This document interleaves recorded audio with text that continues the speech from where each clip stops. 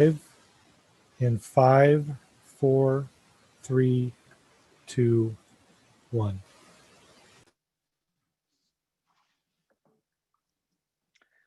Good morning, everyone. Today is Wednesday, December 2nd, and this is the time and place for the regularly scheduled Nevada Gaming Control Board meeting for the month of December. Has our agenda been posted in accordance with the open meeting law? Yes, it has. Secretary. Yes, it has. Wonderful. Thank you. Today on our agenda, we'll be covering non-restricted, restricted, casino player dispute appeals, regulation items, and miscellaneous matters as well. So we have a full panoply of things to discuss. It should be an exciting meeting. Madam Secretary, let's proceed with public comments if we can. This item is placed on the agenda to give the public an opportunity to comment on gaming related matters. We have not received any written public comments through our public comments email. Thank you very much. And as you all know, we're operating under emergency or declaration of emergency directive 6, which is in a sort of a truncated version of the open meeting law, NRS 241, which allows us to take these to make provisions for open meeting law to protect the public and ourselves against COVID. I will take a moment of executive privilege if I can. So my name is Bryn Gibson. I'm the new chair of the Gaming Control Board, recently appointed by Governor Sisolak. It's a great honor to be here, to be a member of this board and to work with the Gaming Control Board. I've worked with Member Johnson in the past. I was the chief DAG for 4 years with Mr. Somps, who's our DAG today. I also want to note that, just for the record, and I won't come back to this except when necessary, that prior to being appointed chair of the Nevada Gaming Control Board, I did work for a brief time for the law firm of Brownstein, Hyatt, Farber, and Schreck, which represents a number of different individuals and entities appearing before this panel. Based on a review of the requirements of NRS 281A 420, I have concluded, in concert with counsel, with my DAG, that my previous employment with a law firm on its own does not mandate a disclosure of this prior employment on each matter in which the law firm represents a party before the board. I therefore will not make a disclosure in such cases unless the specific matter requires such disclosure based on the criteria in the statute. These criteria include that I have not accepted a gift or loan from the law firm, that is post-employment. I have no pecuniary interest in the law firm. I have no commitment in a private capacity to the interests of the law firm. And with that, let's jump in and get to work. Chair Gibson, if I may. So, Madam Secretary, yes, please. Sure. I just firstly wanted to welcome you back to state service. And I don't know if you thought you were going to sneak away that easy, but it seems there might be a bungee cord. It's just pulling you back in. So also wanted to just thank you to the Gaming Control Board. Your reputation precedes you, and we all know what an excellent chair you're going to be. So welcome. Thank you very much. And then if I might interject one other note, just on a sad note, I wanted to recognize somebody who just passed away recently. He's been in the gaming industry for, well, 30 some plus years. He's been on the supply side, but if you knew Ron Galloway or you ever purchased equipment from Bally Gaming, you just knew what a pillar for that company he's been. I think probably dating back to the 70s. So if you purchased equipment from their casinos around the nation and the world, for that matter, they'll know him. And they just know what a wonderful person he was. I think he took happy pills every day, and he basically wore that happiness on his sleeve. So I just wanted to recognize him. Thank you. Thank you. Thank you. I'd also be remiss if I didn't thank Chair Morgan. She did an outstanding job with Member Johnson and with you, Member Pizarros, and laying the groundwork. I don't think that, although things are difficult right now with regard to COVID and the 25% capacity on gaming floors, there's nothing that I anticipate seeing that the former chair hasn't already with you all dealt with. And so with that, I think we're in very good shape to go forward and to manage our way through the rest of this pandemic and to help this industry get back on its feet and get going. So I'm excited to be here, and I'm grateful for the good work that Chair Morgan's done. So Madam Secretary, let's go on to our next item. And the next item on our agenda is the is that correct?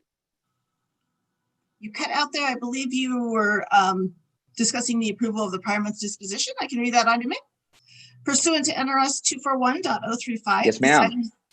The consideration of the approval of the Nevada Gaming Control Board disposition for November 2020. All right. I'll move for approval of the prior month's disposition as read into the record by Madam Secretary. Member Katsouros. Aye. Member Johnson. Aye. Chair Gibson.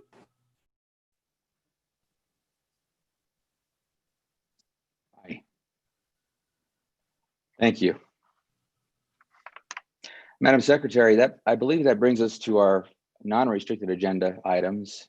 Would you please read into the record non-restricted item number 1? Of course, non-restricted number 1 are the applications of Andre Alfonso Scrivens for a finding of suitability and or licensure as an officer or manager of Affinity Gaming, the Sands Regent LLC, Plantation Investments LLC, Flamingo Paradise Gaming LLC, and the Prima Donna Company LLC as noted on the agenda.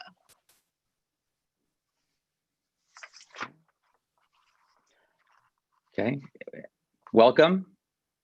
Please state your name for the record. I understand there's a delay in waiting for the queue to be triggered. Can everybody hear me all right? This is Andre Scrivens. Welcome, Mr. Scrivens. Thank you. Congratulations on Hear your you. new post. Thank you very much. Please state your name for the record, ma'am. Sure, it's Andre Alfonso Scrivens.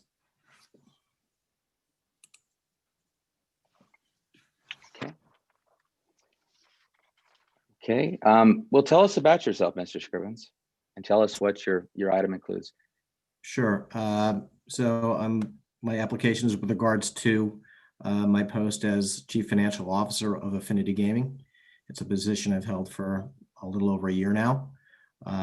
Affinity Gaming is a regional gaming operator with 3 properties in Nevada, Silver Sevens, Prim at the state line, and in Reno, as well as 3 properties in the Midwest, Iowa, and 2 in Missouri. Prior to joining Affinity Gaming, I was a managing director with Z Capital Partners, Affinity's private equity ownership, where I led our acquisition of Affinity, as well as other gaming and hospitality investments. Thank you. You're from Illinois, is that Yes, I correct? am. Correct. Wonderful. I spent a short period of my college career out there on the south side at the University of Chicago. So it's a great place. Great food. It is a very nice Enjoyed the place. neighborhoods. I'm born and raised in Illinois and went to University of Illinois. Wonderful. With that, I'd open it up to my colleagues for questions. Members Johnson and Katsaros. Good morning, Mr. Scrivens. Welcome. Can you just tell us a little bit about the time that you've been in the position as Chief Financial Officer for the company and what you've established as some priorities, as well as some of the accomplishments you have made to date and where you see yourself going forward in that capacity in the near term? Sure. So I joined the company in May of 2019. To say that my tenure with Affinity Gaming has been anything but smooth, including COVID, is, a bit of an understatement. We joined kind of in the middle of a firefight. 2 of our properties in the Midwest had undergone some flooding. One was damaged in Missouri. The other one had its main access road cut off from its main feeder market. So came in the middle of that firefight, working with management to get the properties renovated, fixed up, and back on their way. And the good news is those properties are very resilient and have rebounded very well. Working with the new management team to establish policies, procedures, and operating programs that, I think were needed. This is a company that's been built via acquisition over time. And so with prior management, I think that, that wasn't where it needed to be. And so we've made a concerted effort to improve that operation. And then with COVID, needless to say, since the beginning of March, and we started the year very strong, we were very happy with the results. It's just been a day-to-day firefight as we respond to everyday's challenges, from making sure that the work of the properties is getting done timely, dealing with outages due to sickness, and making sure, notwithstanding the sickness outages, that the regulatory reports are getting done timely as well. And then, of course, making sure that our patrons and our employees are safe. That's paramount. We're looking, I think we've gone above and beyond, and thanks to Aaron Barnett, who's here on my behalf, as well as others on the team, we couldn't be doing that without them. So for a good 6 months of my nearly 18 months of tenure, we've been in this COVID fight.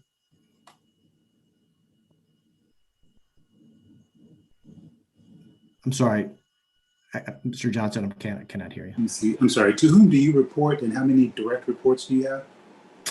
I report to the CEO as well as the chairman of the board, and I have 5 direct reports. And which positions are those? Head of purchasing, controller, head of internal audit, head of FP&A, and head of risk. All right. And so in that capacity, your involvement in terms of the culture of compliance that I assume you espouse there at the company, can you tell us a little bit about the compliance functions and your role in overseeing that and ensuring it satisfies the standards required under Nevada jurisdiction particularly? Sure. So I oversee internal control. Compliance does report to our general counsel. That's right. Aaron Barnett.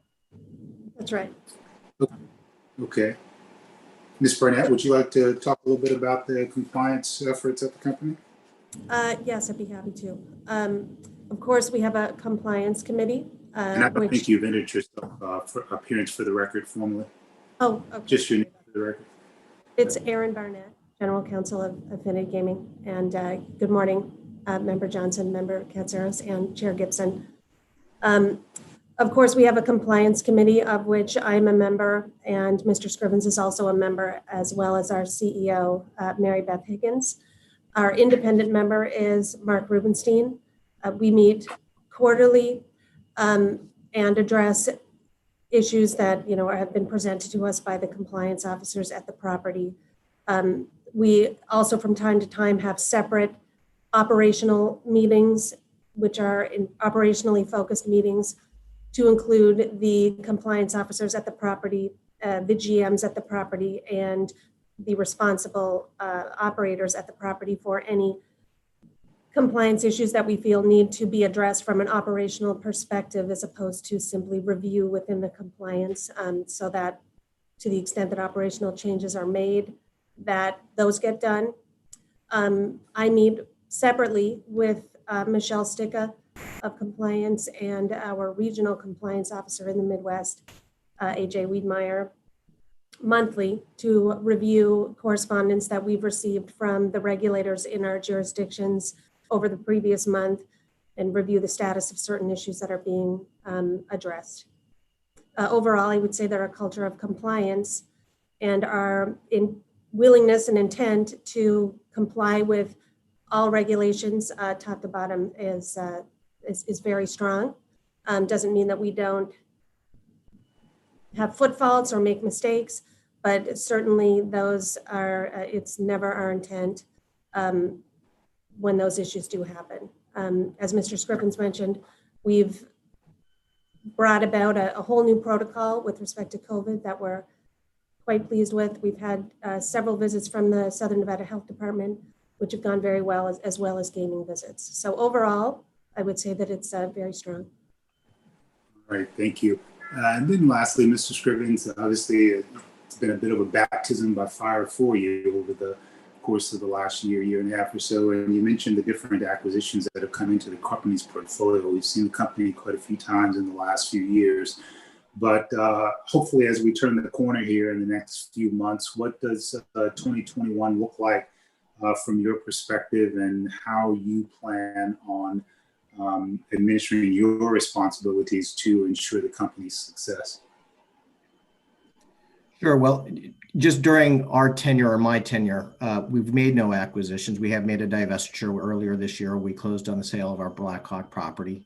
It was non-core to us, and any help operationally or capital we felt was more and better deserved at other properties that could better utilize that allocation of capital. Our private equity owner is interested in growing the business. We do think we have the infrastructure to support additional properties, as evidenced that we did have 3 other properties in Colorado at one point in the recent past. But my job is to make sure we're allocating capital correctly, that we're acquiring the properties and integrating them into the organization that is both sound from an operational standpoint, but as well from a compliance standpoint, and of course, from a financial standpoint, that it all makes sense. Based in Nevada? I commute between Chicago and, I'm sorry, you broke out a little bit. Did you ask where I'm based? Yes. Yes. Yeah. So the company Affinity obviously is headquartered in Nevada, but I commute between Chicago and Las Vegas. Pre-COVID, Okay. I was there every week. Since COVID, I've been judicious about my time and on flights to make sure my family and employees are safe. So I'm doing 2 weeks Chicago, 2 weeks Las Vegas. All right. Thank you. I didn't have any other questions. The investigative materials produced favorable results. And that concludes my questions. Thank you for your appearance. Thank you also, Ms. Burnett, for the contributions concerning the compliance programs at the company. Thank you. Thank you. Good morning, Mr. Scrivens. This is Member Gutsaris here. Good morning. Good morning, Ms. Barnett as well. Good morning. Echoing the latter part of Member Johnson's comments, I didn't have any particular questions on your background. I did know our investigation didn't uncover anything that I would call derogatory. It seems you've been licensed in numerous jurisdictions as well already over the past few years, if I recall correctly. Correct. Yes. But I did want to talk a little bit about the operations more so.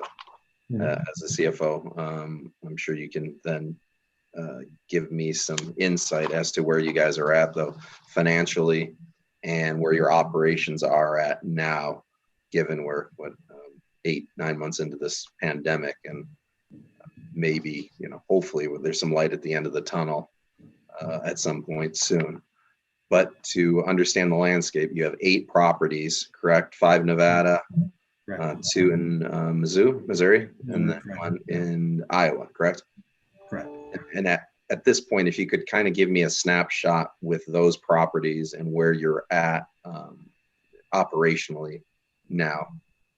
Sure. So we're operating within the constraints and the regulations that have been provided in those jurisdictions. Generally speaking, they've all been the same in terms of capacity constraints, in terms of slot machines, or in terms of tables where every other seat is to be vacant.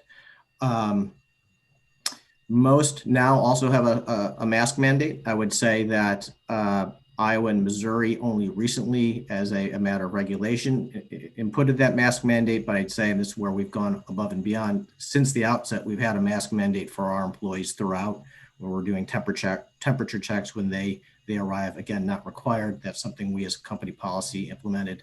And then we go through a checklist of questions when they enter to make sure that they haven't been exposed to people that might have had COVID. I'd say we've operated very well. I mean, we entered the year pre-COVID doing very well as a company and all of our properties.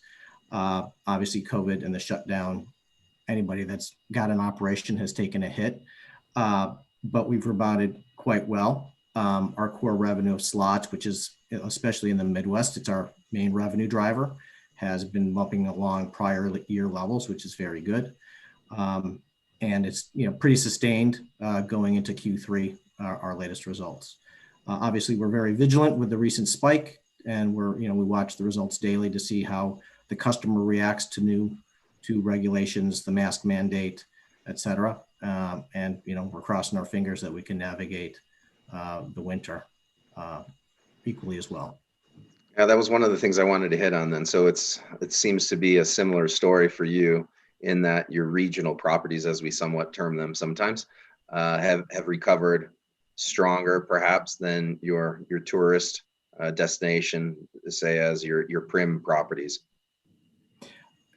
I would say yes, but Prim is also done very well. Our properties are, as you noted, the hallmark of the regional property is that they're high frequency drive-to markets. No one's going to their vacation. It's a local population. If they're going to, say, Lakeside, which has a hotel, maybe they're driving down a half an hour from Des Moines. But similarly in Nevada and in Reno, our properties are drive-to. For certain, our Silver Sevens property benefits from convention business, and so its hotel business is taking a hit like everybody else. However, the drive-to locals market has, at least in Q3, rebounded. I wouldn't say has rebounded as strong as the Midwest. Curiously, Prim and its proximity to California has seen its share of visitation, and we're very pleased by the results there as well. Okay, and then you've got Rail City as well, correct? Correct. Rail City is a local market again, with a simple slot box with limited amenities. So sure. It's slugging it out with everybody else in the market. Sure. That's yeah, I think you've got, I wouldn't say a limited slot box. You got 500-600 machines there somewhere. Well, I would say in terms of, it doesn't have a hotel, it doesn't have a major table offering. It is primarily slots in terms of the product offering. Washoe County looks like it bounced back. It's bouncing back quite well right now. Yeah.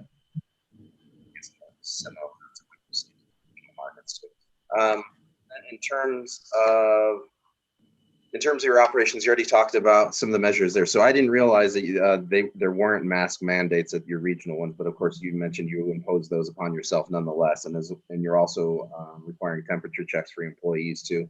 Correct. We do. I'm sorry, you're fading out a little bit. Are there mask mandates for patrons now as well? We did not implement the mask mandates for patrons, but that now is a requirement by the local municipality that everybody, similar to what you see in Nevada, where anybody that basically leaves their door and goes into a place where you cannot socially distance, you have to wear a mask. Okay, and you're obviously familiar with our policies, the memorandum that we've issued we've issued several updates, but we pretty much had mask mandates from the get-go. Right.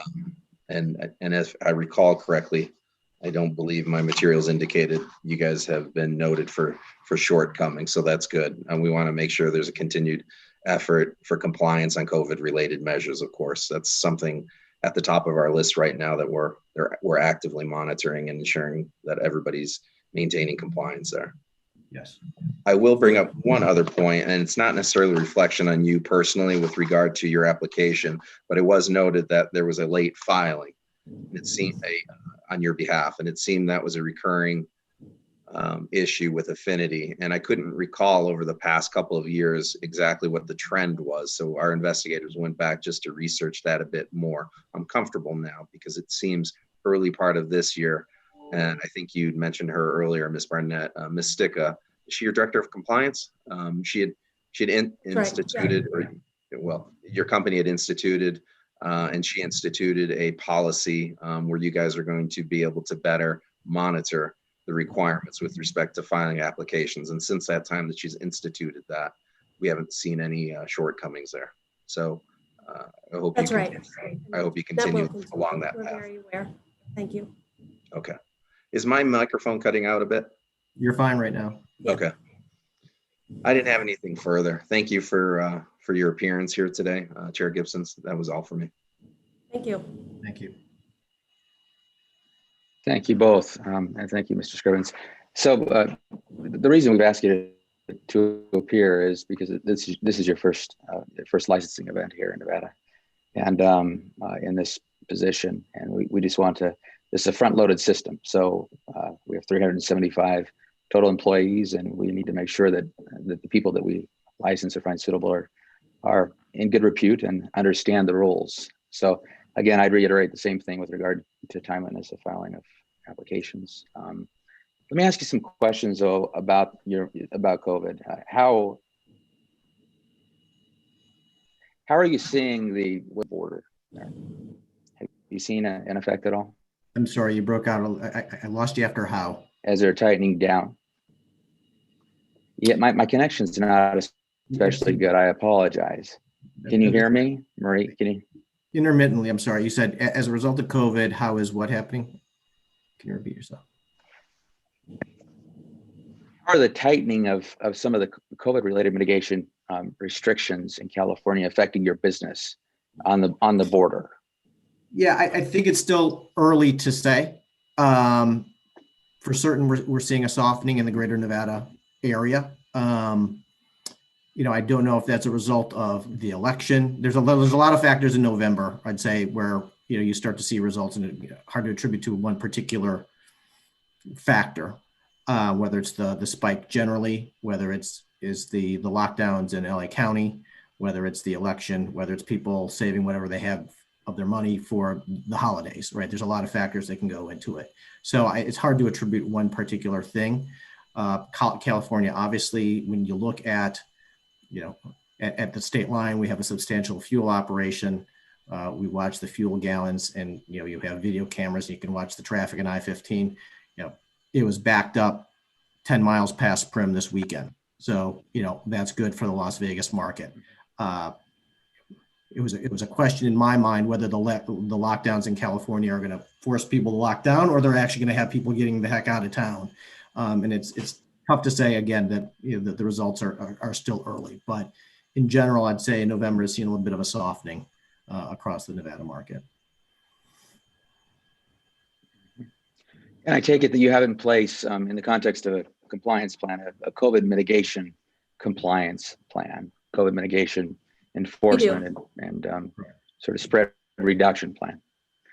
Absolutely. And Has that been working for you? Have you found? I believe that it has. Okay. And among your employees? Pardon? No, please go ahead. We do have our, well, of course, we instituted a plan in response to the memo that was put out by the board early on in this process, which really put us ahead of the game as an industry when SB4 required that all hotels effectively adopt a COVID-19 preparation and response plan. We already had, we had to make a couple tweaks, but we already had all of those operations and procedures in place.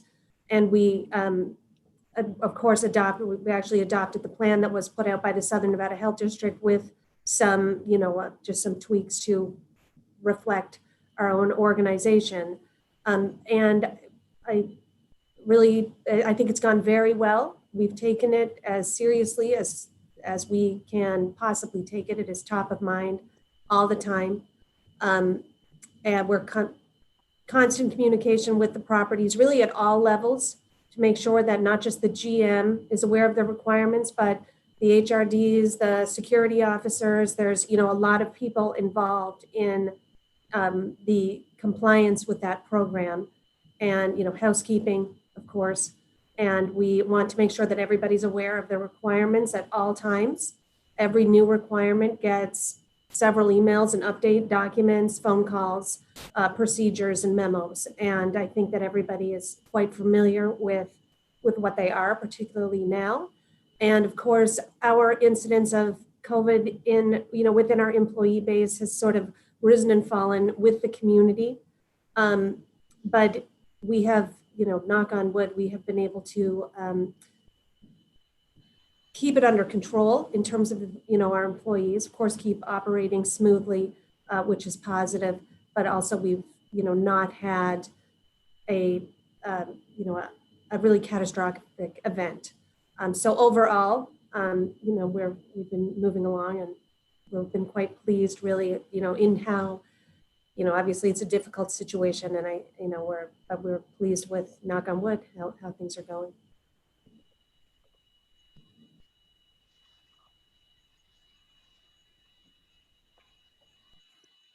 I think we lost the chairman. One benefit that comes to me as a result of being, can you hear me? Now Yep. I got you. Yep. I may have to get our IT person in here and go to a hard line connection.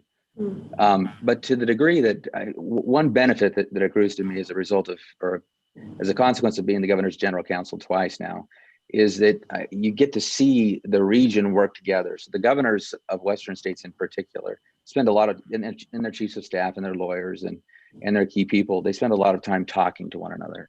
And so what I'd say to especially those who operate on the borders is your actions, they will affect what governors of other states will do with regard to us.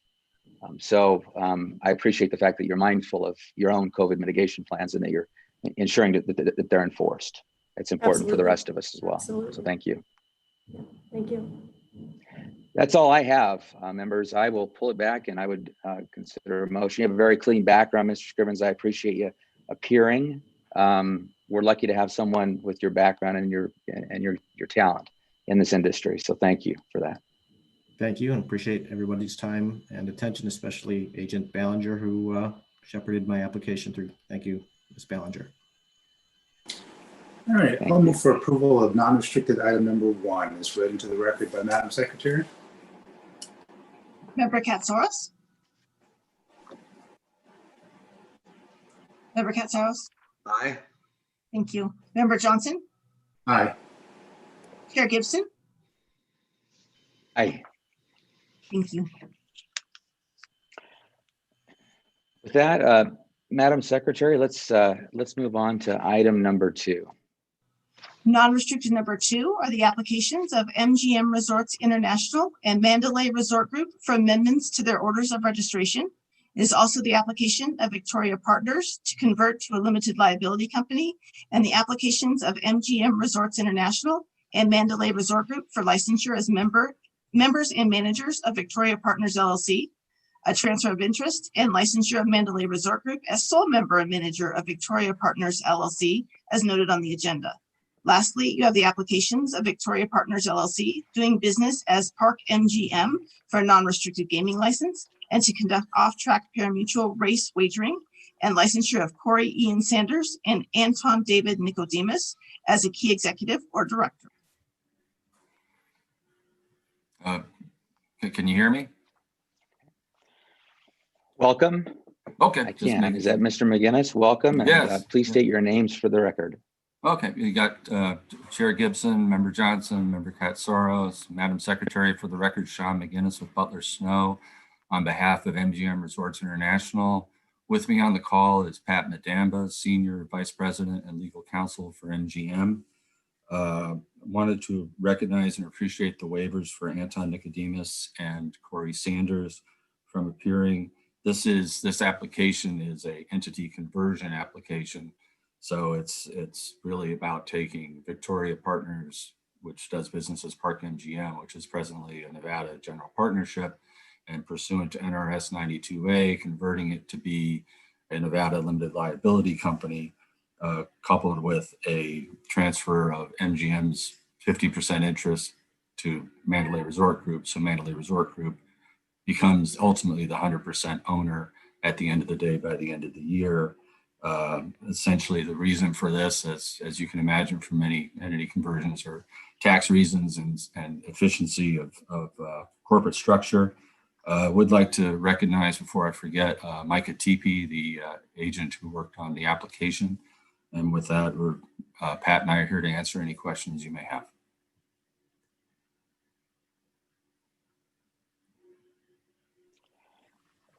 First, thank you for appearing. I appreciate it very much, Mr. McGinnis and Mr.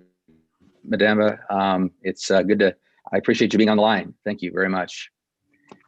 He's a colleague and we've worked together, and I have a lot of respect for Mr. Madamba. I'd open it up to my colleagues, Member Johnson and Member Katsaros, for questions. I guess I'll kick off. Good morning, Mr. McGinnis, Mr. Madamba. You just mentioned, Mr. McGinnis, that the purpose for this is for taxes and corporate efficiencies and so forth. And so at the current structure that you have now, is this a legacy structure that's been in place since the days of Mandalay and MGM merger back in the early 2000s? Okay. This goes back to when Park MGM used to be the Monte Carlo, and that was actually a joint venture way back in the day. You had Mirage and you had the predecessor to Mandalay. Yes, correct. Okay, so this has been in place as it is up until this point. Correct. The taxes and the corporate efficiencies are one thing. Did something change in the tax laws where it's beneficial to do it now, or perhaps could it have been beneficial to do this, years ago? I do not know the answer to that. I just know that this came up as the tax analysts were looking at efficiencies, and it was raised up to the level of we'd like to do this and make application. I don't know if Pat may have additional comment on that front, but that's how it came to me. Trying to test an attorney with his tax law knowledge here. Oh, thank you. It's not necessarily germane. It was just germane to the issue at hand here, the question at hand with the application. It was just something out of curiosity because we see these oftentimes, and I can see that, you know, what happens in the background is a tax analyst sees in something that's advantageous for the company. It then gets floated up to experts like yourself on the law side to shepherd it through the approvals process in the system. So I didn't have anything else on that point then. As far as the application, it seemed clear. You summed it up, I think, in a couple of sentences at the onset here. But then we also have a couple of individuals who are known commodities to us as well, in Mr. Sanders and Mr. Nicodemus as well. So as far as their backgrounds, I think they've been before us on numerous occasions, to say the least.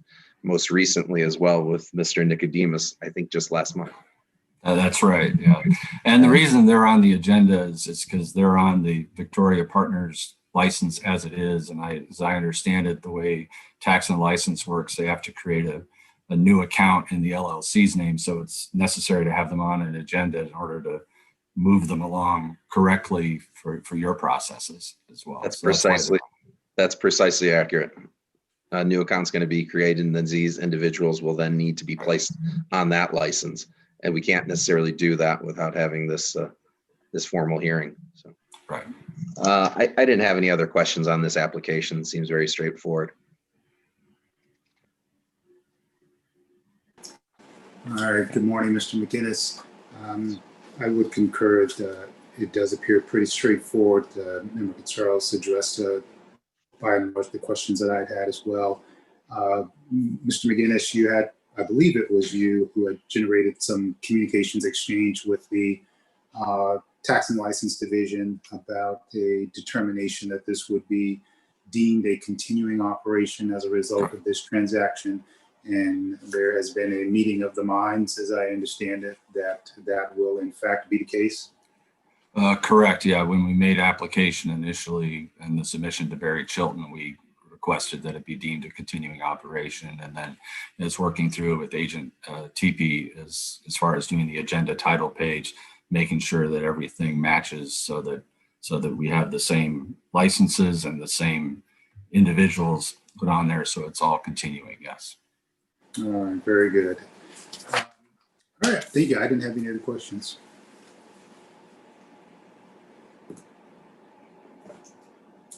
Thank you very much, Members Casaros and Member Johnson and Mr. McGinnis. I don't have any questions. This is a complex structure. The one note that I had as I looked through it was just the complexity with transitions, or with moving from one type of entity to another, the need to file a new application and so on. It's an interesting process, one that could probably in the future be truncated some. So I just note that as a point of interest. But with that, Member Johnson or Member Katsaros, I'm willing to entertain a motion if either of you are willing to offer one. All right, so I'll move for approval of non-restricted item number 2 as read into the record by Madam Secretary. Member Katsaros? Aye. Excuse me. Member Johnson? Sorry to interrupt. I believe there's 2 conditions we need to put on. Oh, sorry. Yes, you're right. And there's also a The orders of registration as well, which we've looked at, and they are acceptable because they just basically change the entity types. all right, Chief Labadie, for clarification, there were 2 conditions on the original license. In the revised conditions for non-restricted items, those conditions are not listed. So do they need to be added to this one, or is it sufficient? Yes, I think to be safe, we should go ahead and add them so they get moved over to the new license. So on page 24 of the report, the first condition would be the parimutuel wagering may be conducted only with a licensed Nevada systems operator. And then we had a slight amendment to the second condition that the surveillance system must be maintained at or above the level. So those would be the two.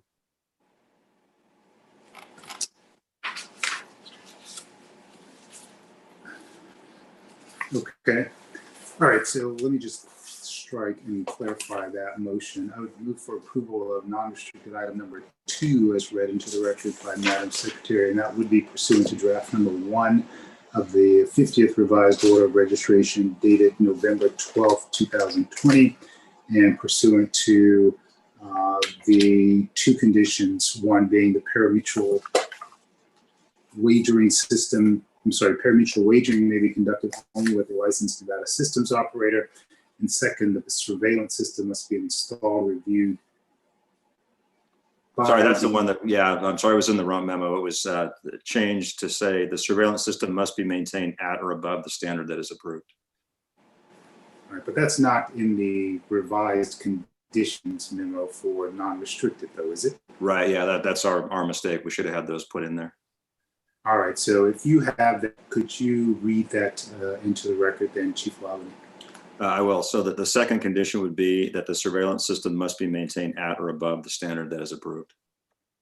All right, so that would be the motion pursuant to the order of registration as mentioned and the 2 conditions as read into the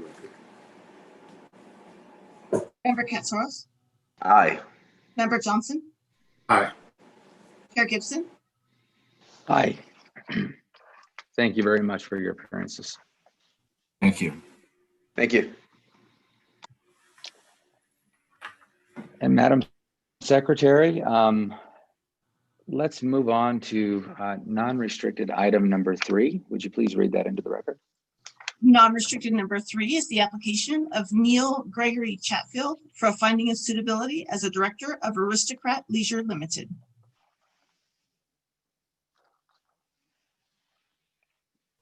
Thank you very much. Welcome. If you would, please state your Good name. morning, for the record. Mr. Chairman. Hi, Mr. Chairman. Good morning. Member Mr. Johnson, Member Katsaros. Mr. Chairman, let me take a moment to welcome you back to the Nevada Gaming Control Board. You and I work together. I consider you a very good friend, and I can tell right now that you're going to be excellent in your role. And just hearing you speak about COVID compliance, I can tell that you have a wealth of knowledge that you're going to bring to the industry and the regulators of Nevada. So welcome back. It's good to see you. Thank you, sir. Thank you. And also, hello, Madam Secretary. My name is A.G. Burnett. I'm with the law firm of McDonald Carano. With us today, and I don't see him on screen yet, and his mic appears to be muted, but is Mr. Neil Chatfield. Mr. Chatfield is a director and chairman of the board of Aristocrat Leisure Limited.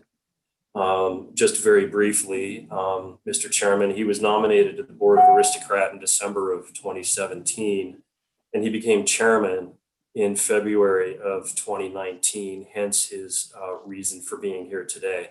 In addition, we have Miss Tracy Elkerton, and I think all of you know Miss Elkerton. She's very familiar to the board, and I'll note for the record that Miss Elkerton and Mr. Chatfield had to get up at about 3 a.m. or 3:30 a.m. in Aussie time. So I'm glad that they're with us, Mr. Chairman.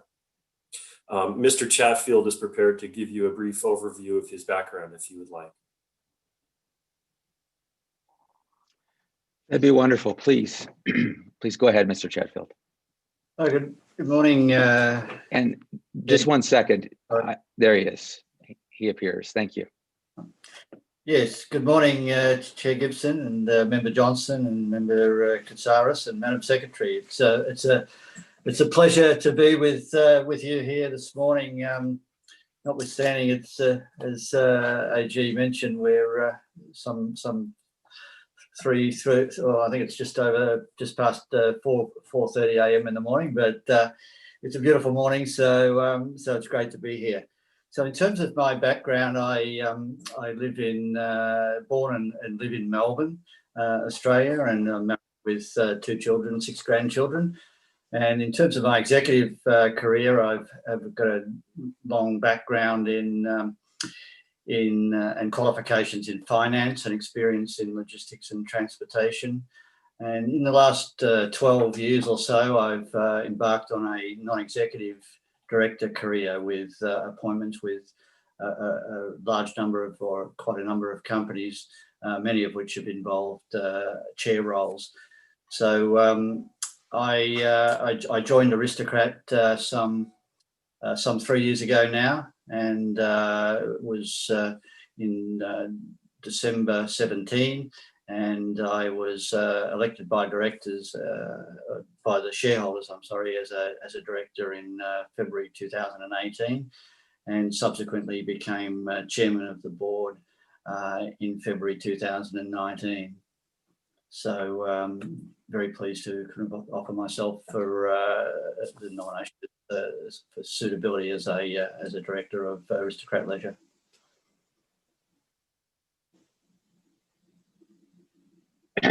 Thank you, Mr. Chatfield. I appreciate that background, and thank you both for joining us so early in the morning. And I appreciate your optimism. It's so early that I don't know how you can tell if it's going to be a wonderful day. At least the weather. I assume that you're portending how things will turn out just generally. But thank you for showing up. I appreciate it. Yeah. Tell me. So I do have a few questions. So your background is in transportation, and you've had a significant career in transportation, and now you find yourself as chairman of a gaming equipment or manufacturing company. How has the transition been? Has it been something that is it similar enough based on the numbers and so on that there's been no ramp up, or has there been a learning curve of sorts? Yeah, well, I guess in terms of experience, I've been involved in technology and qualifications in technology across my career, and in my role as a transportation executive, I was involved in technology. Also chaired Australia's and actually the world's largest online listed employment portal, and the appeal for Aristocrat was that it did have quite a lot of technology related to it, and so the transition into Aristocrat, I actually did before I joined the company. I did a lot of due diligence in terms of the culture inside the company and its operations and the prospects, as well as the normal sort of financial due diligence, I guess. And upon joining, I spent a lot of time in the business, visiting many sites, many customers throughout Australia, attending trade shows and all that sort of thing. So after 3 years, there's still a lot I don't know, I think, and I'm learning all the time. But I'm finding it's a fantastic industry, and I think. Aristocrat has an aspiration to be a leading player, which I relate to.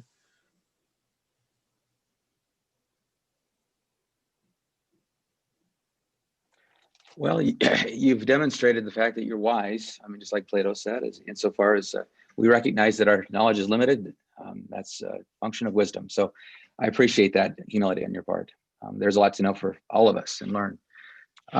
My other question, and then I will turn it over to my colleagues, is just about the number of different boards that you currently find yourself on. You're a busy man. Is this a time-consuming effort on your part? Is it something that you find that you're able to commit sufficient time to? I assume it is. Yes, it's actually an often asked question. I would say that Aristocrat does occupy most of my time, but I'm a professional. This is my career, and it's essentially a full-time career as a non-executive director. I think the best example of being available and having sufficient time is well represented by the last 9 months.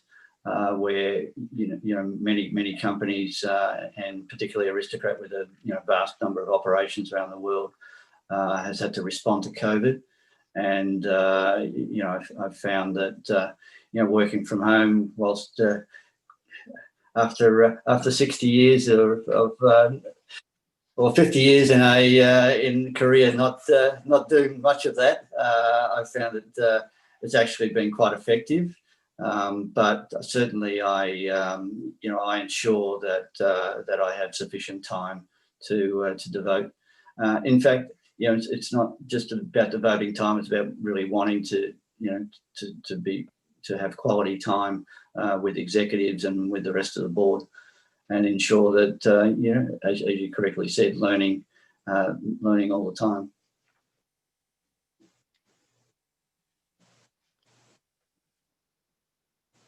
Thank you very much. That's all that I have. Member Johnson, Member Katsaros, I'll turn it over to you, please. I did not have a question, but I will use this opportunity just to comment. Mr. Chatfield, on your background, I had an opportunity to review your background as a result of the investigation that was conducted. And it was a good background, and your accomplishments are many, and your experiences are varied. Albeit relatively new to the gaming industry, I think it speaks well for the gaming industry generally and for the gaming industry in Nevada to have someone of your diversity of experiences and depth of knowledge involved in the industry. So appreciate your appearances and certainly wish you the best going forward. Very much, Member Johnson. Well, good morning, Mr. Chatfield. Good morning, Ms. Elkerton, Mr. Burnett. Good to see you all. Morning. Yeah, I wanted to just touch a bit about on your background as well here. Since we got you up at 3:30 in the morning, this is your first licensing event. Normally, you'd have to fly across here, 16-hour flights, not to mention layovers, et cetera, immigration. So maybe this is a good thing for you right now to. Or perhaps if you wanted to visit Las Vegas, though, then maybe there's the downside as well. But we appreciate you getting up at this hour of the day. Looking at your background, and I didn't realize you had the technology background that you had. It didn't jump out at me, at least originally. But I appreciate you mentioning that, because in fact, we are in the hospitality industry. I've been in this industry 20 plus years now as well. But at the heart of it, what you guys are doing is technology, right? And along with logistics and transport, which seems to be very strongly within your background and remit as well. That's a core part of the business, shipping machines, right? Absolutely. Yeah. And you guys have global reach, not to mention, of course, that on the digital side that you guys have broken out into now, which I'm sure you familiarized yourself with on the social gaming side of the business too. Yes. But I did want to hear a little bit more about what your initial insight and thoughts are on the industry. One of my initial thoughts, and I'll just to throw this out, when I first got in the industry many years ago, it didn't dawn on me that in every nook and cranny of the world, and that's Jackpot, Nevada, which is in north part of Nevada, has gaming, all the way to say, the Eastern European Moldova, in Africa. There's gaming everywhere.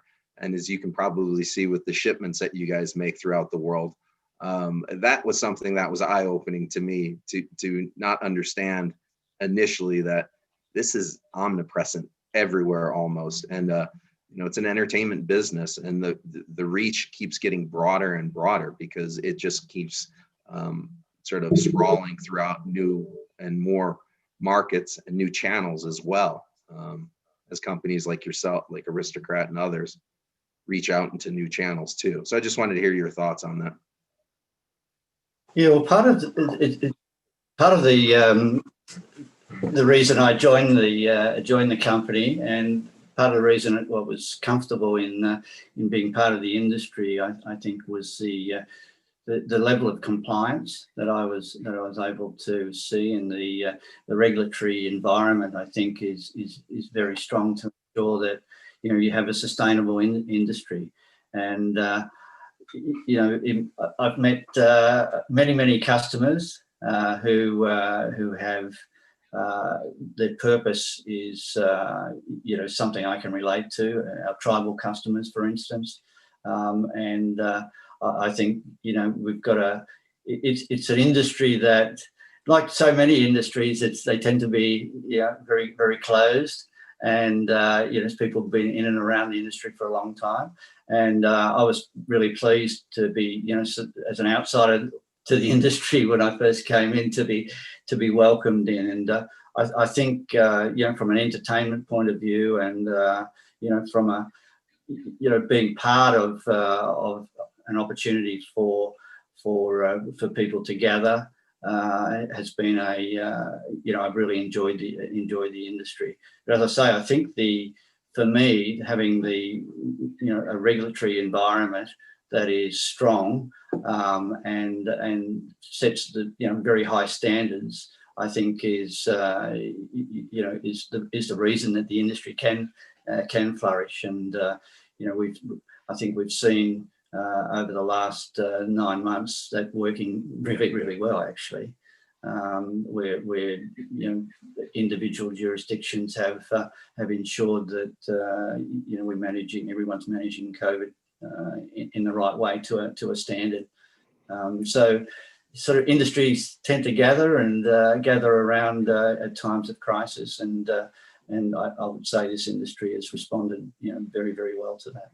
I imagine the high level of compliance too is helpful for someone like yourself deciding whether or not you want to involve yourself in a company or an industry as such before accepting a position or a post like you have. I imagine there's some due diligence that you, of course, would naturally go through with any board that you join. And given the high level of compliance that we have in the gaming industry, is probably comforting, so that you understand what you're getting into with the post that you're seeking. Well, it's one of the key drivers for me. And I know Aristocrat has a very, very well developed team, and it does. It's not a team that just sits in the corner. It's part of wholly integrated into what we do in the business. So Tracy Elkington, who of course is on the call, leads that compliance function. And without wishing to embarrass her, I think her role in the company is a very, very senior one, and one in which she has enormous respect across the business, which meant a lot to me and still does. No, let's embarrass her a little bit. I have firsthand knowledge of how she operates. Frankly, I was one of the investigators way back when, a couple of decades ago. Some of the investigators that investigated you, I was doing the same thing, although I was investigating and reviewing your compliance measures. And at the time, Tracy Elkerton was there. I don't think she was in her exact position now, but she's ascended to that position because of the hard work and the procedures and processes that she's been able to put in place there and build that team. As far as your other directorships, I was interested to understand a couple of them. If you could just briefly give me a little snapshot as to what Toll Holdings is. Toll Holdings is an old. Some of your past directorships. Yeah, so Toll Holdings, Australia's and Asia's largest logistics company. And I was in Toll Holdings. I was an executive, chief financial officer, and as well as an executive director. And then actually your other ones you are currently on, there's a nonprofit, Welfare Services. Yes, that's involved in homelessness services in Melbourne. So I've been on that board and a subsequent board as part of a merger for about the last 12 years, and been chairman for probably the last 10. And then as far Launch Housing Limited, similar?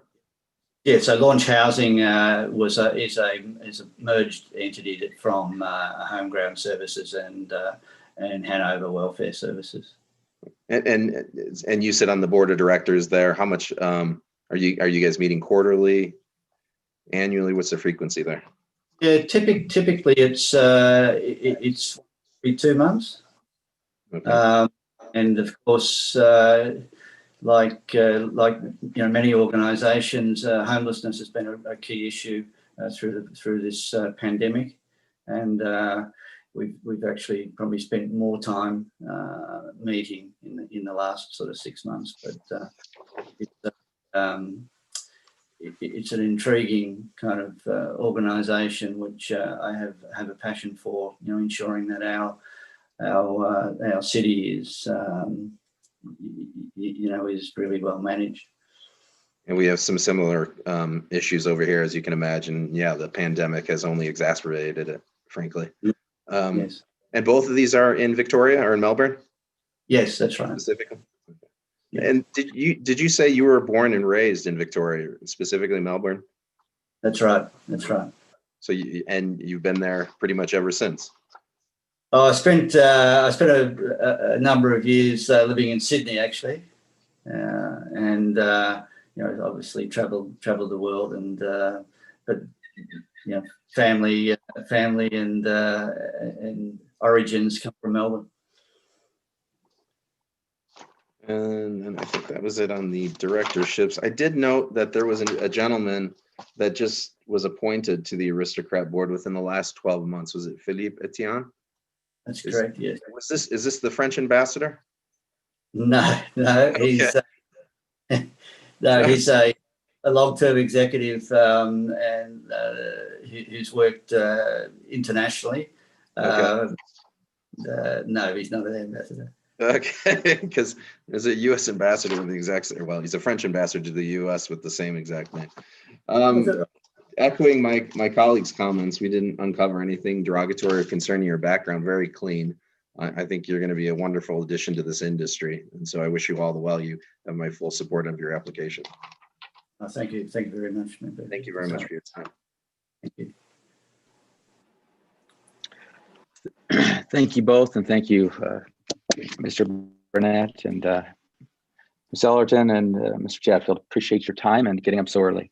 And with that, if there's a motion, And before we finish, could I just pass a note of thanks to investigator agent Susie Chang, who worked on my application in a very professional and very diligent way. So it actually going back to the discussion we had around compliance, I think it's a sort of exemplary in the way that it was conducted. So thank you for that. we appreciate the feedback. Our agents do an outstanding job. We're very proud of them. I'm sure she appreciates it as well. Thank you, sir. With that, I'd consider a motion if there is one. All right, I'll move for approval of non-restricted item number 3 as read into the record by Madam Secretary. Member Katsaros. Aye. Member Johnson. Aye. Chair Gibson. Aye. Thank you. very Thank you. much. Thank you. With that, Executive Secretary Bell, can we take a 5-minute break? I need to switch to a T1 line. I actually came into the board offices just to get good internet, and there's still a delay. So let me go to a T1 line.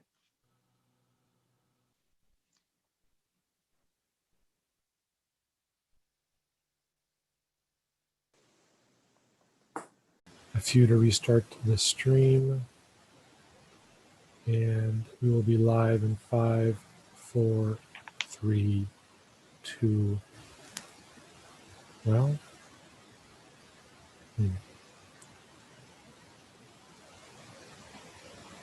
Okay, we're good now. Thank you. Sorry.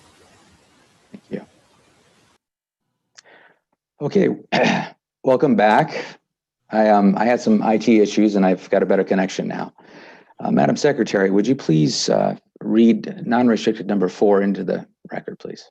Yes. Non-restricted number 4 is the application of Caesars Entertainment, Inc. for an amendment to their order of registration. Thank you. Welcome, and please state your name for the record. Good morning, Mr. Chairman. A.G. Burnett again with the law firm of McDonald Carano. Mr. Chairman, Member Johnson, Member Katsaros, and Madam Secretary, I also have with me today Mr. Jeff Hendricks, the Senior VP of Regulatory and Compliance for the company. We're prepared to give a brief affirmative and then answer any questions you may have. Please go ahead. Look forward to it. Thank you. Thank you, Mr. Chairman.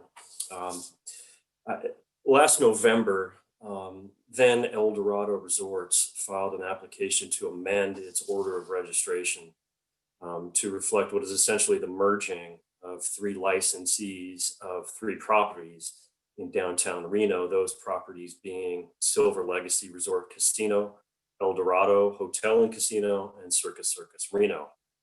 The request was made so that the company, now of course being Caesars Entertainment, can consolidate the operations of those 3 properties into one operation that operates under one gaming license. Upon the requested consolidation, the Silver Legacy entity, which is known formally, and you have in your records as Circus and El Dorado Joint Venture LLC, DBA Silver Legacy Resort Casino, will then hold a single non-restricted gaming license and move forward accordingly. Thereafter, Mr. Chairman and members of the board, the company intends that the entity do business under the following trade names. Those are Silver Legacy Resort Casino, El Dorado Hotel and Casino, and Circus Circus Reno, and known collectively as the Row. The main purpose of this consolidation is to streamline and merge the operations of what are 3 already interconnected properties that are physically interconnected, all owned by the same company, and to integrate those 3 properties into the current Caesars Rewards program in a more seamless fashion. And as everyone knows, the Caesars brand and reward program is huge. And this consolidation will therefore enable the Row and Northern Nevada to market and fully integrate into the industry-leading rewards program. And will also allow, of course, Caesars to further present the Row to guests as one integrated gaming location. This combination of 3 licenses into one, as the board is aware, within interconnected facilities is not a new one. It has been done in the past and has been done in accordance with the definitions found in Chapter 463 in the regulations, consistent with the definitions of establishment and premises. These 3 properties in Reno are physically interconnected by permanent enclosed and elevated walkways that guests and staff use. Additionally, other similarly situated gaming establishments have previously been approved for similar consolidated operations. Upon board and commission approval, Caesars intends to surrender the licenses of El Dorado Hotel and Casino and the Circus Circus Reno Casino, thus leaving the one licensee, as mentioned earlier, Circus Circus El Dorado Joint Venture LLC, DBA Silver Legacy Resort Casino. Further, as it pertains to sportsbook operations, the William Hill operations will seamlessly transition as well, with William Hill surrendering 2 licenses and holding 1 for ongoing operations and DBA purposes. The team at Caesars and the Row is excited to implement this change as seamlessly as possible. Mr. Chairman and members of the board, we've reviewed draft number 1 of the proposed order of registration. It's a fairly simple change to the 10th revised order, and we believe it is appropriate. And lastly, we'd like to thank the Corporate Securities section for its work on this, and Mr. David Mueller. With that, Mr. Chairman, Mr. Hendricks and I will attempt to answer any questions you might have. Thank you, Mr. Burnett, and welcome, Mr. Hendricks. I appreciate you showing up today and appearing. I do have a few questions. I just want to drill down a little bit on the combination of licenses into a single license. So my understanding is the legal entities associated with each of the current properties will continue to exist independent of the license. Is that accurate? That's correct. Okay. And so there will be 3 different addresses associated with the different properties as they are now with one license? That's also correct, yes. Okay. So it's essentially the interconnectedness, the ingress egress between the properties that is the sort of the basis for the argument of combination. Is that what I'm hearing? Well, certainly that's one main element. Additionally, we have one kind of team that runs those properties. And I think, as we were noting in the application materials, combining those properties under one license allows for a lot of integration of heart of house activities that just present a more unified gaming operation. And then most importantly to our customers, I think there's benefits that AG mentioned where we'll have a more seamless integration into Caesars Rewards, which I'm sure everyone remembers as we were discussing the merger between Eldorado and Caesars a few months ago. That's a driving strategic purpose for that transaction. So we're excited to be able to more fully integrate into that program in this fashion. And my final question, just going back to the same issue, is you could tell that I was in the AG's office in the gaming division for 4 years. I'm interested in the technical details. So are they still going to be 3 separate parcels, or is it a combination of parcels, or what about the APNs? In regards to the parcels, you're referring to the land parcels, or? Yes. Yeah, so the existing entities that are the landowners, for instance, will remain. So all of those kind of pre-existing obligations from a legal perspective in relation to the entities and any kind of responsibilities of those entities will remain. And then from a gaming function, everything will be integrated into the Silver Legacy entity for gaming reporting and regulatory purposes. Thank you, Mr. Hendricks. If I could, Madam Court Reporter, do they need to state their name for the record each time they speak, or are you able to distinguish between them when they're just 2? Chairman, I can see their name in the bottom left when they're speaking. Thank you for asking, though. Thank you. Okay, that's all I have. Please, members Casaros and Johnson.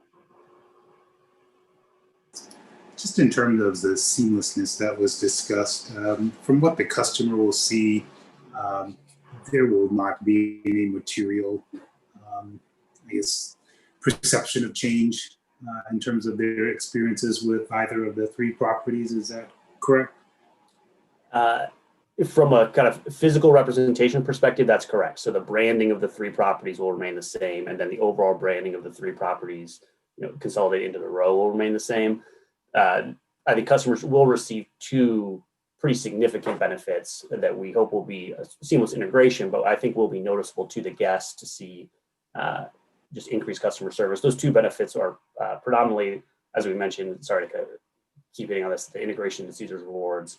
And then secondly, because we have different slot systems at each of the 3 licensees currently, guests can only redeem their rewards at the specific entity's slot system in which they're operating. So if a guest goes to Circus, for instance, they can only redeem their rewards there. Once those 3 are integrated into one, the guests will be able to redeem their rewards across the property, which we think is an additional benefit to our customers. Okay, so there are some customer service enhancements in terms of the employees that work at the 3 properties. Any perceived changes to their experiences or interactions on a day-to-day basis? Any changes we hope to be improvements for our employees. So one of the benefits from this integration is that certain activities are performed multiple times based on the fact that there's 3 different licensees. Those activities can generally be consolidated into one moving forward. So from an employee perspective, rather than doing one task 3 times, they should be able to do that one task for the entirety of the combined enterprise. So we think that will be a benefit for our employees. Other than that, and those types of benefits of IT integrations, having just uniformity across the properties, it really should be business as usual. Again, the branding is staying the same. From a day-to-day perspective, it will look very much the same from a public-facing perspective, but there will be those internal benefits to our employees. Okay, very good. All right, thank you. My pleasure. Mr. Hendricks. Good morning. Just touching upon the player rewards system again. So Caesars Rewards, right now, what you just stated was that if I go to Circus, I'm not able to utilize my points at either Eldorado or Silver Legacy. So Circus is that accurate that Circus has a different system entirely then? That's correct. So I would note that we have a kind of a bridge system in place to provide some guest benefits from one property to another. It's not as seamless as it will be once we consolidate all 3 into one slot system and one casino management system. So it improves the guest experience. We do have some options where a guest can go from Circus to Silver Legacy and kind of convert their rewards. It's a few more steps than we would like for a guest. I think in this age where everyone's used to doing most of the things on their phone, the fewer kind of barriers to entry that you can present for a guest, the better. And so this would be a further step in that direction. Yeah, you want a seamless journey for the patrons. Of course, they don't want to have to go through extra steps in order to redeem something that they've earned. So is it a different system at El Dorado than Silver Legacy? So are you operating 3 disparate systems? Yeah, great question. So we're more or less operating 2 disparate systems. So El Dorado and Silver Legacy run on one slot system. Circus runs on a different slot system. So we'll be able to consolidate all 3 of those into one. Okay. And similarly, there's kind of a different version of the casino management system riding on top of those systems. So I apologize. I didn't mean to interrupt you. I just wanted to note. Oh, no. So my apologies. I thought you had finished your thought. So the Circus system was an MGM legacy system, I imagine, that you never upgraded. Is that what's happened? I think that's right. I'd have to go back and check the records to make sure, but it has run on kind of a standalone version of the slot system and providing some uniformity. I think to Member Johnson's earlier questions will also be a benefit to our customers, where you're not looking at one system half of your day and another system for the other half of your day. No, understood there. And then if we could talk about the parcels again. Chair Gibson had asked about the APN. So we have 3 separate APNs still from a county perspective, and that'll remain, correct? I believe that's correct, yes. Okay. And so the physical connectivity between the different parcels and buildings are those walkways, the air walkways, I'll call them, unless there's another term for that. No, I think that's a great term. That's right. Yeah, so Okay. Internally, you can walk from one end of the 3 properties to the other through the internal the air walkways. And I would just note that I think from a guest perspective, those are integrated in a way that presents very seamlessly to the customer. So I think it's reasonable to assume that sometimes if a guest is on one of those air walkways, they wouldn't even realize that because of the way that it's integrated, providing a great guest experience. Okay, and I would say it is physically a seamless transition from property to property too. Your counsel, Mr. Burnett's probably already briefed you that we have some precedent with this very question on other properties, and I would, from my opinion, is that the connectivity that you have with these properties is certainly no less, frankly, greater than many of those prior examples that we've seen with other similar requests. Let me just ask a hypothetical question though. So what, and perhaps this is for Mr. Burnett, what if this were to go forward and you receive an approval for this, the approval would largely hinge upon the fact that there is physical connectivity between the buildings. What if that connectivity were to cease? So, and I think in your operation, it would be very difficult because within those walkways, you have amenities built on them. They're not just simply walkways, right? I mean, you've got maybe your sushi restaurant or something you'd have to knock down there from Circus to Silver Legacy. But let that aside, what if that connectivity were to cease to exist and you already had the approval to determine this to be a single continuous property? And Member Katsaros, the board have. In that hypothetical, do you mean that the company retains ownership of the 3 properties, or that one is severed? Well, let's just say the company retained ownership of Circus and Silver Legacy, but decided they don't want that walkway, and we no longer have connectivity between the 2 properties. And we've already granted approval for it to be considered one property. Sure. If I could jump in, I would just note that we would be in dialogue with the board well in advance of making such a decision. So in this hypothetical, which I think realistically would be a very slim chance, but even so, we would communicate with board staff well in advance of making such a change, such that any change to the kind of physical connectivity that is critical to this license combination would be discussed and cleared well in advance of making such a change to the actual physical operations of the facilities. So sorry, you didn't mean to jump in. No, thank you, Mr. Hendricks. Yeah, that's what I was going to say. Essentially, we'd cross that air bridge when we come to it. Well, I'm sure both of you guys would raise that to us, but maybe your predecessors, your successor, sorry, would not, because you'd already have the approval and they'd say, oh, we don't need it. We have approval anyway. We can do as we wish. I can't see that as being a realistic hypothetical here, frankly, given what you have and the amenities and the build out of those areas. There'd be no reason for that to ever happen. I just couldn't see it. But, there could be a sale at one point. Then you'd have actually two different entities. I think at that point, we'd have the ability to say, well, obviously we have two different licensees now. That's right. It is just more of a hypothetical because we may see this again with another applicant and there may be a condition that might be warranted at some point. I just don't know that's necessary or warranted here. So, thank you, Member Katsaros. Beyond that, I didn't have any other questions on this item. Chair Gibson. Thank you both. I don't have any other further questions either. Thank you for your appearances. Member Johnson, do you have anything further? No, I don't. I can make a motion if we're ready. Let's do it. All right, I move for approval of non-restricted item number 4 as read into the record by Madam Secretary, and that would be pursuant to draft number 1 of the 10th revised order of registration dated November 10th, 2020. Member Katsaros? Aye. Member Johnson? Aye. Chair Gibson? Aye. Thank you very much for your appearances. Thank you, everyone. Have a good day. Yes, thank you. My pleasure.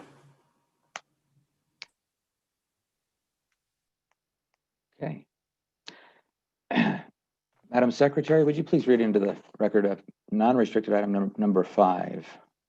Non-restricted number 5 is the application of Winners Hotel and Casino, Inc., doing business as the Winnemucca Inn for a non-restricted gaming license. Thank you very much. Welcome, and please state your names for the record, if you would.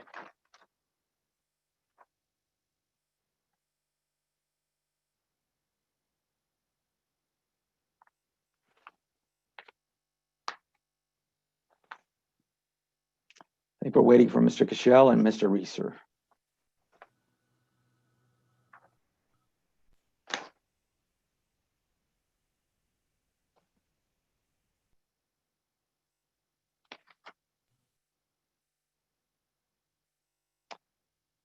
Welcome. Are you there, Mr. Cashel?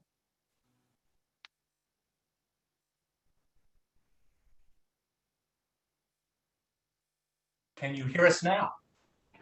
It sounds like Mr. Reeser. There he is. Okay. Thank you. We were Welcome. having a technical difficulty there for a moment.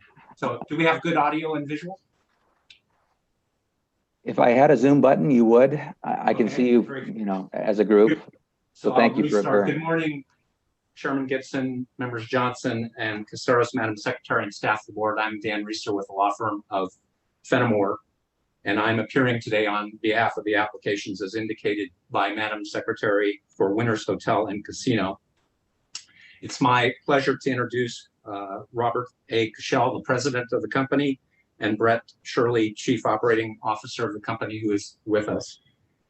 Before we go further, we'd like to add our welcome back to Chairman Gibson to public service. We appreciate very significantly the sacrifice you're making to return to public service, and thank you for doing so. Thank you, sir. Mr. Reeser was one of my earliest mentors, so I thank you for that, Mr. Reeser. We'd like to thank Chief Labadie and his staff, and with a special thank you to Supervisor Matt Doyle and Agent Catlin Osborne for their processing of the application in a professional and very expedited way. And with your leave, Chairman, we have an affirmative presentation. I look forward to seeing it. Please go ahead. Before the board is the company's application for a non-restricted gaming application filed on September 2nd of this year in connection with its acquisition of the Winnemucca Inn, which is located at 741 West Winnemucca Boulevard, Winnemucca, Nevada. This location is a well-established, non-restricted location which has been licensed since 1978. By way of background, because the company has not been before the board for some time, The company is a corporate licensee that holds in good standing non-restricted gaming licenses for operations of the Winners Inn Casino, Pete's Gambling Hall, and the Sundance Casino, each which are located in Winnemucca. Mr. Cashel is a licensed director, president, secretary, and treasurer of the company, and his wife, Melinda Cashel, is licensed as a director and the assistant secretary of the company. The company's sole shareholder is Robert Parker Incorporated, which is an intermediate holding company registered with and found suitable by the commission. Mr. Cashel is a licensed director, president, secretary, and treasurer of RPI. And again, Ms. Cashel is a licensed director and assistant secretary of the holding company. RPI is wholly owned by Cashel Family Trust, a holding company registered with the commission and found suitable. And Mr. Cashel and Ms. Cashel are the licensed trustees of that family trust. The transaction before you commenced on August 14th of this year, when the company entered an asset purchase and sale agreement with McClaskey Gaming, RLC, LLC, to acquire the real property and operating assets of the Winnemucca Inn. The location is comprised of 105 hotel rooms featuring an outdoor pool and fitness center, a 1,500 square foot casino, a restaurant with seating for 115 guests, a 1,300 square foot banquet and meeting facility that can serve up to 100 guests, a bar, a gift shop, and a children's arcade. McClaskey Gaming is currently licensed to conduct non-restricted gaming at that property and operates 105 gaming devices and no table games. William Hill is licensed there and operates a race and sports book at the property under a typical satellite separate license. The due diligence contingencies for the transaction under the purchase agreement were satisfied the week of November 9th. Local business and liquor license applications have been filed with the city of Winnemucca and Humboldt County on November 2nd and are pending action by the board and the commission. In accordance with the purchase and sale agreement, the company and McClaskey Gaming have entered a transaction services agreement and a license and service agreement pursuant to which the company, Winners, will provide certain services and amenity accesses to affiliates of McClaskey Gaming that operate the Gold Country Motel and the Holiday Motel. Those are non-gaming properties, and this transition services and licensing agreement have no impact on the gaming operations. They are services being provided by the gaming licensee to non-gaming hospitality and transient lodging facilities. As a requirement of the contract, McClaskey Gaming is obtaining the approval of the city of Winnemucca for a boundary line adjustment. And the agreements between McClaskey and Winners also provide that the company will have a right of first refusal to acquire the other McClaskey Gaming motels in Winnemucca. The company's acquisition of the location is being financed by Heritage Bank of Nevada. A little bit of background on operations. The company plans to commence operations subject to final approval by the board and commission on September 29, 2020. Mr. Shirley is, December 29th, 2020. Thank you, Mr. Cashel. Subject to licensing also by the local authorities. And Mr. Shirley and Mr. Boyles are in the process of completing a changeover plan, which will be timely submitted.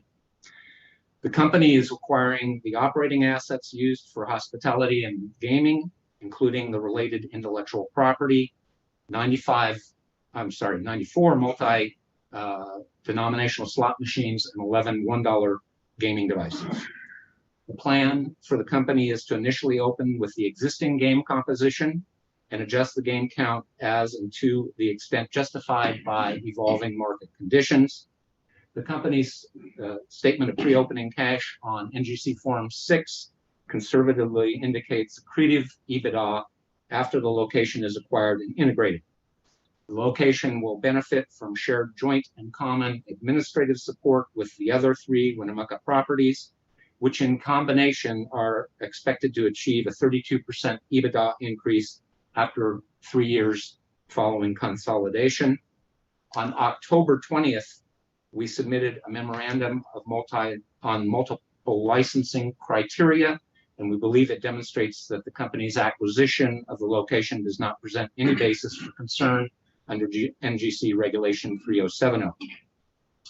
The location has an existing online slot system and players loyalty program. Initially, the company does not plan to make changes to this legacy system and program.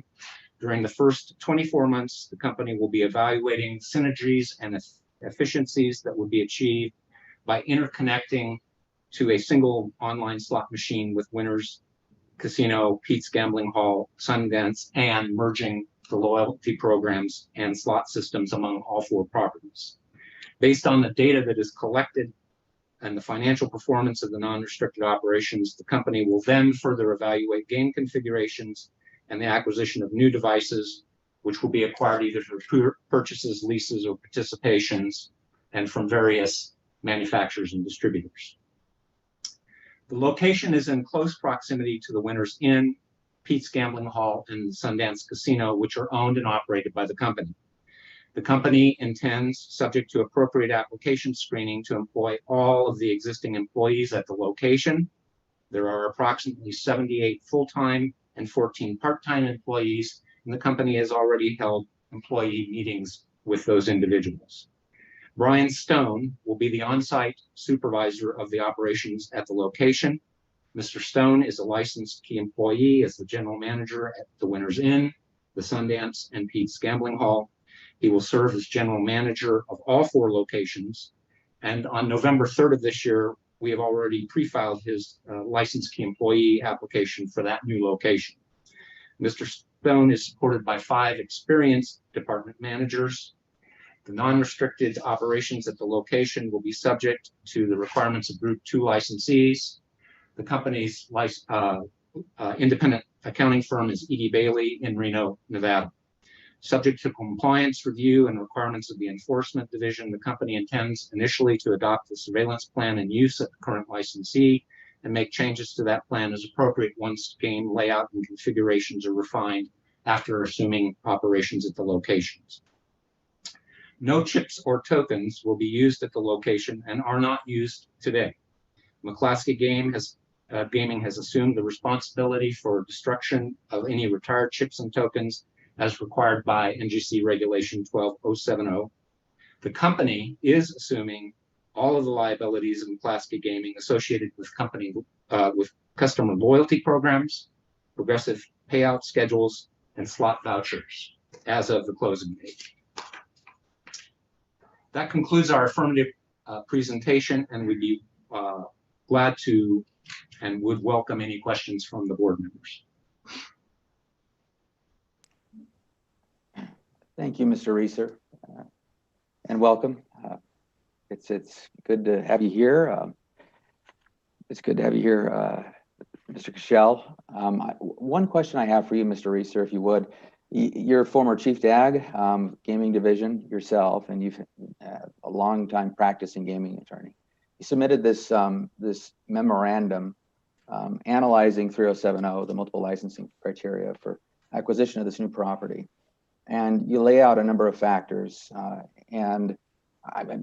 First, I'd say that I'm pleased to see a quality operator want to operate in a place like Winnemucca. It's a smaller location in the state of Nevada, and it's a place that needs that kind of, I think, sophistication and probity of someone like Mr. Cashel and his operations. The one question I have, though, is so traditionally we'd see if there were an interstate acquisition that were a large-scale acquisition where a large percentage of the let's say licensees in this case were acquired by through some kind of merger acquisition, FTC would get involved. When it's intrastate, that's sort of where the Gaming Control Board and Commission get involved. Hence the 3070 multiple licensing criteria issue. Let me ask you about is there any, in your view, is there any threat of price fixing or anything like that as a result of the number of locations that Mr. Cashel is structural along? Well, I assume from the question, Chair Gibson, we're talking about the locations in Winnemucca. Yes, sir. Not outside of Winnemucca.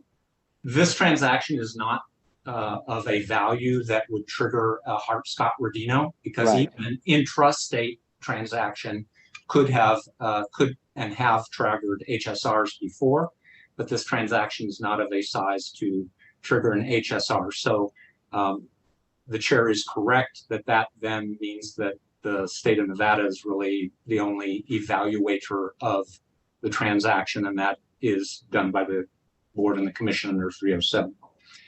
As we set forth in our confidential memorandum, and without waiving the company's statistical information in there as opposed to publicly available statistical information, that analysis shows that there is a less than 50% market share of any of the criteria under Reg 3070 that will accrue to the combined operations. The U.S. Supreme Court and the Justice Department, United States Justice Department, have determined that we don't even start to review transactions until they exceed that 50% threshold. And so as we cited in our papers, we did provide links to the Justice Department and some case citations for you on that particular issue, but there is not market power in the combined entities.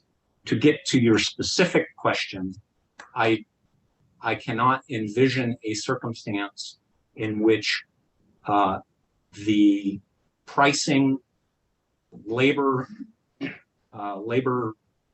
cost, or labor payments, or number of hotel rooms, or any other of the factors that we look at in a 3070 analysis would give market power. There are still 15 non-restricted locations in the market. The change of one of those at 14% of market from one owner to another owner neither implicates a Section 1 or 2 monopoly under the Sherman Act or a Section 7 Clayton Act issue. And additionally, for the same reason, nor do they trigger NRS 597 or 598 considerations, which are based on Sherman Act 1 and 2 and Clayton 7. So that is a long-winded answer, as I see no basis for a concern here. Thank you, Mr. Reeser. I appreciate your analysis. I think you did a great job at going through it and providing a good exegesis. I'm not concerned myself, and thank you for the background. That was outstanding. That's all that I have. I turn it over to Member Katsaros and Member Johnson. Morning, gentlemen. Morning. Yeah, and I echo those comments too. I was just looking up the regulation itself, 3070, and it seems there's a good reason why Mr. Reeser is so well versed on this one as well. It's been in the regs for about 50 years, so it's there for a reason. I thought you did a great job in the analysis too, and a great overview at the onset of this. You basically left me with no questions, and if that was your intention, well done. I don't have a concern with this application, so I didn't have any further questions.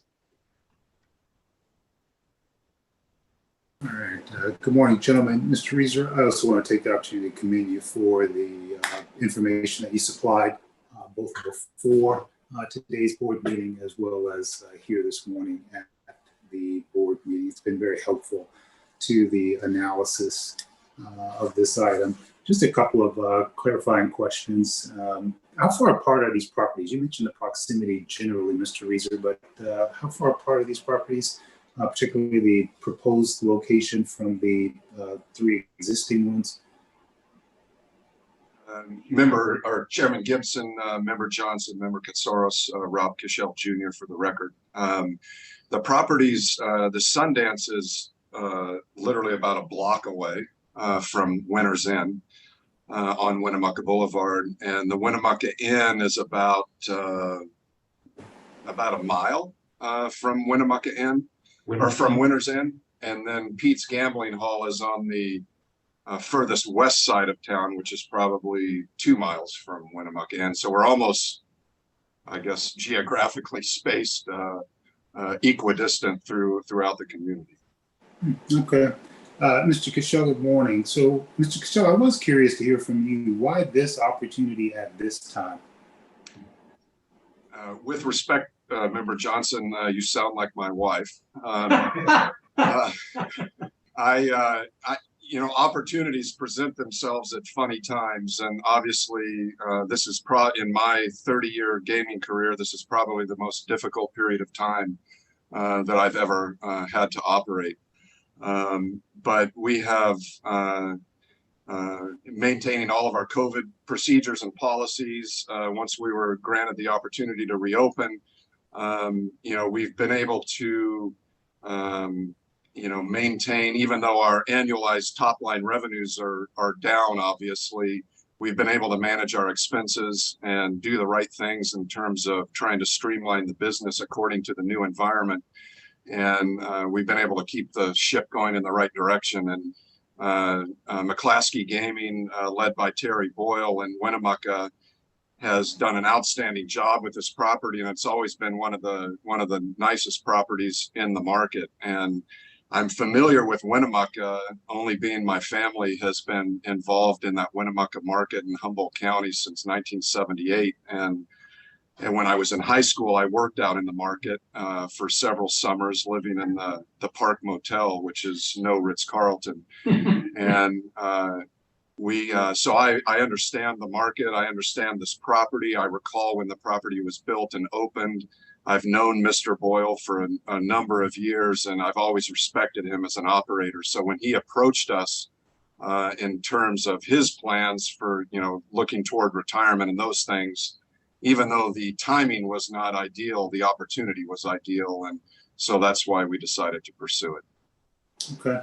Well, in terms of the timing and in terms of the at least one of the representation that has been made so far on this record, I think it is good to hear not only that you plan on extending opportunities to the existing employees at the location, but that's particularly helpful, I'm sure, to relieve any anxieties those employees would have generally and specifically at this time of the year. So glad to see those representations made.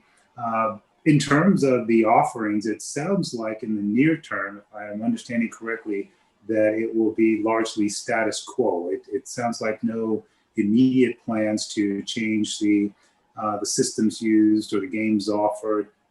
It's my understanding you'll continue the sports betting availability. Is it going to be status quo essentially in the near term? Member Johnson, yes. We don't plan to make, you know, I know there's going to be some, you know, maybe administrative back of the house paperwork type changes that occur, but in terms of the frontline operation, the team members, how we operate, it's going to remain absolutely transparent. And I think from a customer's perspective, they would never know the transaction occurred. I think it's important, especially given the uncertainty of the times that we're operating in. You know, I want the team members, you know, they don't know me as an operator, and I need to gain their trust. And if I'm coming in making, you know, changes and wanting to put my mark on the place, I think it sends the wrong message. And quite frankly, I wouldn't even be interested in this acquisition if it weren't already so well run. So I don't presume for a minute that I'm a better operator than the current operator. And I have a lot to learn to integrate this in a seamless way. And so I think the way we're approaching this is the right way. and we anticipate no changes. I'm sure over the coming years there'll be some, nuanced changes, but we're keeping 100% of the staff, or every team member that wants a job has a job, and we certainly look forward to moving forward and in a seamless, transparent way. All right, thank you. And then lastly, concerning the financing for the proposed transaction, the financial institution that is involved with it, Heritage, I believe it is. Mr. Cusero, you had some prior or current involvement with them, and I understand there was a process that was undertaken to ensure there were adequate disclosures and avoidance of any conflicts. Could you just establish a record of how the financing has been procured, particularly with regards to any steps you were legally required to take to ensure the appropriateness of the financial arrangements? Yes, Member Johnson. So I've been, just a little background, not to go on forever, but I've been the chairman of Heritage Bank of Nevada for the last 20 years. In 2019, in July of 2019, we merged Heritage Bank of Nevada with Glacier Bancorp out of Kalispell, Montana. So Heritage Bank of Nevada became a division, the 16th division of Glacier Bancorp. I continue to, in my capacity as the chairman of Heritage Bank, the division of Glacier Bancorp, here headquartered in Reno. And as of January 2021, I will be joining the board of directors as a member of the board of Glacier Bancorp in Kalispell. Over my history with the bank, as you know by the record, I've done numerous transactions with Heritage Bank, commercial transactions with Heritage Bank of Nevada, and I have always deliberately been overt and transparent in any rates, fees, any of this sort of thing. It was always, in a lot of cases, even more than other customers may pay, just to maintain that level of integrity and absolute compliance with FDIC Regulation O. Anytime the FDIC came in, they were always pulling all the Reg O files. So they were always looking at me. And over the course of that 20-year span, never any issues whatsoever. All right, great.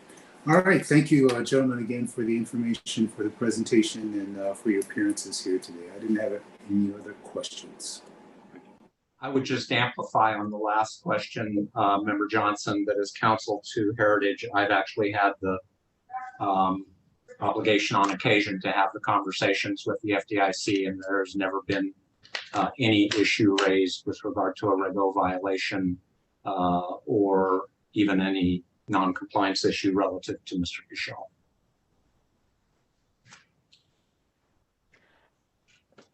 Thank you. Thank you very much, Mr. Cusero, for that, and Member Johnson and Member Katsaros. Any questions about the individuals who are on this item?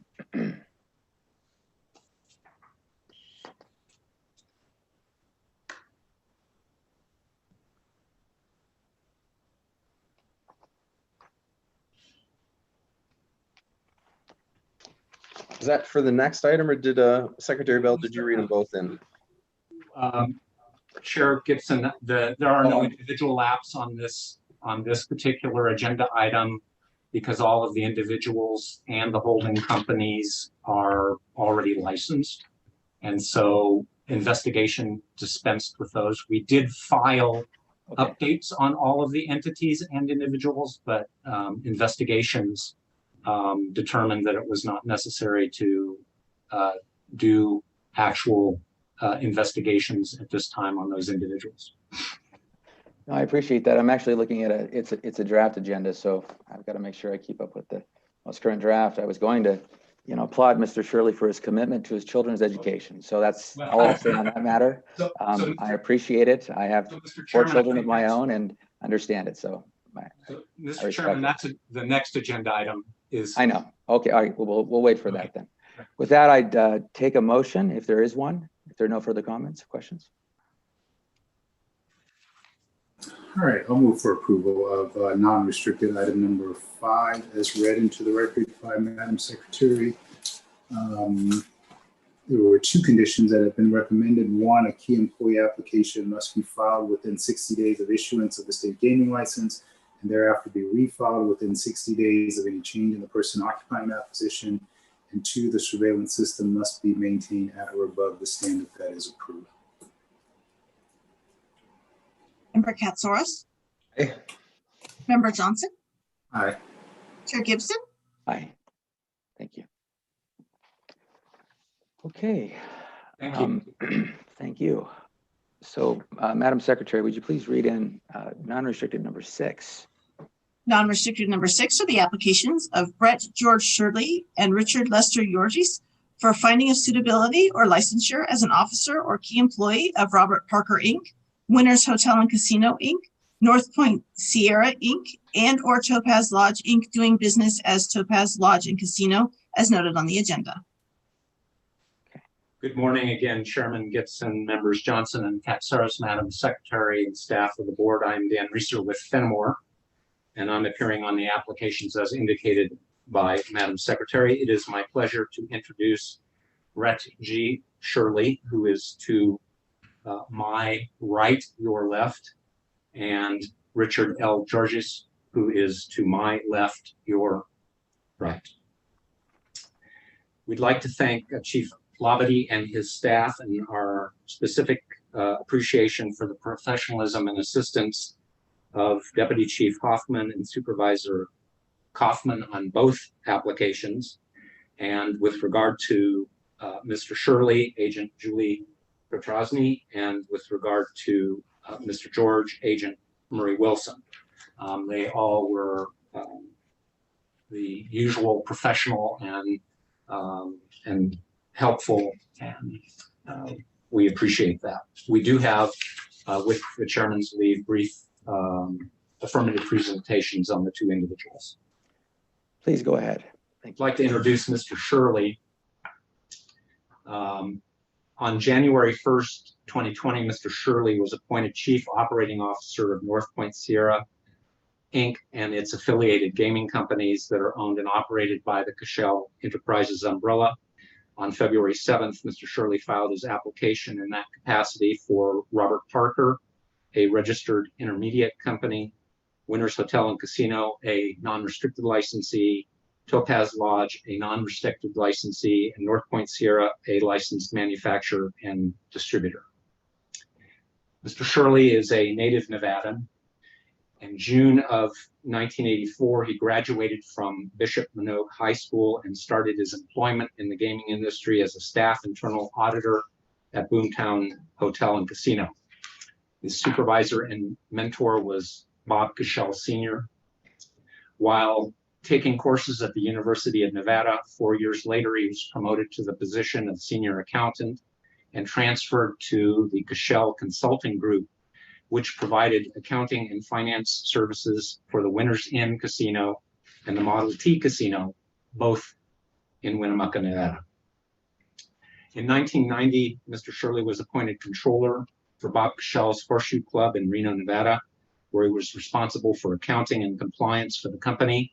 He held that position 4 years, and in 1994, he was appointed Vice President of Finance with oversight of all accounting, finance, and compliance matters for all of the Cashel Enterprises companies, both gaming and non-gaming. Mr. Shirley retains those responsibilities in addition to his new position as Chief Operating Officer. In his gaming career spanning 36 years, he has administered finance, accounting, internal audit, and compliance functions for over a dozen casino properties, which include the Boomtown Reno, the Horseshoe Club, Fitzgerald's Reno, the Alamo Sparks, the Alamo Las Vegas, the Alamo Mill City, the Alamo Wells, the Topaz Lodge, Pete's Gambling Hall, Joe's Casino, the Sundance Casino, Model T Casino, and the Star, as well as Winners Inn. I'd also like to take a moment and introduce Mr. Georges to you. He also, on January 1st of this year, was appointed General Manager of the Topaz Lodge, Inc., which owns and operates the Topaz Lodge non-restricted license gaming operations and hospitality businesses in Gardnerville, Nevada. He also filed his application on February 7th. Mr. Georges was born in Arcadia, Wisconsin, and he grew up in Alaska. Graduated from West Valley High School.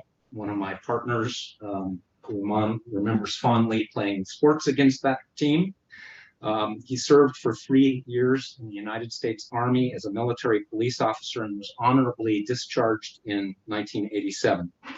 Following his military career, he was employed with the Hemet Police Department between 1987 and 1989.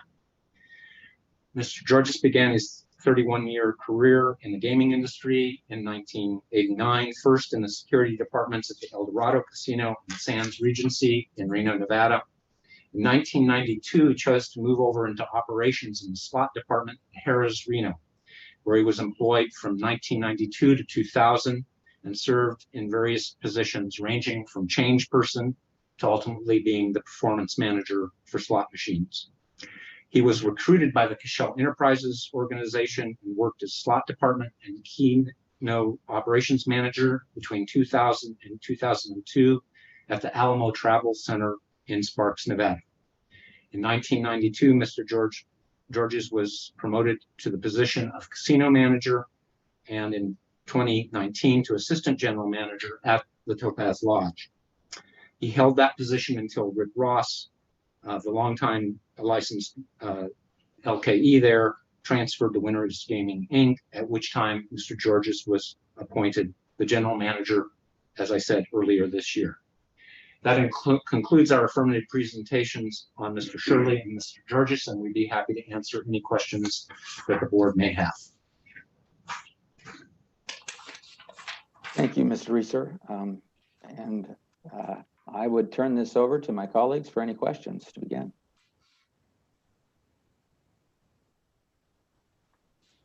Thank you, Chair Gibson. I guess I'll kick off. Good morning, gentlemen. Good morning. Thank you for the overview again, Mr. Reeser. Let's start with you, Mr. Shirley. So I think as Mr. Reeser was just mentioning, you're a longtime native to Nevada. One of the questions I had for our agents was exactly something that was just covered, but I'd like if you could just touch upon it a bit more. Seems you have a long-standing employment with the Cashel family, dating back to '84.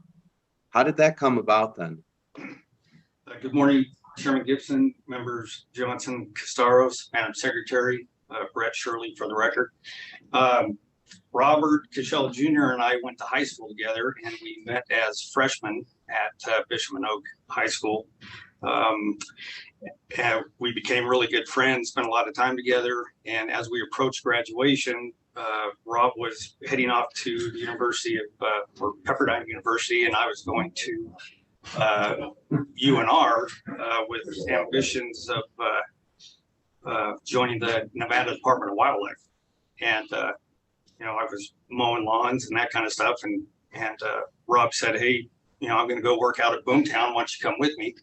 And we'll spend the summer together before I head out. And so I said, okay, sure. And we ended up working in internal audit.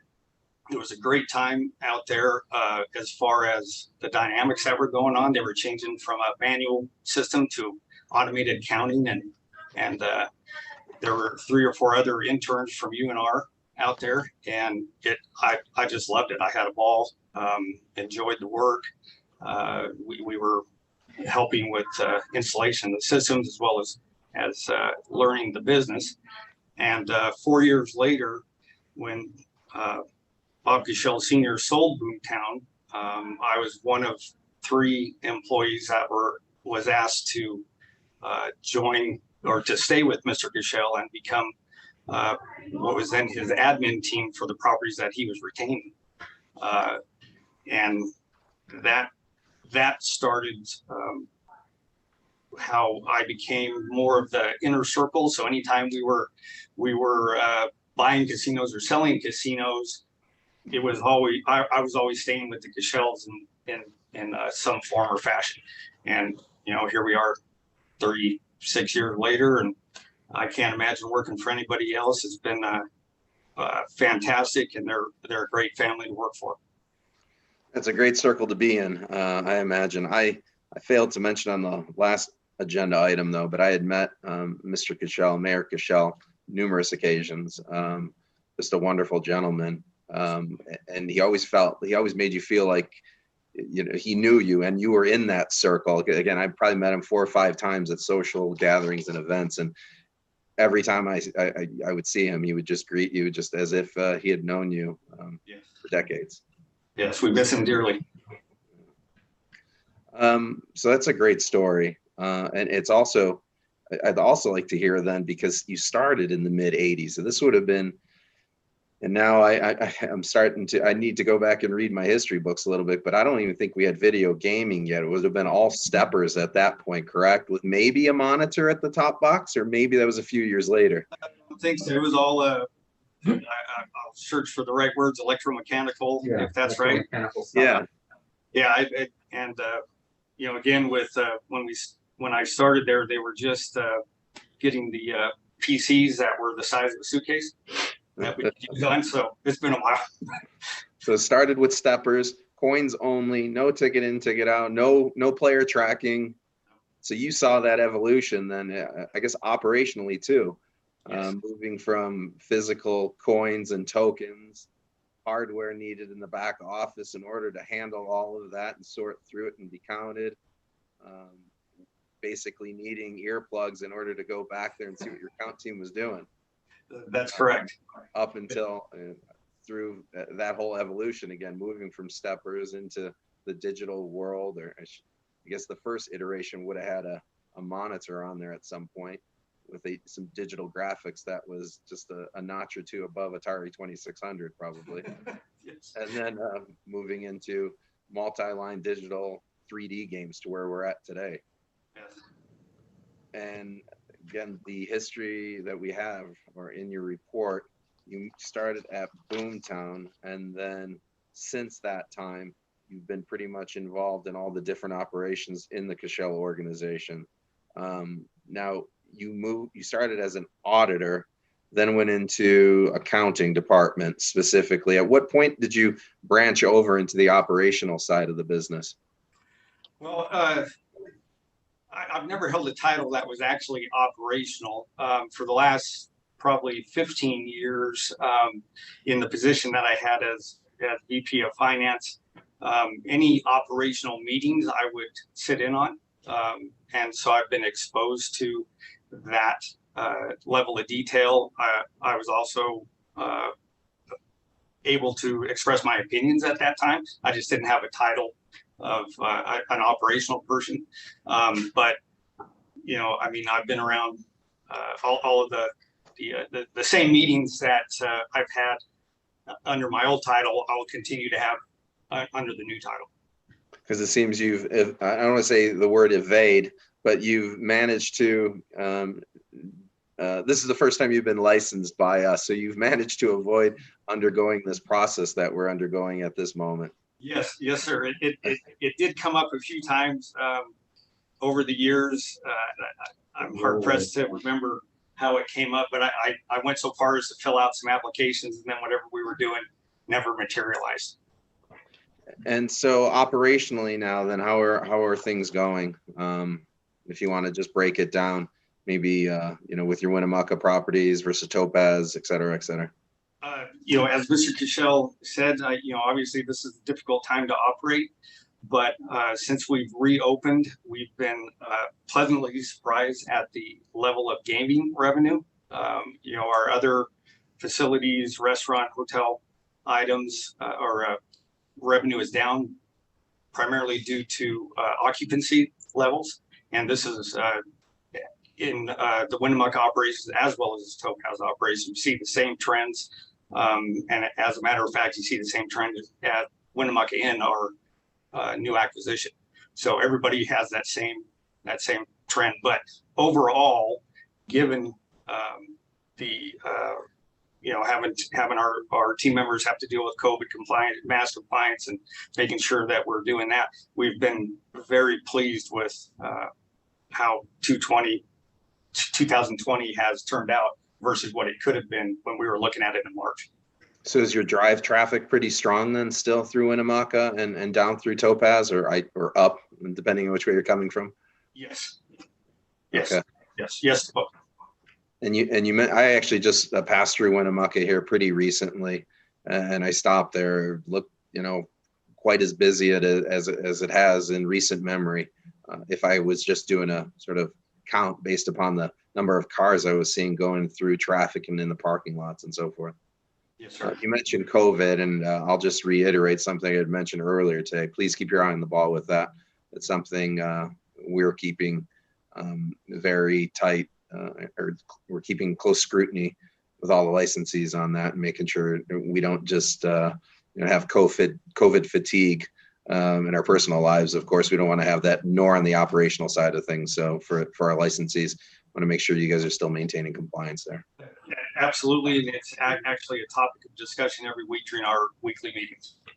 And I know some other operators and licensees that we've had before us, and just in casual conversations, I know they've taken an opportunity to re-engage with their patrons in order to remind them, of course, with respect to the mask requirements, but also to re-engage with them in order to have discussions or just be able to have a better customer service experience with them as well. So sort of turning I don't want to say a negative, but something that they need to do into a positive. Right?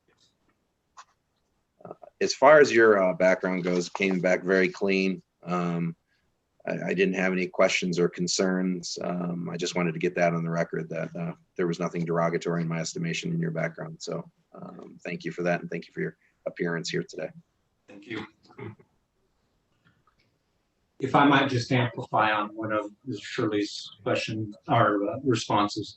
For many years, just for the record, because we do have new commissioners as well, the licensed financial officer was Lowell Chichester. So Mr. Shirley reported to Mr. Chichester, who has now moved to another non-Cashel related entity, the petrol, I think, or the TA, the TA truck stop folks. So from there wasn't, I know you were saying it jokingly, there wasn't an evasion. He was a direct report to a licensee. Sure. No, I recanted my evading comment. Sometimes I'm a little more blunt than I need to be or should be, but thank you for that, because I wasn't aware of that. When you say he went to TA, you're talking Travel America? Yeah, Mr. Chichester did. Yeah. Okay, understood.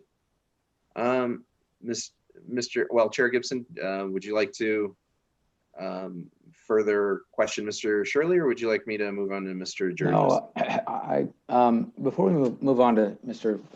Georges, let me ask Member Johnson if he has any questions.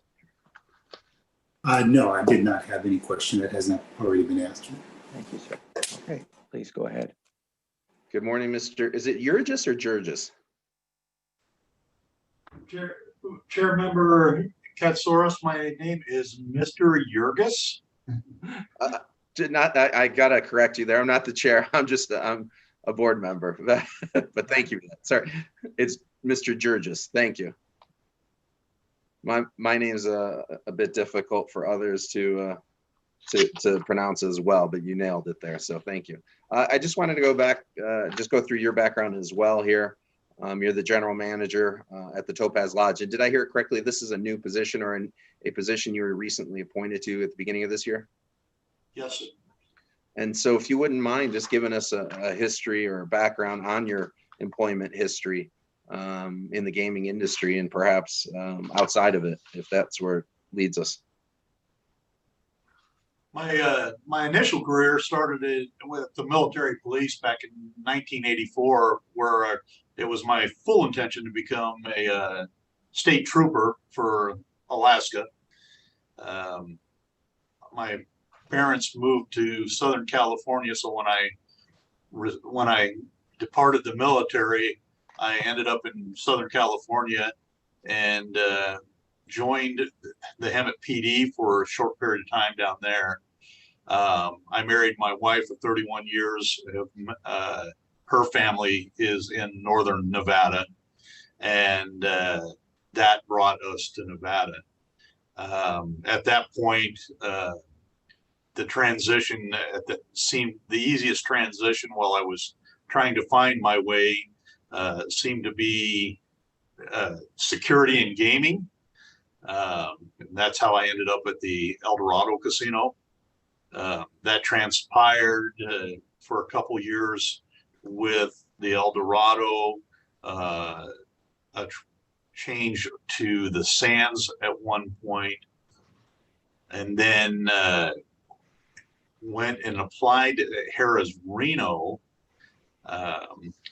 Was looking for security at that time, and they at that point found an immediate job for me as a change person. I quickly moved within the ranks of Harrah's from change person to their slot performance manager, analyzing machines and determining locations and holds, hold percentages to maximize the profits for the operation by the year 2000. At that time, a previous performance manager had introduced me to the Cashel family, and I understood that they were looking for somebody of my talents, and I interviewed with Mr. Cashel at that time, and the remaining 21 years kind of speak for themselves.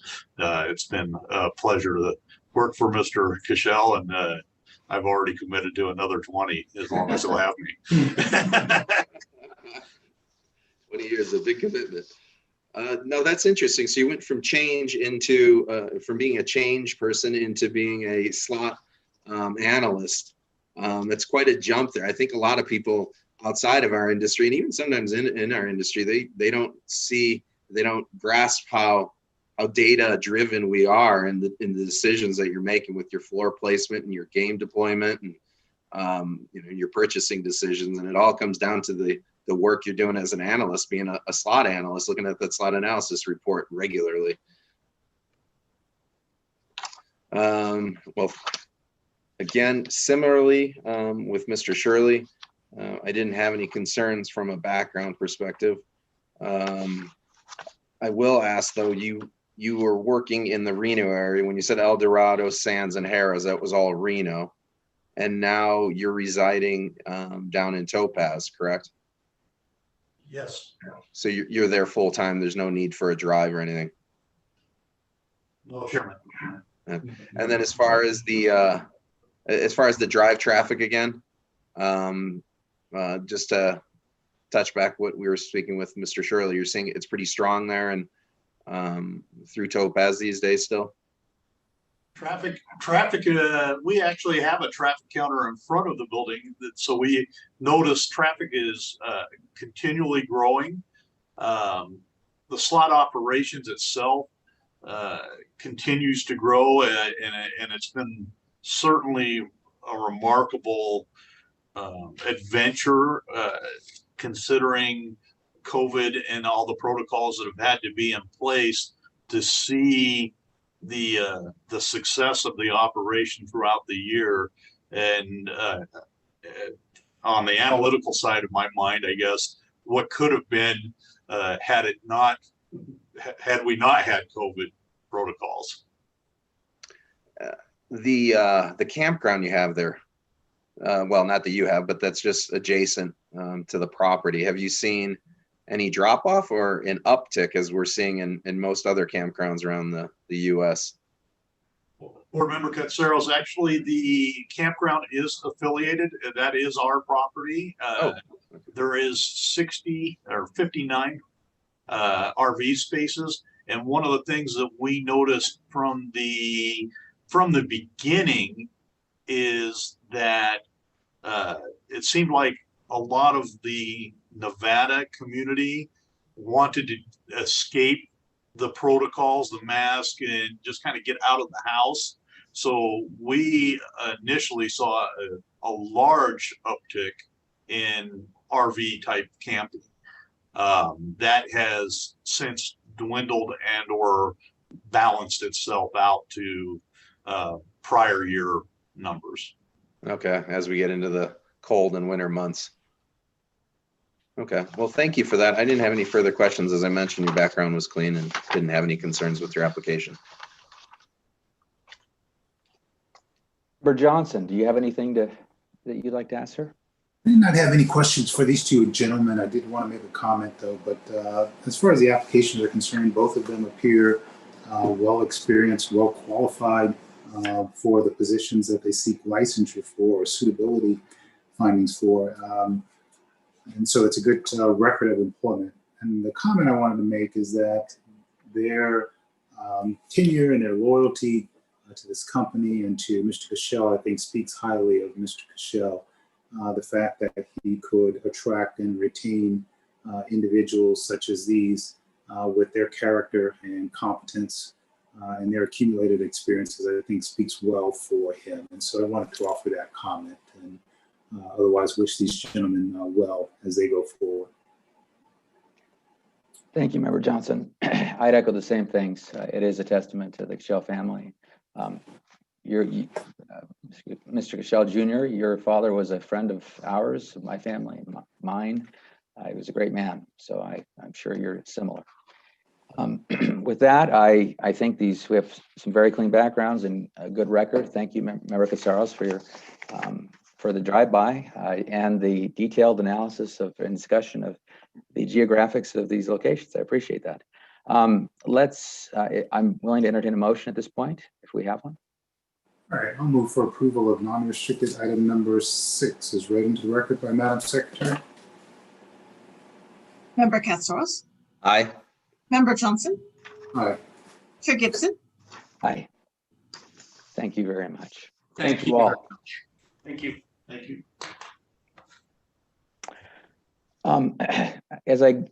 With this being my first meeting, let me get into cadence here and check with our court reporter and make sure what did former Chair Alamo say, has tank in the gas or gas in the tank? I said it wrong. You see, I have some more gas in the tank, Chairman. You're okay? Okay. Keep going for a bit. Let's keep going. And if you need, just find a way to flag me and we'll stop if you need to stop. Let's go on to non-restricted number 7 then. And Madam Secretary, would you please read it into the record? Non-restricted number 7 are the applications of Every Holdings, Inc. for a continuous or delayed public offering, and Every Games, Inc. and Every Payments, Inc. to guarantee securities and hypothecate assets in conjunction with a continuous or delayed public offering. For the record, the agenda indicates Every Games Holding, Inc. However, the correct name of the entity is Every Games, Inc. Thank you. And welcome, and please state your names for the record. Thank you very much. Good morning, Chair Gibson, Member Johnson, Member Katsaros. For the record, Erica Okerberg with the law firm Greenberg Traurig. Here with me today is the EVP and CFO of Every Holdings, Mark Labai. Before I turn things over to Mr. Labai, I would like to make a few brief introductory remarks, if that's acceptable. Ms. Okerberg, could I get Senior Dag Somps on the record just to ensure that we all understand that there is no issue with OML with notice and posting? Sure. Thank you, Chair Gibson. No, the change on the title page is fine under the open meeting law. Thank you. Okay, please, Ms. Okerberg, go ahead. Thank you very much for confirming. First, we are before you today in connection with Every Holdings application for a shelf approval and for its 2 licensed subsidiaries, Every Games, Inc. and Every Payments, Inc., to apply to guarantee securities and hypothecate assets. This is as reflected in draft order number 1, which is dated 10/28. We have reviewed that draft and we do believe it's in proper form. Second, we would note that Every Holdings has obtained its first approval for the shelf in 2014, making this its second renewal. And finally, we would like to note for the record that Every Holdings meets the criteria in Regulation 16.115. Specifically, it has a class of securities on the New York Stock Exchange and files the required reports. I would like to turn it over, if I could, to Mr. Labai, who can provide a brief company update, and of course, we can answer any questions. Great. Thanks, Erica, and good morning, Chair Gibson, Member Johnson, Member Katsaros. I'm Mark Labai. I am the CFO for Every Holdings.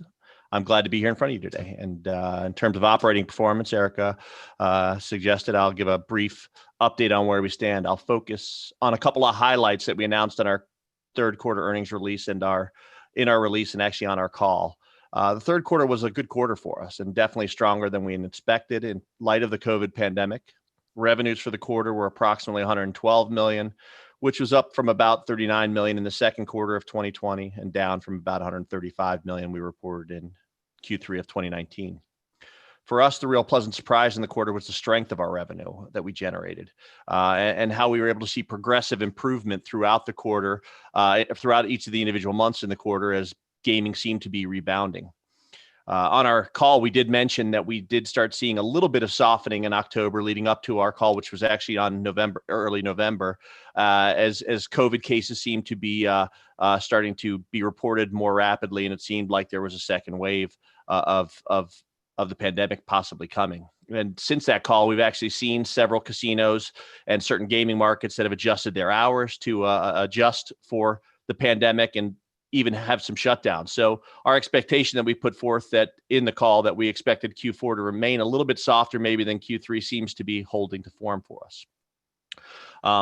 In terms of the results that were really measured against, the key one is adjusted EBITDA, and that's a non-GAAP measure or metric that most analyst investors use to compare us to other equipment suppliers in the space. And in the quarter, our EBITDA increased to just under 60 million from about 3 million in the second quarter.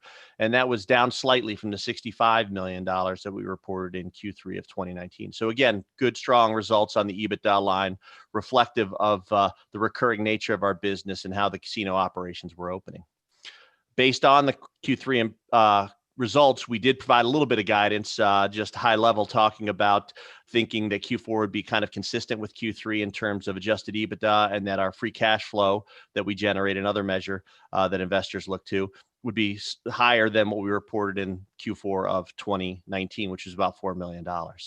And that was all based on the trends we've been seeing in the business. Again, the volumes that we kind of had been experiencing through October and recognizing that there might be a little bit of softness in the space. So that's kind of a quick update. I'm happy to answer any specific questions if you have any.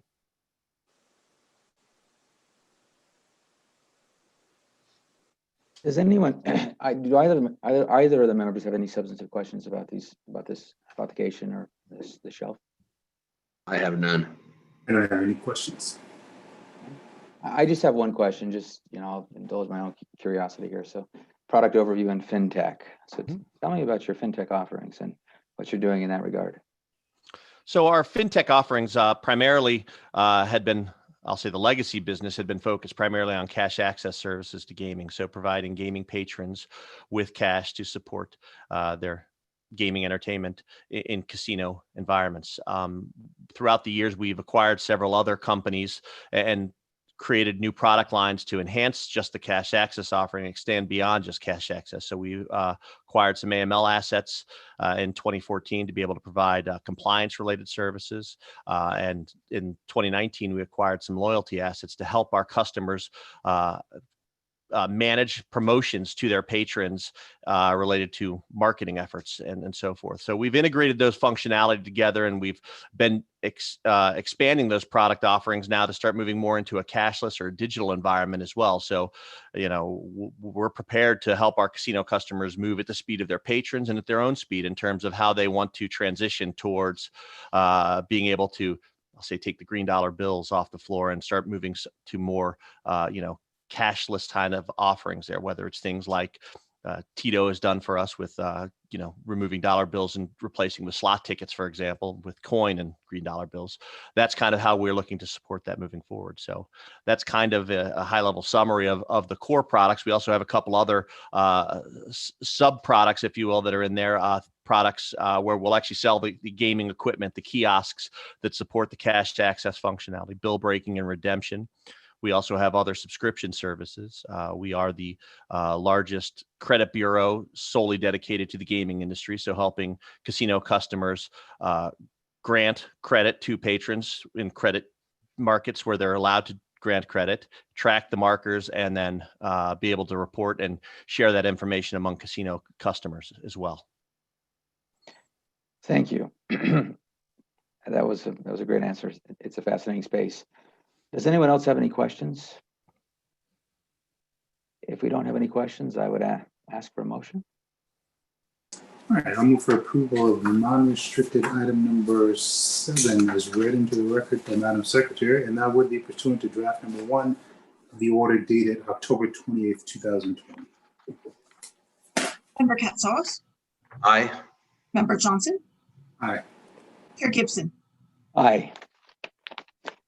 Thank you. Thank you very much for your appearances. Thank you so much. Appreciate it. Take care. With that, Madam Secretary, we are, I think, I believe on non-restricted number 8. Would you please That is correct. read that into the record? Non-restricted number 8 are the applications of Robert Allen Finch for a finding of suitability as an officer or key executive of Red Rock Resorts, Inc., Stations Casino LLC, and Station Holdco LLC. Thank you very much, Madam Secretary. Please welcome and please state your names for the record, if you would. Yes, Mr. Chairman, thank you. Mr. Chairman, members of the board, Madam Secretary, this is Mark Rubenstein of the law firm of Reed Rubenstein and Bogatz here representing Red Rock Resorts and the applicant, Mr. Fitch, who is with me. Also present for Red Rock Resorts is the Vice Chairman, Lorenzo Fertitta, the Senior VP of Regulatory Compliance, John Pascolato, and in connection with the next item, Nico Fertitta. We do not have any affirmative presentation. We understand there are no areas of concern, so we're happy to answer any questions. Okay. Well, thank you very much, Mr. Rubenstein. I will open it up to questions to my colleagues. Any questions?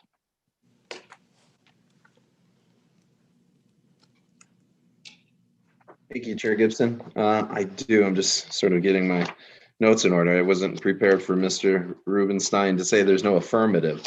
That's an area of concern for me, but we'll move past that one. Good morning, Mr. Finch. Good morning.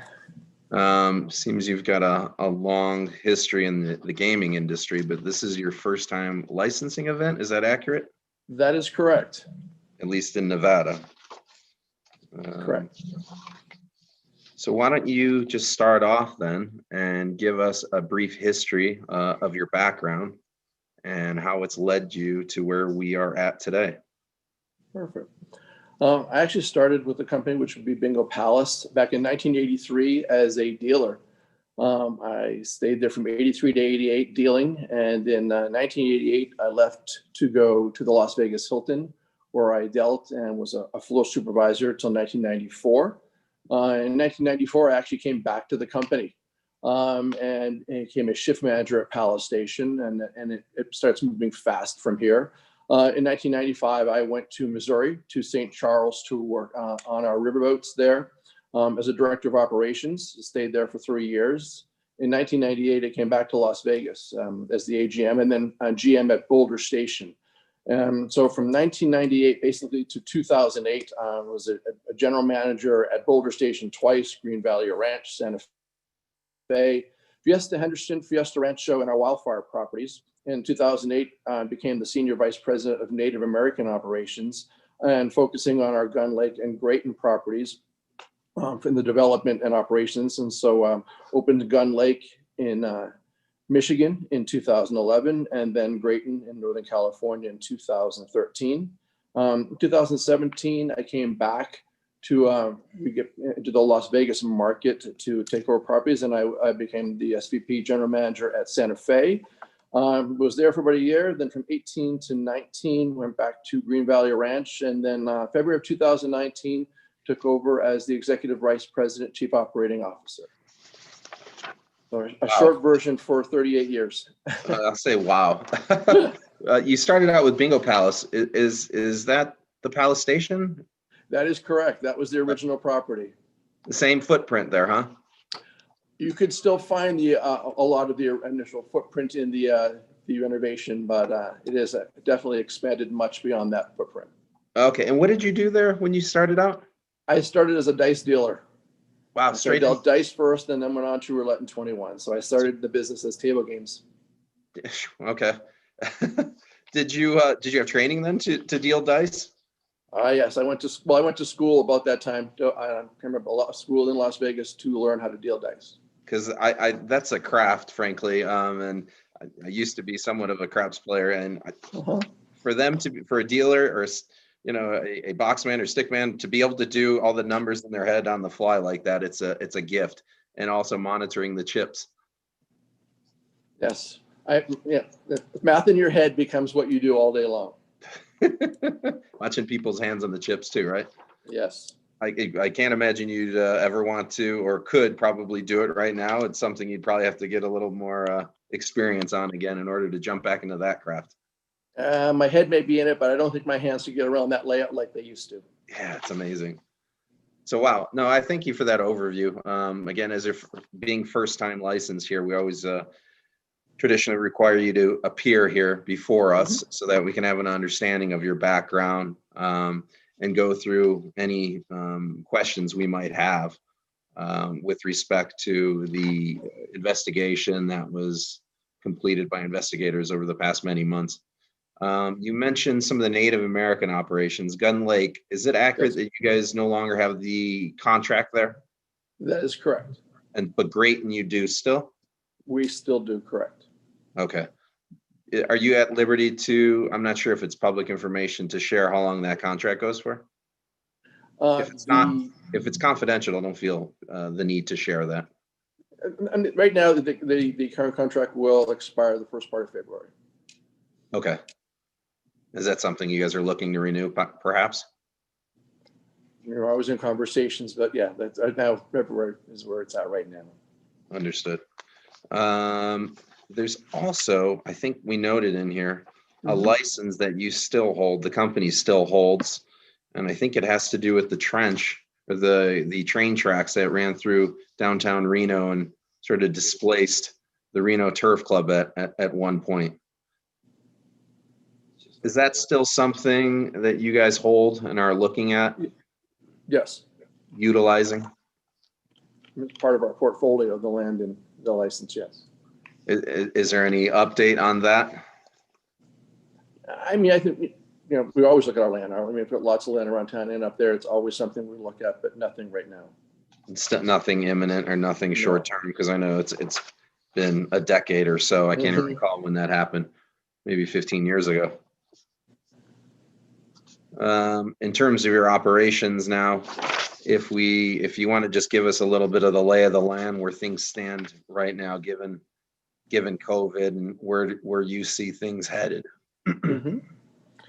As you're probably aware, we've opened up 6 of our large properties. We have 4 properties that have remained closed. So we currently operate 16 here now.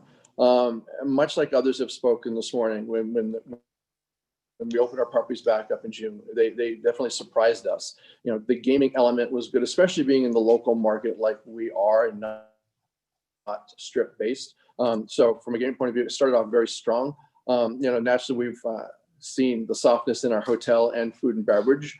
And I'd say hotel and food and beverage more recently, even as things have progressed. Well, the months started off great back, in the summer and July, they have been, I'd say, November and now in December seen softness, much like you've heard this morning. But because we're in locals and focused on our slots and the gaming, and we're not as tied to the hotel piece of it, I think we've fared very well. And again, much like one of my colleagues mentioned earlier this morning on your call, it was surprising to see the local market bounce back like it did after being closed. Have you guys been able to, or at least it's my understanding, you guys have taken the opportunity to sort of create some efficiencies on the floor and perhaps change your product offerings to be geared to be, I guess, better situated or better able to better adapt to what the new norm is right now, given that we need greater social distancing and so forth, with regard to your product placement and then your F&B amenities. Can you talk a little bit about that, what you guys have done? You're correct. And I actually think one of the factors that has helped us so well is our focus upon opening. We added security at our doors. So we temp all of our team members and guests every day. We've had a mask policy in place. Actually, since the end of May, before we opened, we've performed over 20,000 tests. We test our team members regularly. We did everybody before we opened, and then monthly we put people through. So I think all the efforts that we put in place in our extra security, our added cleanliness, the testing and things we do have really made our guests feel safe. In addition to that, to kind of go along with what you were asking, yes, the placement of machines, we've spaced machines, we've broken up large packs to create smaller environments, we've added plexi, distance tables and remove things from the floor. So in every twist and turn, the processes that were part of the protocols actually, I think, played well. They let guests know that we cared and that we had them and our team members' best interest in mind, and it has played out well for us. And perhaps maybe some lessons learned for the future when we get Absolutely. out of the pandemic, some things we might stick around from the lessons that you've learned over the past 8-9 months. Absolutely. I believe some of the cleaning processes that we've put in place will be with us. Yes. Okay. Well, as I mentioned, I didn't have any concerns on your background. Again, very clean, came back with no concerns from my standpoint, and I'm happy to support this application today. Thank you. Thank you. Thank you both, and welcome, Mr. Finch. Let me ask you about your obligations, your duties as a manager. So you've got 25 direct reports. How does that work? I mean, is that a number that is manageable? And is it just a function of experience? I mean, you have an enormous experience, and so I assume that that's a great help to you. But tell me about that. But I also have a great support group. I will say that. It looks daunting on paper, but a large part of that run the properties every day. So we talk regularly. We almost daily and meet. I have a senior vice president of operations with me, who really we divide and conquer. So while it looks strong like that, he and I share responsibilities that way and guiding it every day. So to say I could do it alone, I have a great team with me, and they make it happen. Thank you. That's all I have. Member Johnson, do you have any questions, sir? Just one quick question following up on the duties and responsibilities. Some of your responsibilities appear company-wide, if I'm not mistaken, if I'm reading this correctly. Marketing, for example, operations analysis and analytics. Is that right? You have some company-wide responsibilities as well as some direct reports that report to you at some of the individual properties? Well, absolutely. The properties definitely report individually, but then the corporate structure of marketing that affects those properties and analytics that affect those properties, the heads of those departments, the VPs or the senior vice presidents report to me. That's the support group I talk about. Go ahead. I'm sorry. No, I'm good. Thank you. All right. What's the interrelationship between the marketing and the operations analysis functions, for example, if any? Well, there's analysis across the board. We have analysis from our numbers and operations, but also from the advertising, the marketing piece you talk about. So the analysis that's done in the market across properties to see how anything that we are putting out there for our guests or any processes that we have in place or promotions, how they perform for us so that we can determine whether we move forward with them, how we monitor them, how we change them. Again, how we give the best experience to our guests. And so that's the analysis that happens that goes back to marketing and advertising. Was that a new set of responsibilities, wholly new when you came into this position? Did you have any prior background in either of those areas, marketing or operations analysis, before you came into it? And yes, because even as running a property as a GM, I have property analysts that went through it. So you analyze your individual marketing and promotions monthly from your property. So it is what you do as a general manager to run your own property. And then even in the Native American markets, working with the analysts there to determine our marketing plans and how we put all that in place in states like California, in Michigan, and Missouri. So it has been basically, we're marketing, it's what we do. And actually the analysis has to happen in order to make the correct marketing decisions. So it's just been part of what I've done all these years. All right. And then lastly, some of the successes that you have talked about and some of the positive revenues that you've seen, has that been consistent with for example, with your wildfire gaming division that you supervise as well as some of the larger non-restricted locations? Absolutely. The protocols that we put in place for the wildfires are the same as for the station properties, from the added cleanliness, the distancing, the place where we've done our floors. We apply our protocols across the board. And then in terms of the business at the wildfire type properties, have they been consistently performing?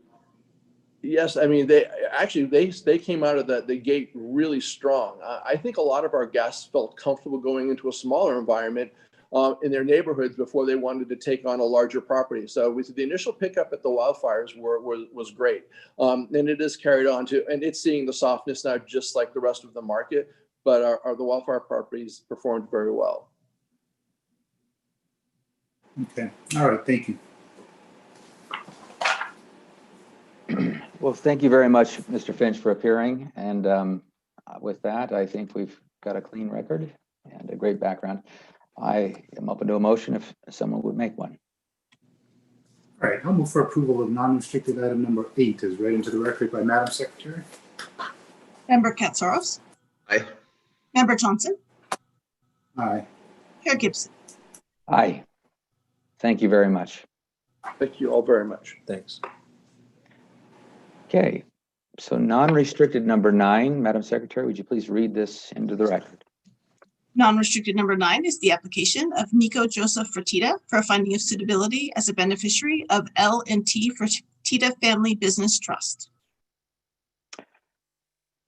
Welcome, and welcome to your father, and please state your names for the record, all of you, if you would. Thanks. Again, Mark Rubenstein of Reed Rubenstein and Bogatz, appearing on behalf of Red Rock Resorts, and Nico Fertitta, who is present with me, as well as his father and the vice chair of Red Rock Resorts, Lorenzo Fertitta, and Senior VP of Regulatory Compliance, John Pascolato. Again, we have no affirmative presentation, but Nico Fertitta is here with me, prepared to respond to any questions. Thank you. I don't want to get into too much anecdote, but I'll say this about you, Nico. I followed your career since you were a young man at Bishop Gorman, and you were a great talent. So congratulations on your incredible football career. You're someone that I followed for most of your football life. With that, I don't have many questions about this application, about this matter. I will ask my colleagues if they have anything to add, and we'll go from there. Sounds great. Well, I first want to say thank you for that. I appreciate it. It was a good time playing for Bishop Gorman and the Irish. And sorry, I can't give you any more highlight reels.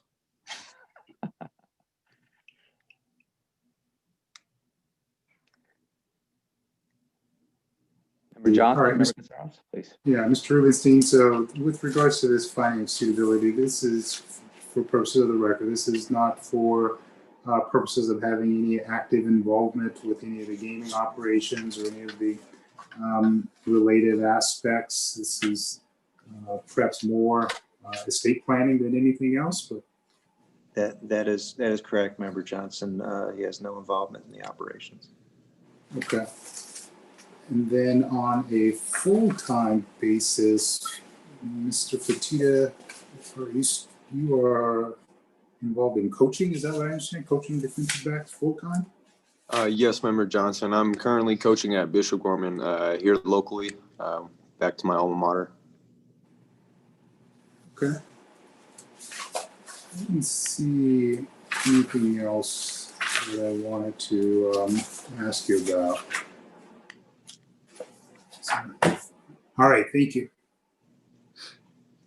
Thank you. Good morning, Mr. Fertitta. This is Phil Katsaros. Good morning. How are you? I'm doing well. How are you?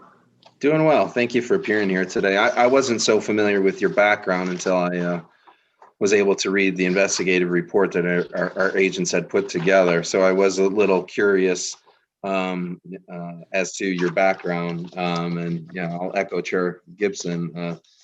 Your amazing career to be able to reach the level that you did with the Irish, and now being able to get back home to Las Vegas. Well done. Graduated in 4 years too. Did I read that correctly? Yes, sir. Nice. That's something a lot of people don't do these days, especially if you had to and your football duties as well. So to be commended for that. I didn't Thank have you. any concerns from your from a background perspective. The report came back clean, but I was interested what your thoughts are for the future. So you're, as you just mentioned, you're coaching at Gorman now. How long have you been coaching there, and what's your thoughts for the future? I started coaching there. I started coaching there last January. I really haven't had the full opportunity to coach due to COVID, so I've been more of a personal trainer, I would say. But I'm looking forward to hopefully having a season in the spring, and then maybe staying at Gorman for another year, and hopefully moving on to the NCAA and coaching college football, and moving up the ranks in that entire system. Okay, so that's your path you're looking to take, then, the coaching path. Nice. Okay. Not interested in getting into the gaming industry, or at least Not as of right now. I think my interests and my passion is within the sport, so I'm going to continue to follow that. And what are you coaching at Gorman, or what's your? I coach all the defensive backs, the same position group that I was a part of. So Okay. It's a good time to be able to relate to them, having been in their shoes at one point. Yeah, and I bet they all look up to you very highly as well, given your background. So good luck with that. I wish you all the best in seeking your dream and reaching a higher level. Thank you. So Nico, the secret here is that this is going to be a short discussion, but that's a good thing. And so with that, I would take a motion, if anyone would make one. All right, I'll move for approval of non-restricted item number 9 is read into the record by Madam Secretary. Member Katsaros. Aye. Member Johnson. Aye. Chair Gibson. Aye. Thank you for appearing. Thank you, guys. Thank you. Okay. Madam Executive Secretary, let's look at, I think we're on non-restricted number 10. Would you please read that into the record, and we'll go on that. Non-restricted number 10 are the applications of BC Technologies LLC, doing business as BC Technologies for licensure as a manufacturer and distributor, and Vahagan Badalin and Bruce Marati for licensure as sole member, manager, and/or key executive as noted on the agenda. Thank you. Welcome, and please state your names for the record. Morning, Chair Gibson, Board Member Johnson, Board Member Katsaros, and Madam Secretary. For the records, I'm Scott Scherer, the Brownstein Hyatt Farber Schreck, appearing on behalf of the applicants, BC Technologies, Vahagan Medallion, and Bruce Marati. Appearing with me today is Mr. Marati, and I want to thank you for waiving the appearance of Mr. Medallion. Good morning, Chair Gibson, Member Johnson, and Member Katsaros, and Madam Secretary. For the record, my name is Bruce Marati, and I am COO of BC Technologies. Thank you very much for appearing. Mr. Scherer, do you have an affirmative presentation? I do. If I might, Chair Gibson, I'd like to give you a brief history of this matter and summarize the application that is in front of you today. Please do. Thank you. BC Technologies, Mr. Badalian and Mr. Marati were granted 2-year limited licenses in June of 2018 with BC Technologies as a manufacturer and distributor, subject to a series of conditions that had to be fulfilled before the licenses could be issued. Former Chair Morgan found that BC Technologies complied with those conditions in March of 2019, and the licenses were issued in early April of 2019. BC Technologies, Mr. Badalian and Mr. Marati filed new applications in November of 2019. In addition to the applications for the company and its officers, the conditions require filing of applications for Mr. Armin Vardanyan as a key employee and Mr. Vahe Badalian for finding of suitability as a lender. Mr. Vahe Badalian is Mr. Vahagan Badalian's father and has lent the money to the company to start the business. Those 2 additional applications were filed all the way back in December of 2018 and January of 2019, respectively, since they were part of the conditions for issuance of the license. In normal times, there should have been sufficient time to complete full investigations of Mr. Vardanyan, Mr. Vahe Badalian, and to update the investigations of the other applicants, and then put all the applications on an agenda for decision. Unfortunately, these are not normal times. These investigations required a significant amount of travel. Some of that travel was completed late last year before COVID-19 shut down most non-essential travel, but more travel is still required. And as a result, the investigations division has not been able to complete the investigations. Additionally, Special Agent Kathy Faust, who is conducting the investigations of Mr. Vardanyan and Mr. Vahe Badalian, has now retired. Agent Charlotte Ballinger has taken over the investigations, and while she was already handling the update investigations of the company and its principals, therefore there should be a relatively smooth transition. Nevertheless, that's added one more complication to getting these investigations completed in a timely manner. Therefore, we're here today requesting an additional extension of the limited licenses to allow the investigations division the time it needs to complete these investigations. Together with the investigations division, we've agreed to request a 1-year extension to hopefully avoid making a similar request in the future. While we're hopeful that COVID-19 will abate sooner and allow quick resumption of normal activities, we felt it would be safer to assume that will not happen until at least the summer of this year. And so a 6-month extension would not have been sufficient to complete the investigation. With that, we'd be happy to answer any questions.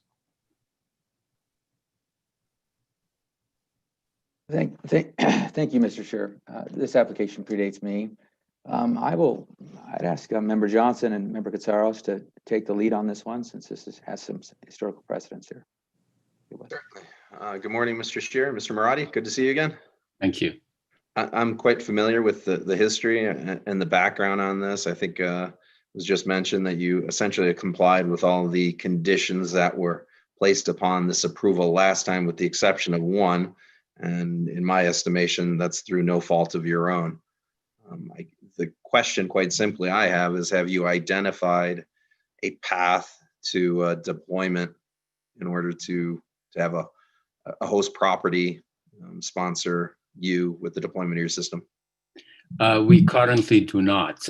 We have been discussing with a couple of potential hosting locations, but we currently do not, unfortunately, because of the situation we are in. So we do not have that right now. And then, as on the development side of things, are you feeling comfortable that you're going to be able to obtain certification for the system as it stands, or is there further development you're thinking might be needed? We, starting in April, we submitted a couple of documents to the technology division, and that was reviewed by Brian Bailey and the technology division. They asked some questions. We responded to that. The last submission we had was in September, and then we didn't hear back. And I heard recently that the situation with Mr. Bailey and is kind of a sad situation. So we have submitted the documents necessary to show that our system complies with the rules and regulations. It's a very detailed matrix which we have submitted and has been reviewed, and the system is ready to be submitted. Okay. And of course, we can't go to that final step until you're able, or you manage to get it deployed within an actual operation and go through the field trial. So that's where we stand right now. Okay. Well, as I mentioned, I didn't have any other questions, but I did want to get on the record your compliance with the conditions that were initially placed upon the license. And so thank you for that. Thank you for your appearance today. Thank you. All right. I didn't have any questions that had not already been asked and answered. So thank you, Mr. Scheer, for the presentation. Thank you, Mr. Marati, for your appearance. It's been a long road for you and the family and the company. So hope things turn positive for you for 2021. Thank you. Thank you. I will just jump in here and on one point, Mr. Scheer, as you mentioned, I agree 6 months it would be too short of a time for me to feel comfortable. I think a year is appropriate, and knock on wood, hopefully that year will be enough time. We certainly hope so. Thank you. Okay, well, with that, I'm ready to hear a motion, if someone would make one. I will move for approval of non-restricted item number 10 as read into the record by Madam Secretary with the following condition: limited license to expire at midnight of the December 2021 Nevada Gaming Commission meeting on the day the item is heard. Member Katsouros, Aye. Member Johnson, Aye. Chair Gibson. Aye. Thank you very much, both of you, for appearing. We'll see you in a year. Thank you. Thank you. Thank you. You'll see me in a couple of minutes. That's how this works. Yeah. Okay. Madam Executive Secretary, would you please read into the record non-restricted number 11? Non-restricted number 11 is the application of Ana Rosa Carrillo Munoz for licensure as a key employee of LGS Casino LLC, doing business as Lucky's Gaming and Spirits Casino. You also have the request to withdraw the application of Sivan Hazim Barno, as noted on the agenda. Thank you very much. And again, let's start with appearances and please state your name for the record. Once again, Chair Gibson, board members, Madam Secretary, Scott Scherer, for the record, appearing today on behalf of Ana Rosa Carrillo Munoz. Ana Carrillo is applying for licensure as a key employee of Lucky's Gaming and Spirits, a small casino consisting of 75 slot machines only, located on East Charleston in Las Vegas. In addition to Ms. Carrillo's application, we have a request to withdraw the application of Mr. Sivan Barno, who originally applied as the key employee at this location. And also appearing today are Ms. Carrillo, Mr. Alan Hamika, the owner of Lucky's, and Mr. Barno. Thank you very much. Welcome. Thank you for your appearances. This one, Mr. Chairman, also has some history to it, and I'd be happy to go through that if you would like. Yes, it does have some history. If you could summarize it quickly, Mr. Scherer, I'd appreciate that. Sure. So in a prior hearing last year, we discussed some areas of concern that arose in the course of the investigation. I will not repeat the full presentation here, but just summarize it as you've asked. Ana is a dreamer. She was brought to the United States without documentation by her mother when she was only 3 years old. As she was growing up, she remembers her mother working 2 jobs while she was enrolled in school. Now a mom herself, Ana has worked hard to support her daughter. She was an honors student at Valley High School and received scholarships to attend college. After she graduated from high school, she had to find ways to support herself and then her daughter. She began working before she was legally eligible to do so, using a Social Security number that she made up, which happened to belong to another individual.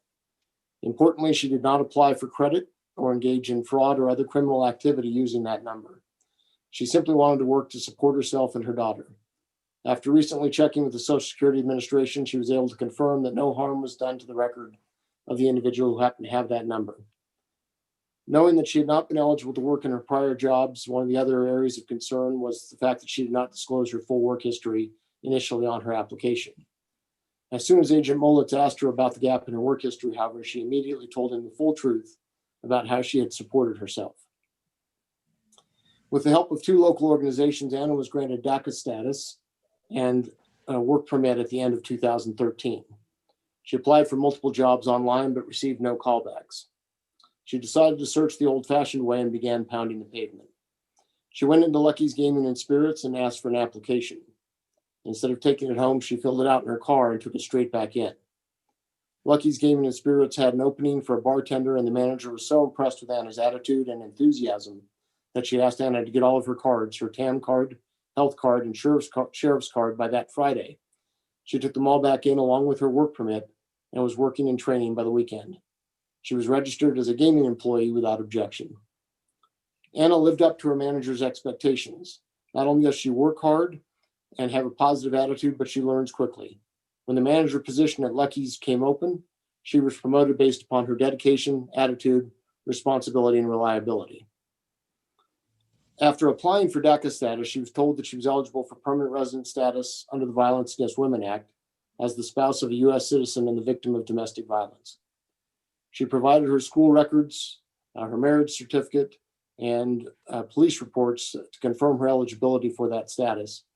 Ultimately, the United States government granted her permanent resident status, and after her application for licensure as a key employee was filed, she became a U.S. citizen.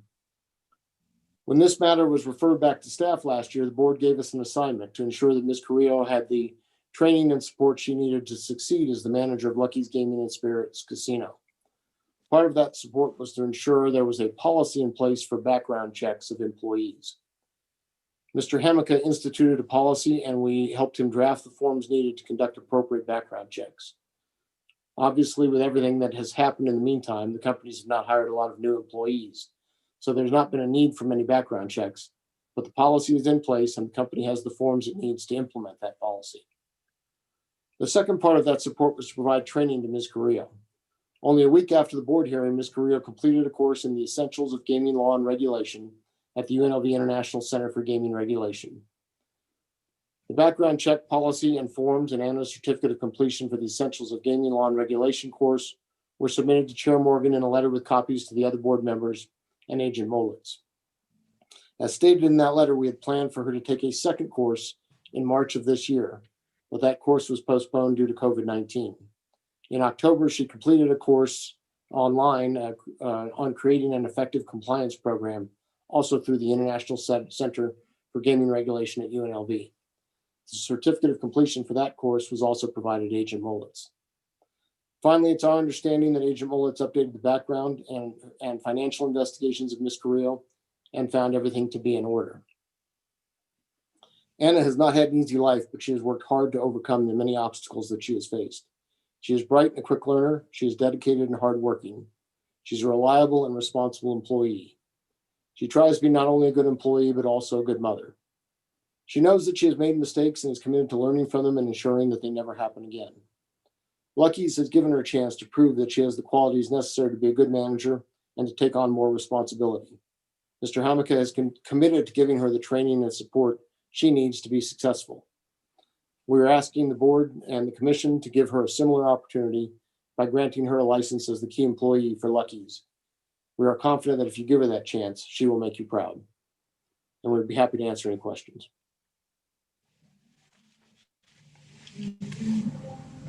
Thank you, Mr. Scher. I appreciate your presentation. And thank you, Ms. Carrillo for appearing. I'd ask Member Johnson and Member Katsaros to start with questioning.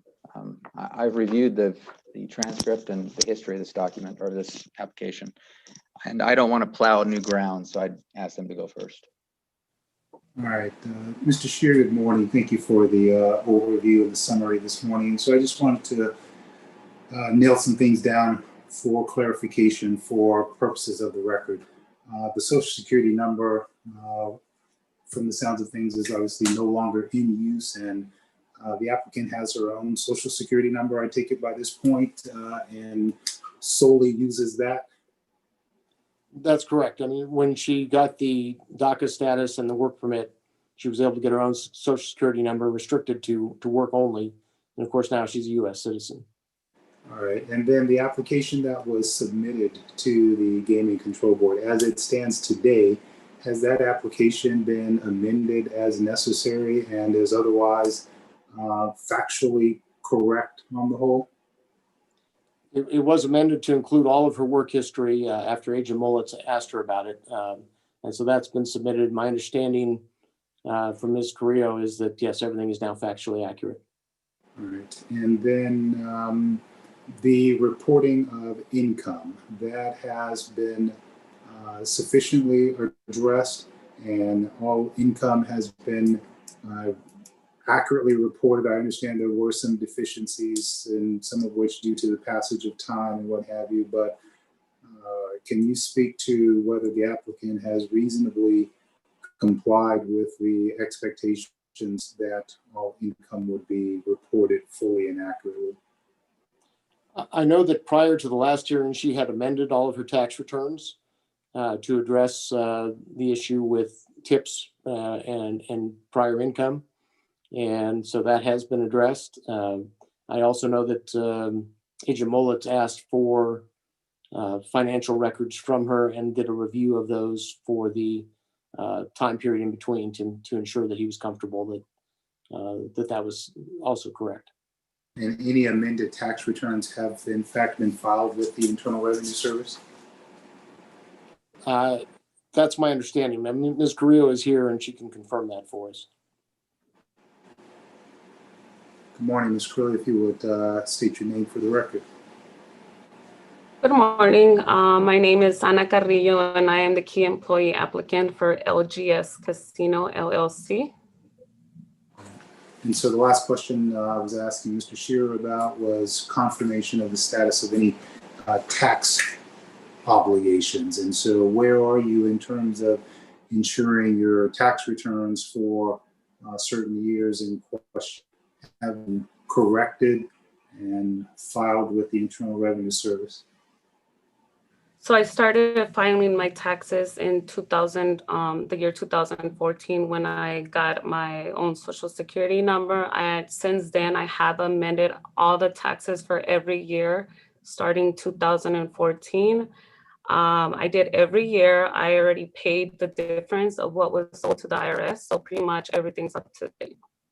All right. And then the training that you had received, can you discuss the nature of the training and the benefit you obtained from that training? So the first class I took was back in November of 2019. It was Essentials of Gaming Law and Regulations. That pretty much explained the process that I'm going through. If I would have known how the actual process was actually, I probably would have made way different things. This probably would have went a whole different way.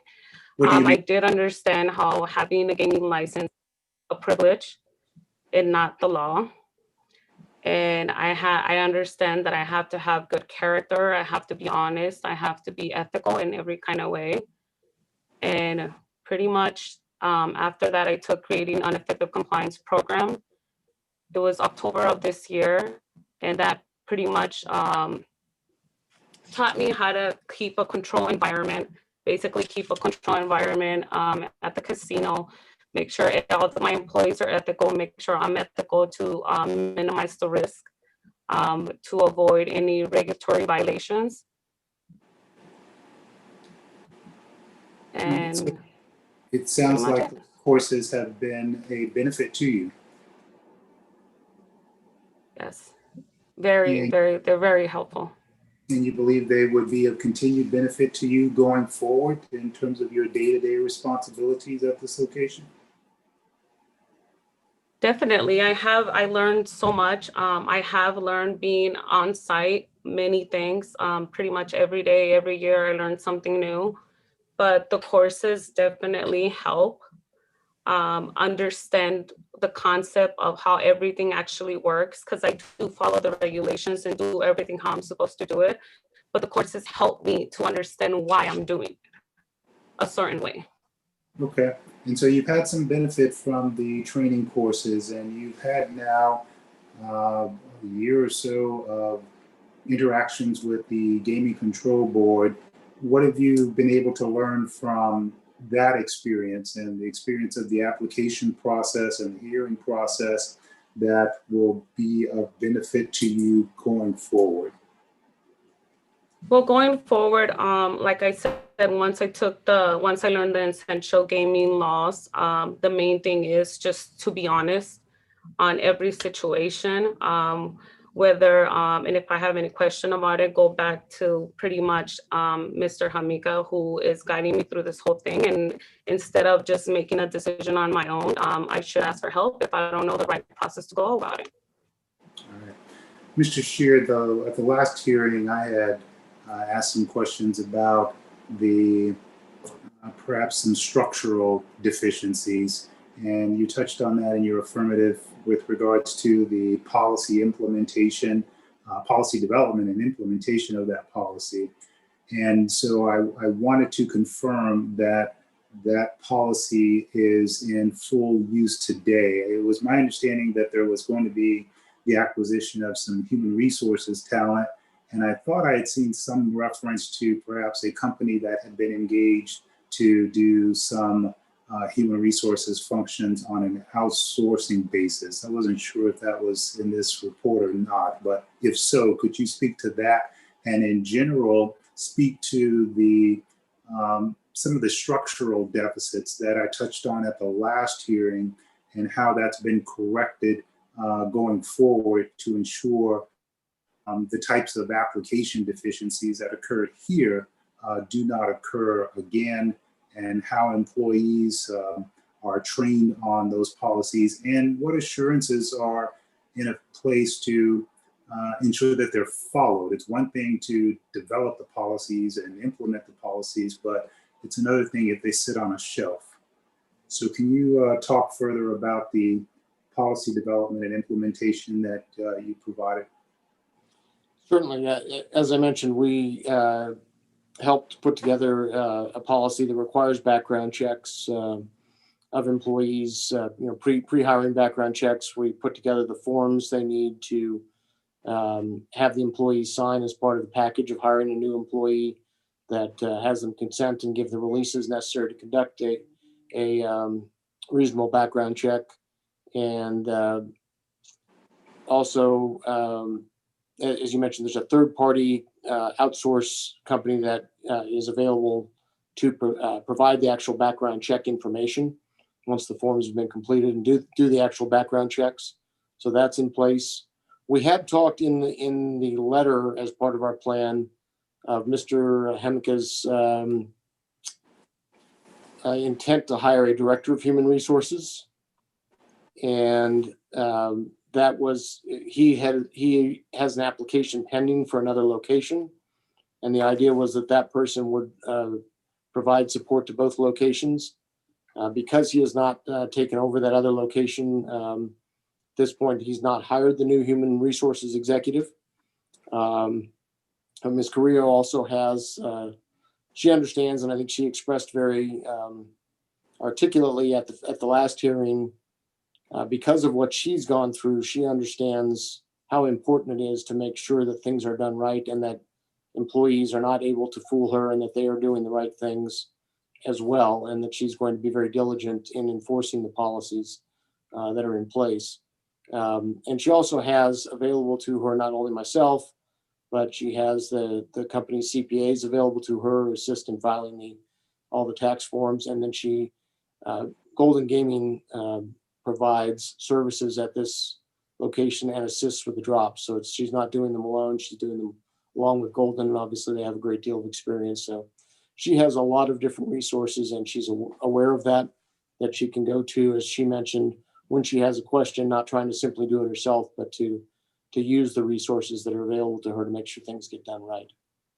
All right. And so, Ms. Carrillo, up to this point, have you felt comfortable reaching out to Golden in this case where you may have had questions or wanted to acquire additional knowledge? And the same question with regards to the CPA firm.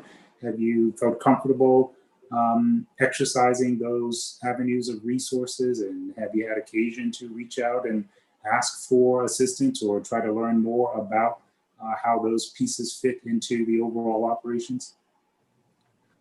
Oh, definitely. Since ever since I started working for this company, it became very interesting to me of how everything works. Not only do I learn from the techs that come out and fix the machines, but if I do have a question, I have personal numbers of Golden Gaming supervisors, managers that I could just call in case I have a question. I do see them every Monday when they come and do the drops. I talk to the supervisor like at least twice a month. So in case I do have any questions, I feel very comfortable calling them or calling Alan or calling our accountant, or pretty much everybody's accessible to me if in case I have any questions, and I do like to learn. So anything that I could learn every day, like I take it in. If I have a chance to learn something new, I'll do it. All right. And so, Mr. Scheer, is the intention then to continue to use this third-party entity for HR functions until such time as you complete the transaction that's in process? Let me ask Mr. Hamaka to respond to that question, because that really is up to him in terms of what his intent is and how to handle that. Good afternoon, Alan Hamika, LLC Managing Member.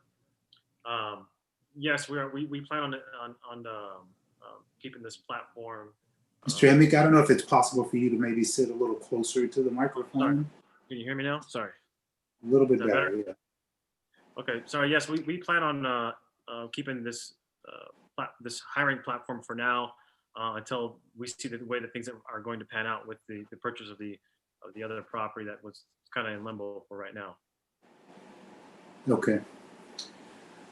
All right, I believe those were all of the questions that I had for now. Thank you, Mr. Shear, Mr. Hamika, and Ms. Creo for that information. Thank Okay, you. Ms. Creo, Mr. Hamika, Mr. Shear. Please, Mr. Creo, go ahead, member. Okay, thank you. Sorry, I thought I was on deck. No worries. So Ms. Creo, thank you for appearing here today. I think, as you recall, we've got a long and thorough record from our last meeting. I was, of course, familiar with all the concerns leading up to that hearing, as well as this one. This was one of the more difficult ones, frankly, that I had to read through and deliberate on and come to a sort of decision for me personally. Because what I saw was, and I think I said this before, and I'll say it again, you were in a bad situation. You didn't go out there and start committing, crimes in order to, solve a problem that you had, which was through no fault of your own. But what did you do? Well, utilizing a social security number that's not yours, and then omitting that and not being fully transparent to our investigators as a part of the process, at least initially. I do take, and I will note that, in fact, our investigator stated as soon as you were questioned about it, you immediately came clean on that. And all that we have to go on basically is your past in order to judge your integrity, honesty, and your good character. Right? So these were things we had to weigh. And so again, for me, this was one of the more difficult ones, because it's not as if you have a criminal background. You had a couple of very serious hiccups though, and the act of utilizing a social security number, and then how did you react thereafter? Sorry, did you want to say something? Please. Okay, so I know it seems really, really bad, but when I originally, my intentions were not to steal somebody's identity. I didn't go out and purchase somebody's identity. I clearly just made up a number. By chance, it belonged to somebody. I did not even know it belonged to somebody until this investigation started. Probably like a year before my last hearing, that's when I found out that it actually belonged to somebody, but I had no understanding that it did belong to somebody. My intentions were not to steal somebody's identity. I just needed to put some kind of number in the application in order for me to get hired. Well, thank you for getting that on the record. I know that was on the record last time too, and your counsel, Mr. Shear, did point that out initially. And even going further on that point, the use of that number, well, firstly, if I recall correctly, was the actual number that you came up with, was it not in fact a male in the end? Yes, yes. So a simple, which I didn't know about. A simple E-Verify check from any one of your employers would have figured that out, and there wouldn't have been a question as to whether or not that was yours. So shame on them there. But nonetheless, to your point, I didn't feel as if there was an intent on your behalf to steal somebody's identity. It was a means to an end for you to gain employment. And I can understand that, particularly with getting out of high school, having a baby, needing to support you and your family. I get that. Doesn't dismiss it. I'm not glossing over it at all. I've already dealt with this. I've thought about your case in particularly, probably more so than any other singular case in weighing all of this. And I personally want to see you succeed, as I think most people would, right? I want you to be able to be part of this industry, assuming you've reached that our suitability standards. And I'll cut to the chase where I am or where I was, which was I would be supportive of your application, particularly based upon some of the things that you've rectified from in between our last investigation and now, which is updating your tax returns, providing documentation on your history of your bank records, and then seeking out and completing some courses. Now, I think you've already had quite a bit of experience on the job. You mentioned how it's helped to tie those courses have helped to tie back to the sort of real world training that you already gained. And I think that's sometimes even better because it helps it sink in. You already have real world experience. You know how to run a casino. You've been doing it 6 years.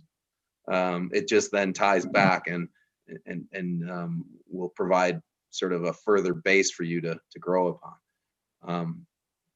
But where I was and am at is I would still appreciate and probably hope to see a condition or a limitation on here so that we can assure ourselves that we have a strong enough tether on you to reaffirm what we've been stating here, which is you need to continue on a good path and continue to be open and honest and continue to have good character going forward, because this is an industry. This is not getting a driver's license. This is getting a gaming license in Nevada. And so that's where I'm at. I didn't have any other questions. Like I said, we vetted this out over a number of hours last time. Chair Gibson didn't have the benefit of being there, seeing your body language, seeing the nonverbals. But again, the transcripts are quite detailed there. So thank you for your appearance here today. And I don't have any further questions. If I could ask a question quickly, one thing I would caution you about is just being careful in the way you use language. So in saying that essentially essentially this was a random choice. These numbers that you put together for a social security number, that they happen to fit a 9-number criteria. So if you think about the combinatoric probabilities, you got what, 9 different numbers. It's got to be, a single digit number, so 9, right? Possibilities, or 10 was 0. So 9 to the 10th power, that's the likelihood of you choosing something that, my point is that it was chosen in a way that identified someone. Was it a Nevada social security number? Somebody who lived in Nevada who was identified? When I called the Social Security Administration office, like Jason Mollett suggested, they couldn't give me very much information because it wasn't my Social Security. I just basically told them what I did, and I wanted to make sure that I wanted to verify if it belonged to somebody else. And all they told me was that it belonged to a male, and that no harm was done to this person's Social Security, just because I didn't make enough money with that Social Security, and that person didn't work enough that 1 year the years that I used it. So no harm was done to the Social Security, but they did mention that the probability of me guessing one was pretty high. I will say, if I might, that at the last hearing, Ms. Carrillo explained that she was applying at the same time as some of her friends who had gone through high school with her. And so she used the first 3 numbers. Right. And so, shrunk that down a little bit, those probabilities down a little bit. And also those first 3 numbers, of course, tend to identify where you are when you first apply for a Social Security number. Right. You're right. And so that was my only comment. This is a front-loaded system, Ms. Carrillo, as you know. And so it's very important that we find and identify people who have the character and probity to go forward, because we have a limited number of people to go out and do spot checks and to follow up. I would just say this to you: you need to make sure that you do reach out, assuming you're move forward with this under this application, that you ask questions and ask for help if you need it. Very often we'll see people. In my other role, we'd have disciplinary actions against licensees, and they were always worse when someone hid something. So it's always better to ask the question first, even if there's an error, and to disclose it. That's my recommendation to you personally. Yeah, I understand that. But I appreciate your courage and showing up and trying to make this right. I think that takes a lot of courage and backbone. So I applaud that as well. Thank you. Member Johnson, Member Katsaros, I will let you take the lead on this, but One other question, Mr. Shear, you mentioned Mr. Is it Barno? That was originally the applicant for this location, right? Yes, that's correct. And he's no longer employed by the company and or at this location? No, he is employed by the company, but he's not the day-to-day person in charge of this location. He is in charge of the restricted locations that Mr. Hamika owns, the taverns that he has, and he's all those managers of the taverns report to him.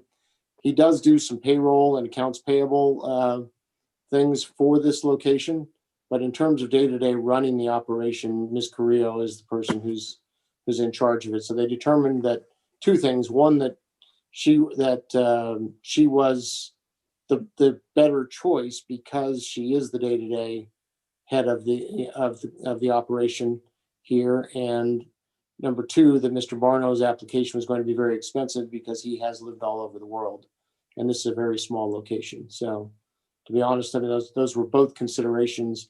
They switched from Mr. Barno to Ms. Carrillo. When the condition first came up, they had 60 days to choose someone. Mr. Hamika turned immediately to Mr. Barno. Ms. Carrillo at that point was very new to her position as the manager. And over time, they decided that really she was the more appropriate one to be in the position. So he is still with the companies, and there are individual companies all ultimately beneficially owned by Mr. Hamika, but his primary focus is on the restricted locations on the taverns. Thank you. I don't believe there was any issue with whatever level of investigation had been conducted on Mr. Barno to date. So at the appropriate time, I will likely move to grant that request to withdraw that application without prejudice is my thought process at the moment. With regards to Ms. Carrillo, it has been a long road for you. It's been a challenging one. And I think you have made you have at least shown that you are deserving of a chance and an opportunity to go forward. I think it's been a learning process for you, perhaps a painful learning process at times, but I think over the long term going forward, you will be the beneficiary of that learning experience, both in terms of your own career and the people that you bring up as well, and the people that you work with and work around. So I would be willing to support the application going forward, and I would as well like an opportunity to take an additional look at this this application, perhaps in over a 2-year time period, to see how, if it goes forward today and at the commission meeting, just to come back around and see how you are faring. I'm particularly interested, Mr. Hamika, in the degree to which the representations that have been made about the various policies and procedures that will be implemented, the degree to which they have been implemented and are being followed, because this wasn't all on Ms. Carrillo. There were some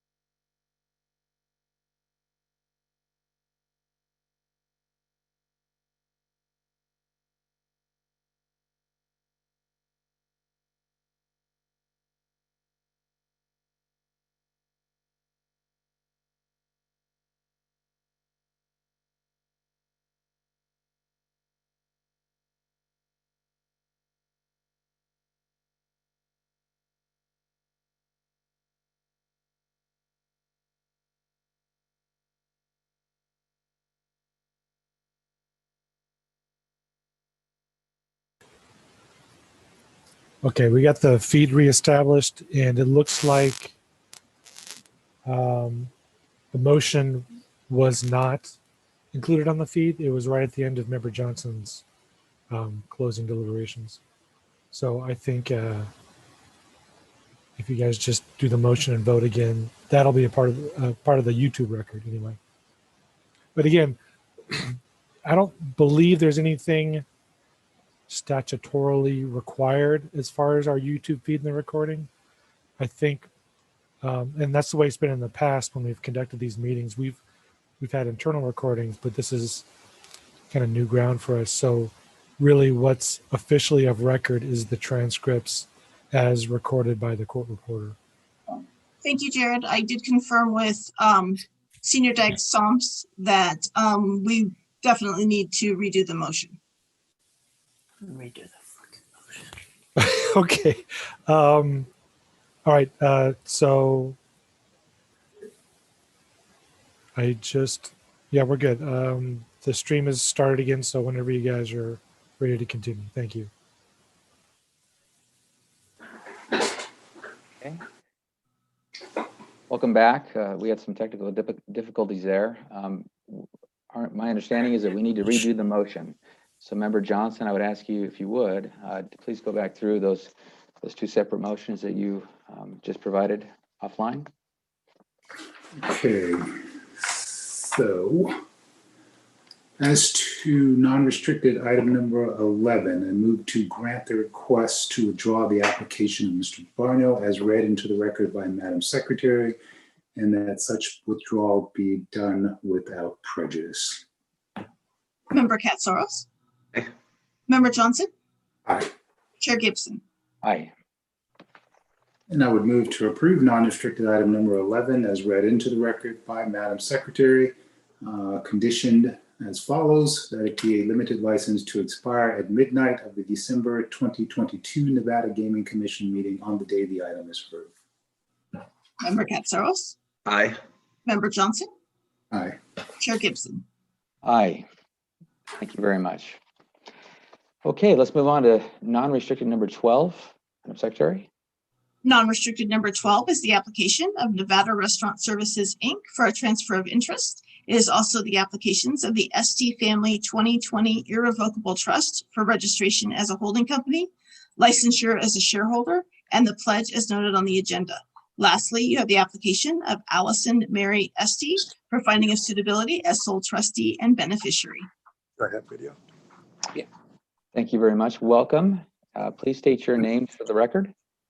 Yes, Mr. Chairman, Frank Schreck, Brownstein Hyatt Farber Schreck. Welcome, Mr. Chairman, to the regulatory side. Obviously, your appointment has been met with a lot of positive thoughts by people in the gaming industry, because those years you served as Chief Deputy Attorney General creates, I think, a great background for you to be Chairman of the Gaming Control Board, and look forward to working with you for the years to come. Thank you. Also, hello, members Johnson and Katsoris and Madam Secretary. I have with me in some other location, obviously, Craig Estee, Ali Estee, and Steve Jung. Steve Jung is a partner of mine who was responsible for drafting this trust and the trust that was approved in 2016. So any specific questions on the trust, Steve will be able to answer them. What I'd like to do is just provide a quick overview as to this set of applications and the transaction. They represent a second step in Mr. Estee's plan to provide for his children through estate planning. Certainly Mr. Johnson was present when the first step was approved by the Nevada Gaming Commission and recommended by the Gaming Control Board in December of 2016.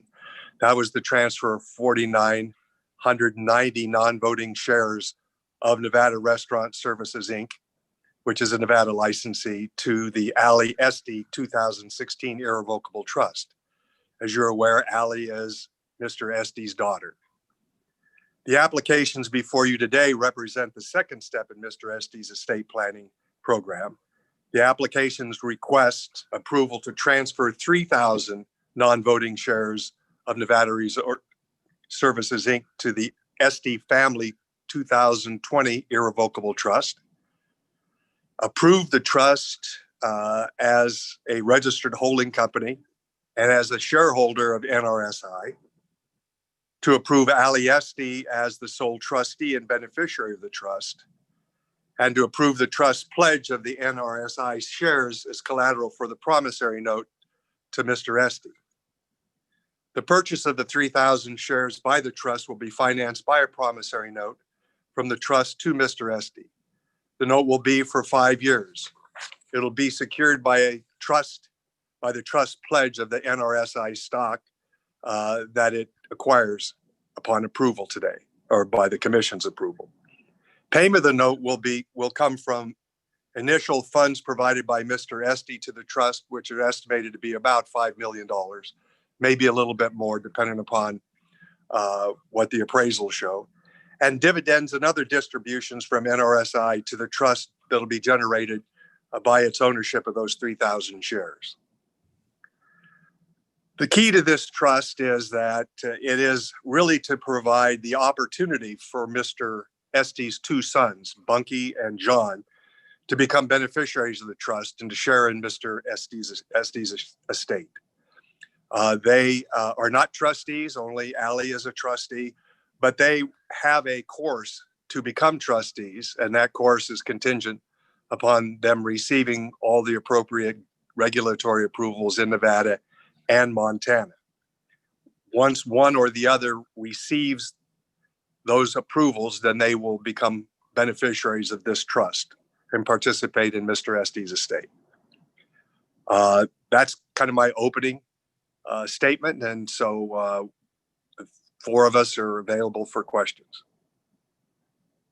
Thank you, Mr. Schreck, and welcome, Mr. Estee and Allison Estee. I call you Mrs., but you're the daughter. I don't want any confusion there. And Mr. John, welcome. Thank you for your appearances. Do you have anything that you would like to put on the record this time? Are you directing that to Mr. No, that's to Mr. Frank did a pretty good job. Mr. Estes. No? No. Okay. I'll turn it over to questions then. I'll ask Mr. Johnson, Member Johnson and Member Katsaros if they have any questions. I actually didn't have any questions about it. It seems fairly straightforward. Thank you, Mr. Schreck, for the overview and the presentation. Good afternoon, Mr. Estee. Allison, good afternoon. Mr. Schreck, thank you for the overview. Then I wanted to note for the record too, Mr. Schreck, this is the first time I think I've seen you appear on the record with your camera on. So something has changed in the last month. I don't recall you turning your camera on the last few months. So it's good to see you. I didn't want to frighten anybody. I was at home during those periods. And Mr. Estee, I know you're obviously a known commodity with the Nevada gaming industry and this board. I haven't had the pleasure of seeing you appear before us. It's typically General Counsel and Ms. Graziano as well that would appear before us. And Allison, I've never had the pleasure of meeting you, so nice to meet you both. The application before us is rather straightforward, but I would like to take the opportunity, since we have you here, to just talk a bit about your operations and where things are at right now, and where you see things headed in the future. You can hear me? Yes. Okay. This has been one hell of a year, you guys. It's just, for the whole industry, this is just crazy. Nobody could ever have anticipated it. But we lost a lot of money in second quarter. We made some of it back in third. All I want to do is get 4 more weeks this year and put this thing behind us. But we're fortunate. We're still on a strong foundation of finance. We as a company, we don't have any debt, and so we're looking forward to getting back to things as usual, our usual life. But and whatever comes our way from there. Have you reopened all of your locations then at this time? Yes, yes, all other than 3 in Elko. And that's a staffing issue. We can't hire enough employees in Elko. But other than that, we are open everywhere. And it's my understanding too, you've pretty much brought back on your entire workforce as well. We did, yes. So that's a testament to you personally and to your operation. So that was definitely good to hear. Allison, if you wouldn't mind, I know you're directly involved in the Illinois operation as well. Could you maybe share some insight as to what's happening over there? Well, on the flip side, we are 100% closed in Illinois. The second phase of the pandemic entered Tier 3 mitigation from the Governor Pritzker of Illinois, and all gaming ceased on November 19th. So right now we are in a holding pattern until COVID numbers go down, ICU beds, there are enough available, et cetera. So we are monitoring numbers daily with the hopes of the ability to reopen by region throughout the rest of this month and hopefully back to 100% in Q1. Was this the second shutdown or was this the third shutdown in Illinois? This is the second for our industry. We shut down March 16th for 107 days, 100%. We're able to reopen, and then we were at 25% occupancy upon opening July 5th until the November shutdown. Okay, similar to what we had here in Nevada as well. Correct. So pre-COVID then, how are the operations going? Things are going well. I currently have 62 live locations in the state of Illinois. Due to the pandemic, we lost 9 locations that did not reopen because of the duration of the closures. But we are grateful for our 62 locations, and upon reopening, we were able to hire everybody back that first go around. So we're holding tight in order to do the same thing once we get the go ahead to reopen. And in each of your locations there's a limitation on the number of machines that you can have. What is it, 5? 6. It's 6. And at this point in Illinois, have they issued all the licenses for locations and machines, or is that still a market that's growing its base on the VLT side? It is still growing. There are still cities that are continuing to opt in to video gaming. When the state passed legislation, each particular city had to either opt in or opt out to the usage of video gaming. So as markets open up and liquor licenses elect to operate gaming, they go through the licensure and approval process. Okay, thank you for that clarification. I forgot there was that opt-in that needed to be taken as well at the local jurisdiction or by the local jurisdiction for that to happen. So it seems more and more are starting to opt in. Yes. And then how about Montana? If somebody wants to maybe talk a bit about that. Montana, we've had those operations for a long time. I think we're at 9 stores right now. Each one has 20 gaming machines. But we also have a presence in Montana because that's where we manufacture machines also. So it fits in with what we're doing. And as you can see, but I had a partner in that business, and I bought him out and then just merged it into the Nevada restaurant entities. So it's an active part of what we're doing. And those locations are up and running, right? They're not under. Yes, they're all open. Yes.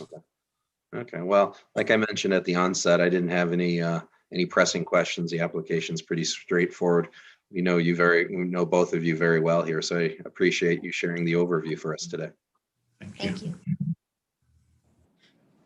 Well, thank you very much, and thank you for that background and your appearances. It's nice to see you both. Thank you, Mr. Schreck.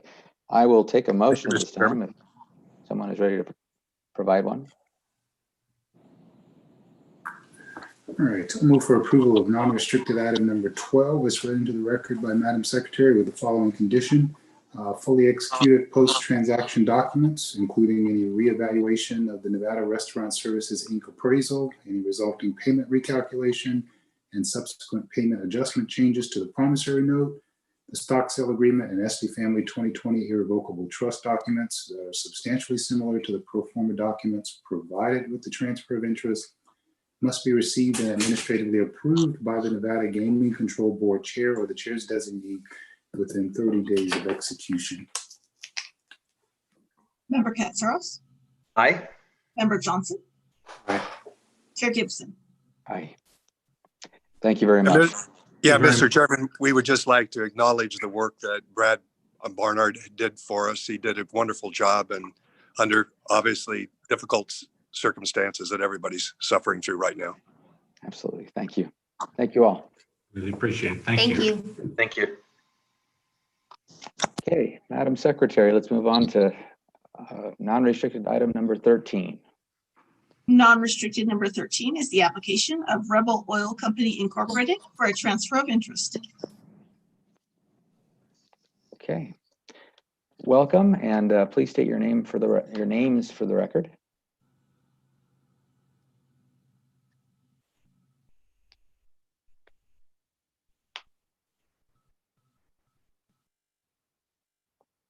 Ms. Remaze, you're on mute. Good afternoon, Chair Gibson. Congratulations and welcome. You've been doing a great job today. I know you'll do a great job as you continue in this role and continue contributing to the sterling reputation of our board. Good afternoon, Member Johnson and Member Katsoris, Madam Secretary, Sonia Vermaze from the law firm Brownstein Hyatt Farber Schreck on behalf of the applicants. Also making an appearance today is Dana Kaysen-Tepe. She's appearing from the Rebel offices. With her, but not on screen, are Jason Case and Corinna Powers from Compliance, and also Casey Thompson from the law firm Morris Sullivan Lemkel. I do want to disclose that just prior to the meeting, I received a phone call from Will Lemkel. He serves as outside general counsel for Rebel. And he explained to me that Patrick Kaysen was not feeling well and would not be appearing today. I am hoping that due to the straightforward nature of this application, the fact that Mr. Kaysen has appeared previously, there's no areas of concern or issues with this application, and that Dana and I, as well as Dana's staff, are available for questions, that we can nonetheless proceed with this matter. I have no objections to that. Please go ahead. Thank you. The application is a Nevada Gaming Commission Regulation 8020 transfer of interest among licensees.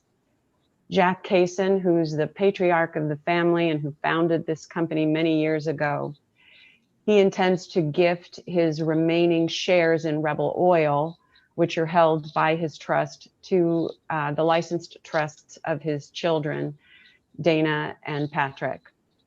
As I mentioned, there's no areas of concern with this application, and we would ask that you recommend an approval. And Dana and I are available for questions. And just to back up a little bit, if I can, Ms. Vermaze, this was an item that we were asked to move with some haste on. Is that accurate?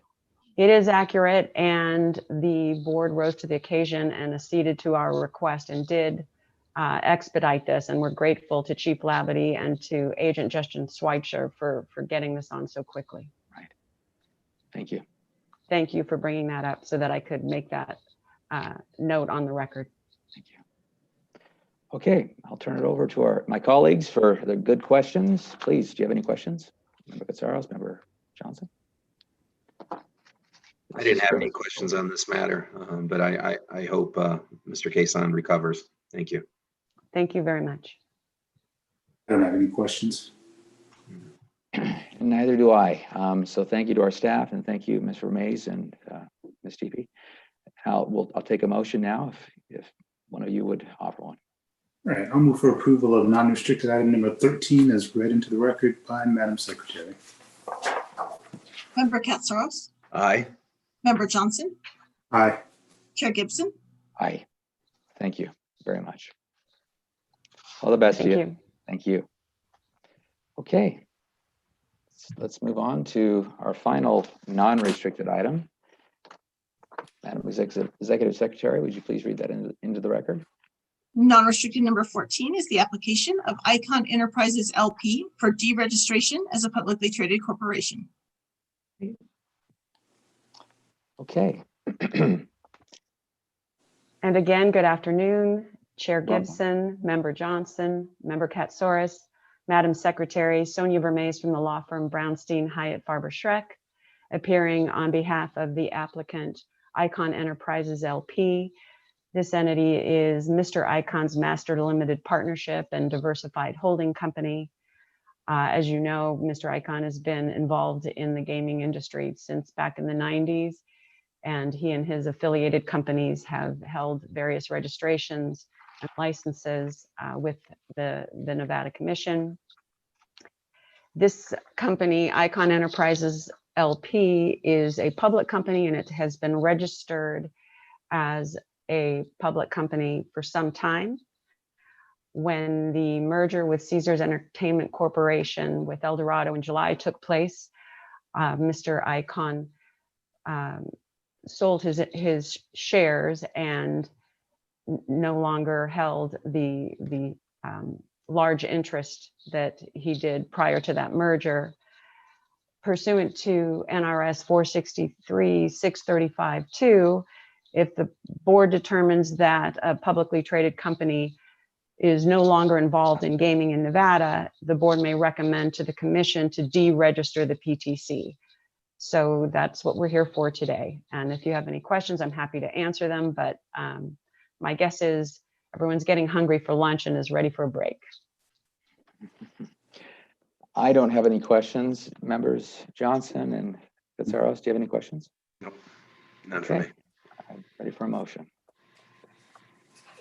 All right, if we're ready for a motion, I will offer one. Please. I'll move for approval of non-restricted item number 14 as read into the record by Madam Secretary, and that would be pursuant to the order terminating registration dated 11/6/20. Member Katsaros, Aye. Member Johnson, Aye. Chair Gibson. Aye. Thank you very much. Thank you. Let me also say thank you to Agent Ryan Powell, who did a great job just getting this to the finish line. I also want to add that I can't believe 9 months later, we are still meeting remotely, but I'm hoping that this will be over soon and that we'll all get to meet in person again. Thank you. Thank you all. Let me take the temperature of the group here. So it's long past 9:30. And should we take a break? Is that what the sense of the board is? Would you like to take a break? Maybe for 15 minutes, Chairman, Okay. to get a bite to eat. Okay, 15-minute break, please. Thank you. Yeah.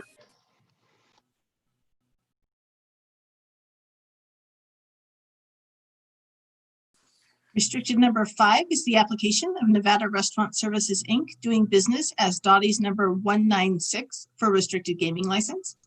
Restricted 6 is the application of Nevada Restaurant Services, Inc., doing business as Dottie's number 200 for a restricted gaming license. Restricted 7 is the application of J&M United LLC for a transfer of interest, and the applications of Kyle Vanucci for licensure as sole member and manager. Restricted number 8 is the application of Speedy Mart Inc. for a transfer of interest, and the applications of the Emery Gaming Generations Trust, Bradley Emery and Sean Orluski for registration as a holding company, finding of suitability and or licensure as co-trustees, beneficiaries, and or shareholder, as noted on the agenda. Madam Secretary, Yes. I'm sorry, can you reread those items again? The feed was delayed and didn't start until you were halfway through it. Okay, I will start over. Thank you.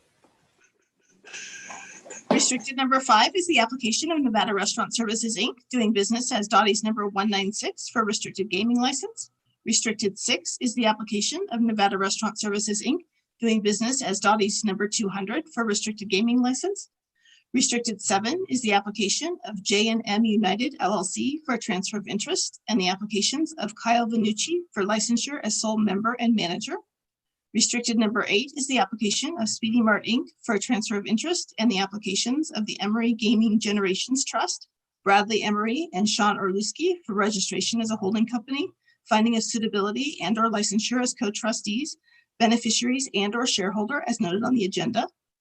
Restricted 9 is the application of Golden Dollar Inc. for a transfer of interest and the applications of the Emery Gaming Generations Trust, Bradley Emery and Sean Orluski for registration as a holding company, finding of suitability and or licensure as co-trustees, beneficiaries and or shareholder as noted on the agenda.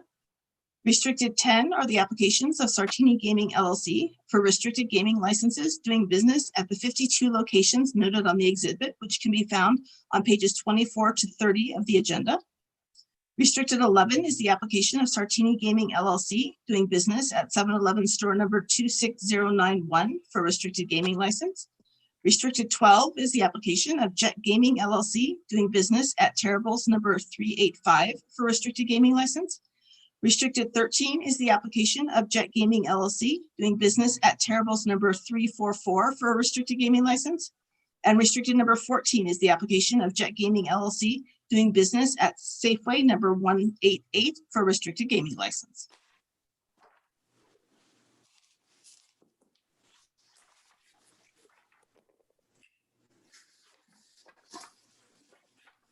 Chair Gibson, you're on mute.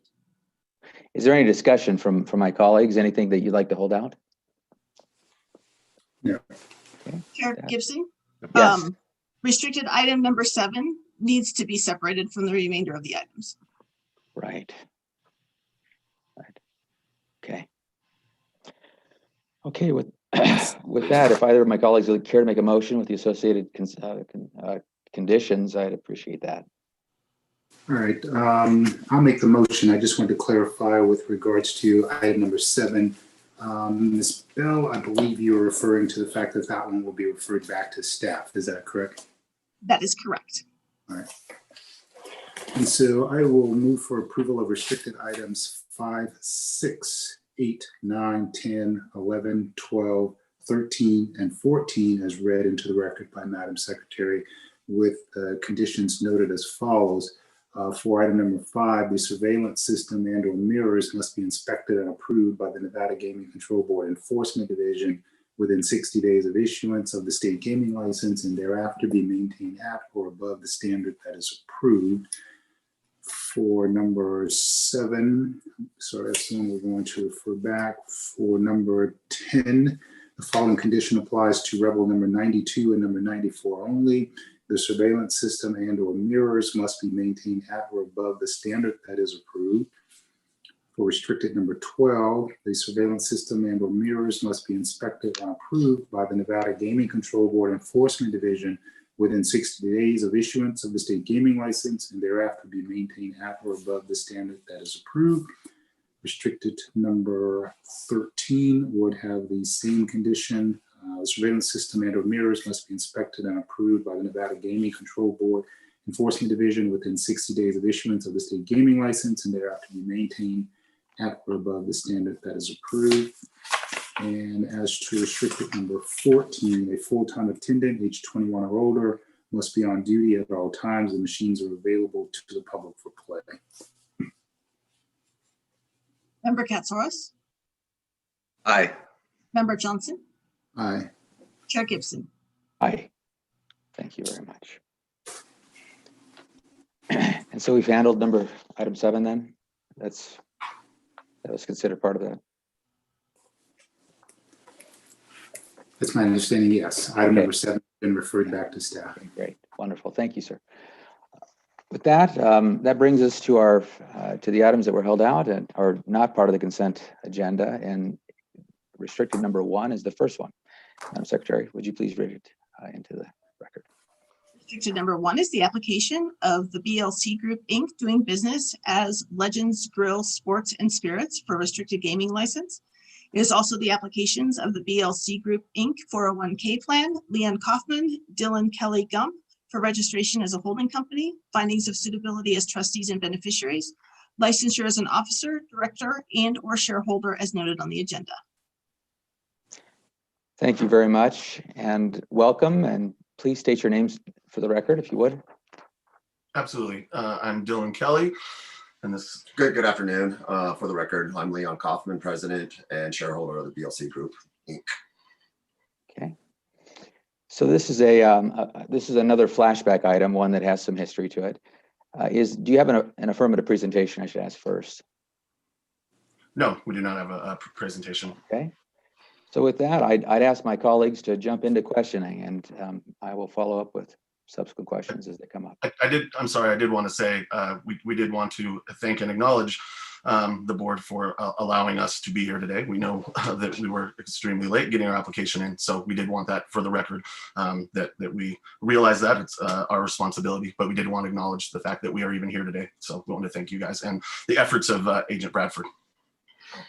Thank you. I appreciate you attending. And just to note, we have Connie Stafford also on the line. Yes, I'm sorry, I lost connection for a minute there, but I'm Connie Stafford. I'm a old agent in the state, and here with Dylan and Leon to essentially just give a quick little sentence summary and then let them take it from there. No, Chairman, can't hear. We can't hear. We can't hear.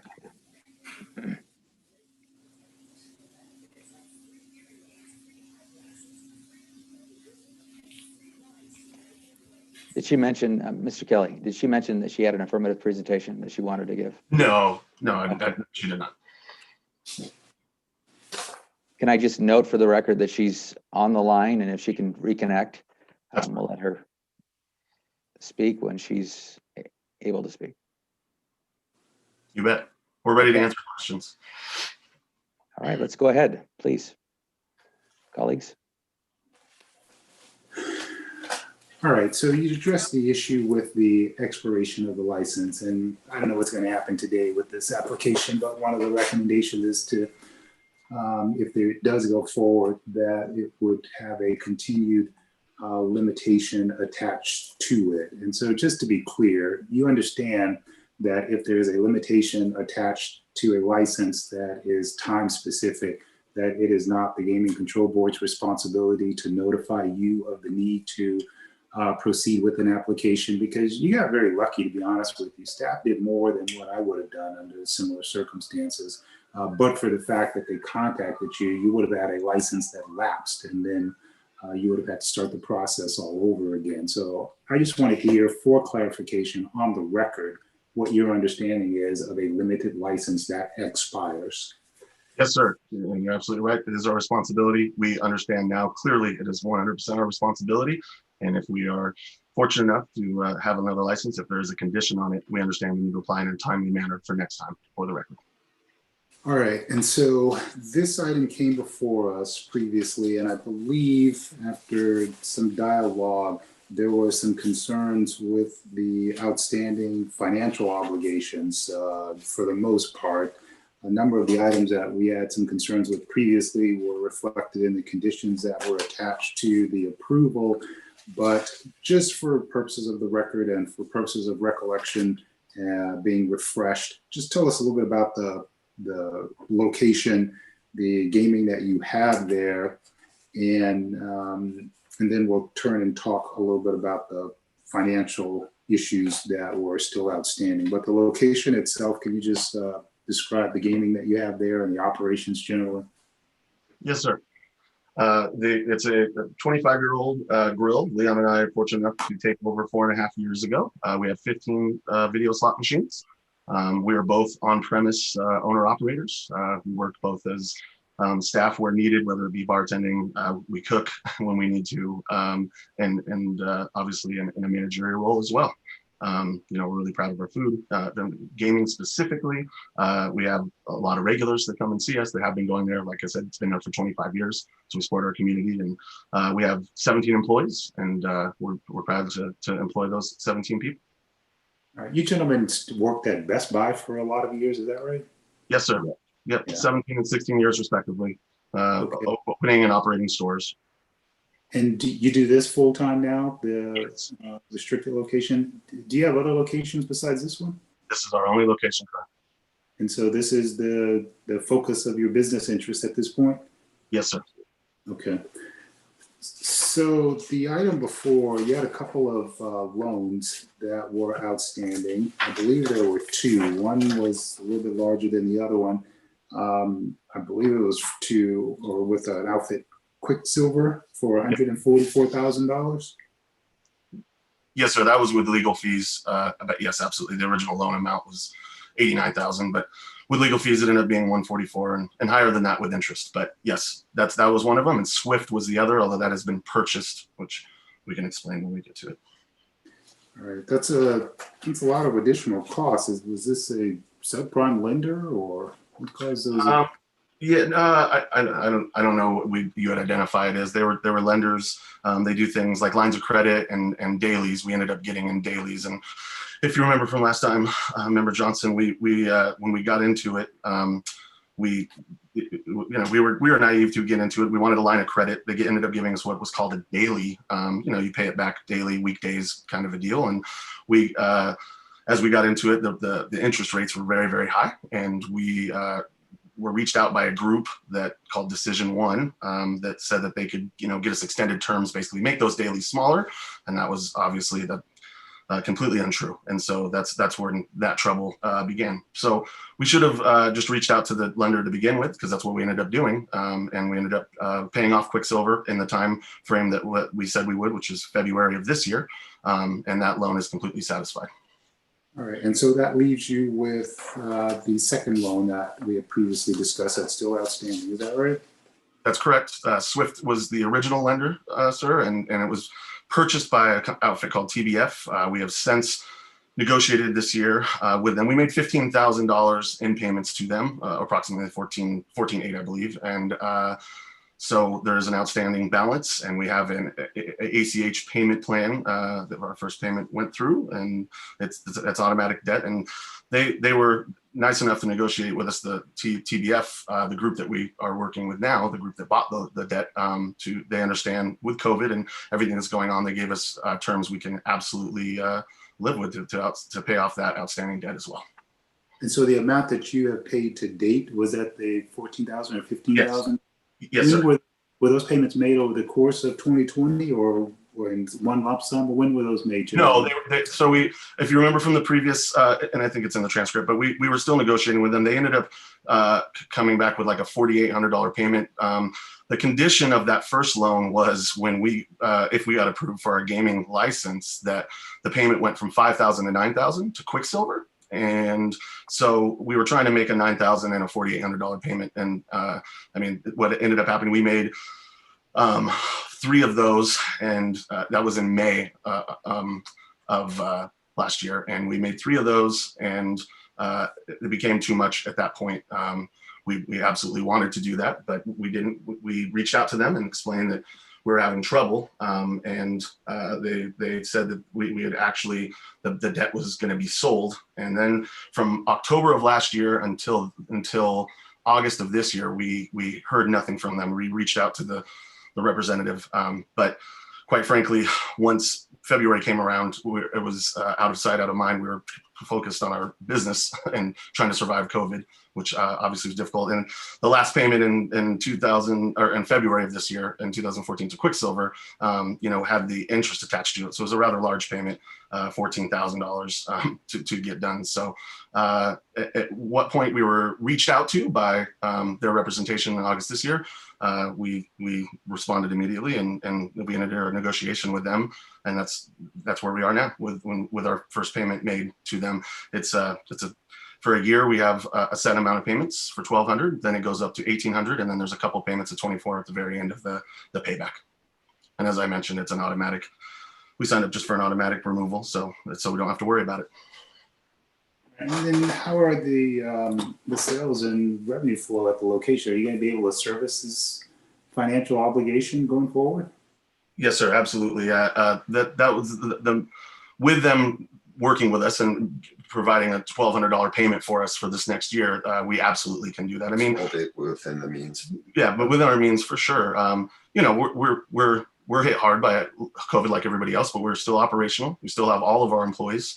And we're still fighting like everybody else out there. So obviously right now it's at 25% and we're following our guidelines, but I know we had 8 weeks where we were at takeout only like everybody else. And, we've been riding that roller coaster, but we absolutely can meet that and our other obligations. So we're not behind on any other obligations currently. We haven't borrowed any other money as well. Just wanted that for the record. All right. Yeah. You all undertook I think a fairly complex route to capitalizing this business. Didn't you roll over some money from your 401k to initially capitalize this? Yes, sir. That's correct. We did a Rob's transaction, a rollover business startup, in which case you try to grow you roll over your 401k to start it, and the whole idea behind it is you're trying to grow your retirement faster than the market, and then when you get to the point where you're ready to retire, you can put it back into a 401k account like normal. So that's the goal behind it, and you have to follow pretty strict guidelines. The IRS is on top of it. We have to file a form 5500 each year, and that's showing that we're doing everything we're supposed to be doing. And you technically have 3 years, in which case you can dissolve it after 3 years if you want. But at this point, we have no intention of doing that. So our goal with it was to use it for some startup, but we want to grow our retirement obviously as well. So. Will other employees ultimately be able to participate? We have a 401k that's separate from our Robs, as previously indicated. They're two separate things. But we currently provide a 401k for all of our employees, and we provide matching. And yes, we have employees doing that, but they hold no position in the company, and it's completely separate. So it's no profit sharing. It's nothing like that. All right. I believe those were the only questions I had for the moment. Thank you. Yes, sir. Thank you. Welcome. I appreciate you appearing today. Thank you, Chair. One of the challenges that I have is that, one, this is a very old item. So it started in 2014. There was a withdrawal, I think, due to the inability at the time to get the 401ks sort of rollover in place. Now, at this point, I'm struggling personally because it's again, there's a lot of history here, but one of the challenges with a new app, so this is a new application. You've refiled, right? And as we look at applications, one of the items that we're tasked with looking at is financial probity. It's not just whether or not you're good people or you have character or you can run a business. It's whether or not there's the financing in place, and it's confounded by the problems with COVID. So you're operating at a 25% cap of CO right now. So it's a $1,200. Just to clarify, $1,200 a month. ACH or not, they can still, insufficient funds is still a possibility. So that doesn't give me a whole lot of comfort. But let me ask you, $1,200 a month for a year from now, or Correct. for the rest of this year? No, a year from now, 12 full payments. Okay. At $1,200. Yeah, at $1,200. And how is it structured after that? Then it goes to 18, and then it goes to 24. And I think there's 2 payments of 24. Okay. Well, so $1,200 a month. Tell me what's happening on your gaming floor right now. You're on Virginia Street, is that right? That's correct, in the Whole Foods parking lot. Yes, sir. Okay. And I think Member Katsaros knows exactly where that is, if I'm not wrong. So tell me what the foot traffic is like. How is it? What are your revenues like now? Yeah, I will tell you, it's our revenue right now for the year is technically down, 30%. So, at times it was obviously down a lot more than that, but we've bounced back on days like Tuesday. We have a pretty famous Taco Tuesday. So on days like Tuesday and Sunday for football, we're turning people away because we have to follow those guidelines. There are other days like anybody else where it's difficult. We have players that come in 5-6 days a week and play. So we're very fortunate to have that. People have been there before us. We've also grown that. We've done obviously some work but some advertising as well. We're trying to play offense now. We've changed our business model several times now. We've offered takeout always, but now obviously focusing on that. So that's helped us as well. But there are, I guess I would summarize them that, there are days that we can't, take it. Even at 50%, there were days we were sending people away. But like anything else, there are other days that, it is quieter. But yeah, last month from a revenue standpoint, I believe we did $68,000 in revenue. So I mean, that's the year over year that was down. I mean, this is football season's a busy season for us. We're a little seasonal. We're not completely relying on it, but we definitely swing 10% up during football season, 15% swing back, the other way during our slowest months. Typically are June, July, and August. So people are out of town where we're located. People are up at the lake in Tahoe, or they're going out of town. So we're kind of in a commercial zone. So we get a lot of lunch traffic. We get a lot of happy hour traffic. Those are our big times. And we've tried to capitalize on getting people in there for dinner and do some different things. We have different specials throughout the week, Monday through Friday. So. Okay, thank you. You're welcome. I will turn it over to Member Katsaros, who knows the area well, and Yes, follow sir. up if I have any additional questions. Thank you. Good afternoon, gentlemen. Good I afternoon.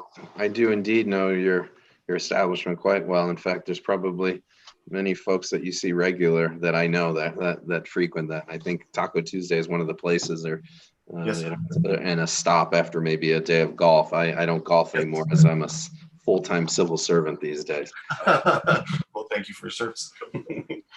But I did want to follow up on that line of questioning, though, with your access to funds right now. So $1,200 doesn't seem like a whole lot of money. However, in these times, a bar, restaurant business like yourself, $1,200 can swing, can make you positive or negative perhaps one month, particularly when we're maybe in a 25% capacity as we're in right now.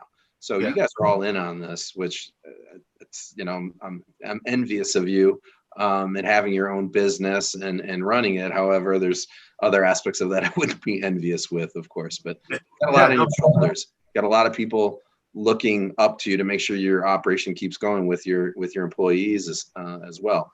With your income right now, is your sole income this property? No, because of this, I do, groceries deliveries from Shipt and Instacart now. We have to do that to make sure that we can do other things. And I think I mentioned previously, and I know this is the first time we're talking, but I did rideshare as well. We're in the mentality that any free time we need to do something, we will absolutely do that. So. With flexibility with it, Right. With owning a business and being there, be able to operate and help out when we can. The ride sharing, the grocery delivery, it's on your own terms, and Right. you can collect it. We collect our own schedule. Exactly.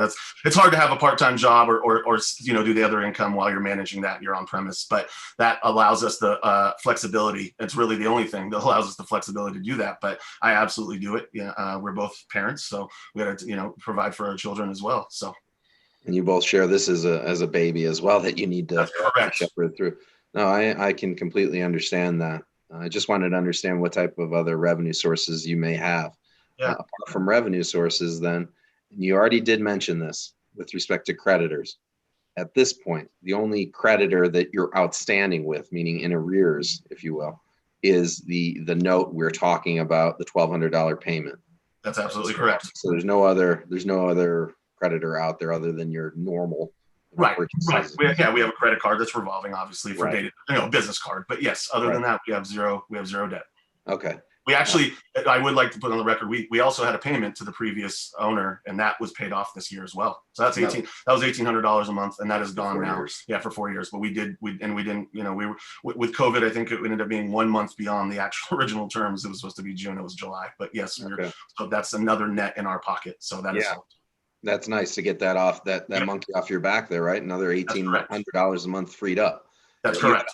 Do you have access to a revolver or a business account as well in addition to that? I mean, we've stayed away from it. We bank with Heritage and US locally, but Heritage is our main, and so our local branch has talked to us about that. Obviously, we wanted to after this experience, we wanted to sustain, and that was our whole goal, so that we don't want to be back into debt. But we could reach out, and there are we get offers like anybody else. We've explored them. We've just never pulled the trigger. There are lines of credit out there that we could get into. Our whole goal is to stay out of debt now, though. I mean, we want to do that. So, but in an emergency. Yes. And then the debt structure you have now, $1,200 a month for 12 months, then $1,800. Yep. For how many months is the $1,800 payment? 12.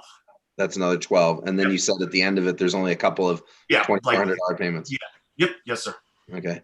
And our report indicated, and I'll get it back on the record again, that you're current with that right now. Yep, that's correct. The first payment just came out. Yep. Okay. Of the new structure. Yep. Correct, right? Of the $1,200. Right. Okay. I wanted to ask about your other creditors. You already confirmed that.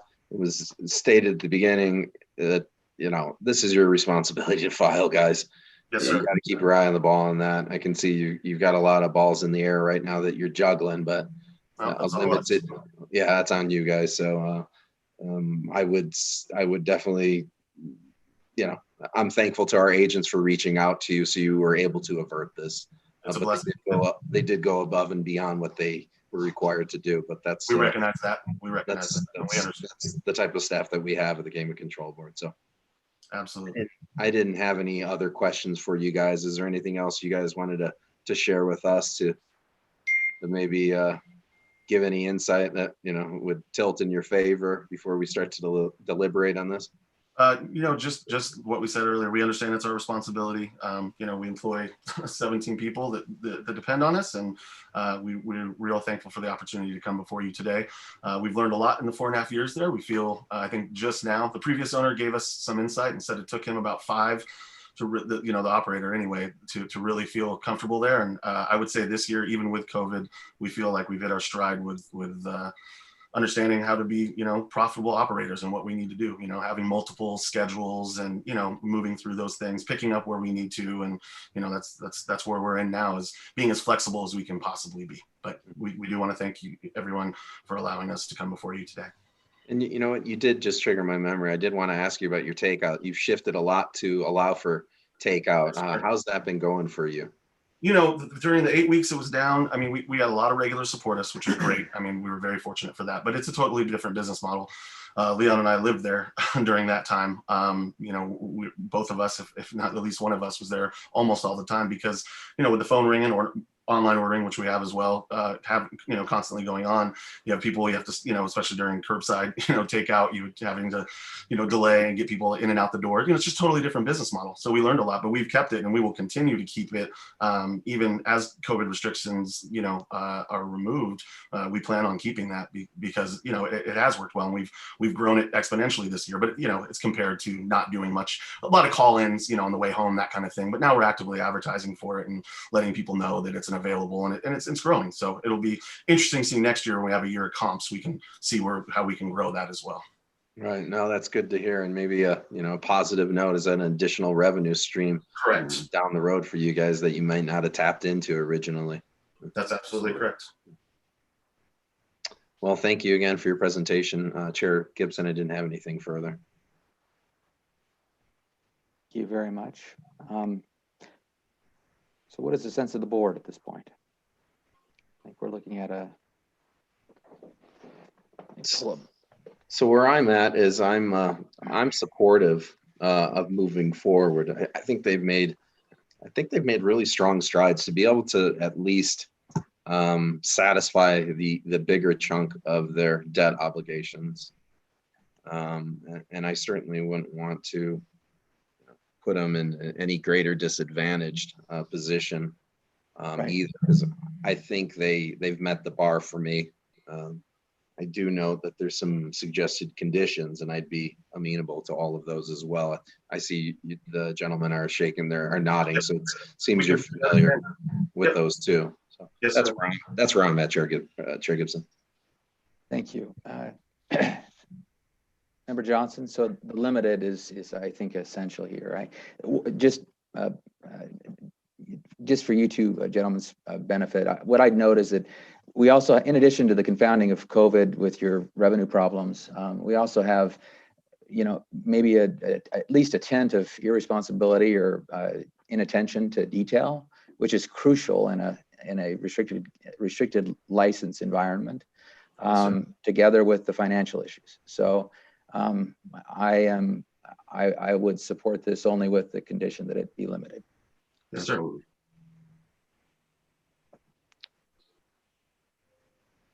All right, I can make a motion if we're ready. I'll move for approval of restricted item number 1 as read into the record by Madam Secretary with the following 5 conditions. limited to expire at midnight of the December 2022 Nevada Gaming Commission meeting on the day the item is heard. Second, the BLC Group Inc. 401k plan must comply with Nevada Gaming Commission Regulation 15 as it relates to the compliance and licensing requirements governing holding companies. 3, at least 30 days prior to the implementation of any changes to the BLC Group Inc. 401k plan, documents reflecting said changes shall be submitted to the Nevada Gaming Control Board for review and administrative approval by the chair or the chair's designee. 4, within 30 days after the prior year's plan administration has been completed, the trustee or the company shall provide a list of the participants and their interest in the BLC Group Inc. 401k plan to the Nevada Gaming Control Board for review. And 5th and finally, prior administrative approval by the chair or the chair's designee is required prior to any change to the person or entity designated as the BLC Group Inc. 401k plan's administrator and or custodian. So, gentlemen, you understand and stipulate to those conditions? We do completely. Absolutely. We will have our application in an appropriate time before 2022. Member Katsouris? Aye. Member Johnson? Aye. Chair Gibson? Aye. Thank you very much. Thank you for your Best of time. luck, you all. Make sure you understand the conditions. Yes, sir. Thank you. Okay, Thanks. let's go on to restricted number 2. Restricted number 2 is the application of Imperial Bar Inc. doing business as Atomic Tavern for restricted gaming license, and the applications of Paul Albright for licensure as sole officer, director, and shareholder. Okay. Welcome, and please state your names for the record. I see. Is that Paul Albright? And let me see. I do see. Yeah, good morning. Before we start, we'd just like to confirm that you can hear us. Yes, I can hear you. Fantastic. Good morning, Chair Gibson, Member Johnson, Member Katsaros. For the record, my name is Glenn Light with the law firm Lewis Roker Rothgerber Christie. I am joined by the applicant, Paul Albright, who is the sole officer, director, and shareholder of Imperial Bar Inc., doing business as Atomic Tavern. To begin, we would like to thank Agent Katie Finlinson for her extraordinary work on this investigation. The application was processed with great haste to meet a grandfather deadline, and we sincerely appreciate the board's assistance. To echo the comments of Board Member Johnson and Katsaros from the previous item, the board went above and beyond. With your permission, Mr. Albright would like to make a brief affirmative presentation on his background, including how he became involved with the tavern and his plans for the tavern. Please go ahead, Mr. Albright. Welcome. Thank you. Good afternoon, Chair Gibson, Member Caceros, Member Johnson. This is my first time in front of the board, so I wanted to just introduce myself and give you a little background on who I am.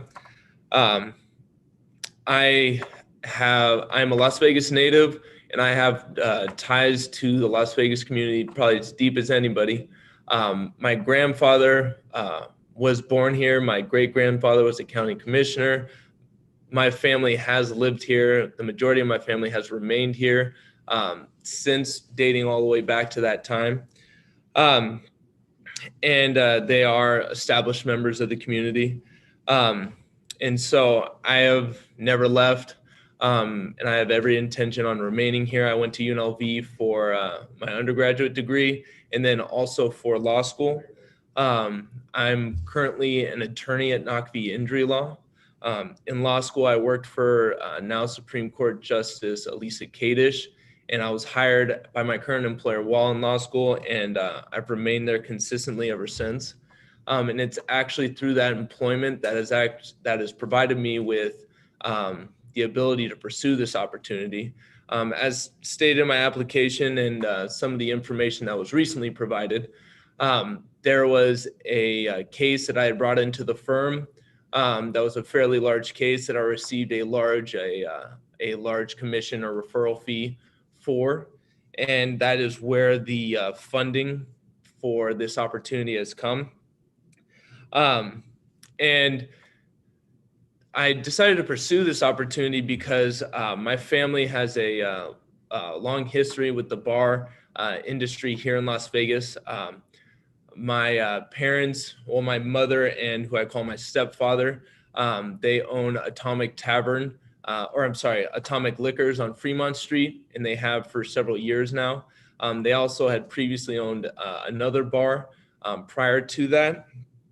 And so my stepfather, he's a real estate attorney and also a real estate investor. And so he actually purchased the building that the location that I'm here for today is in the Arts District.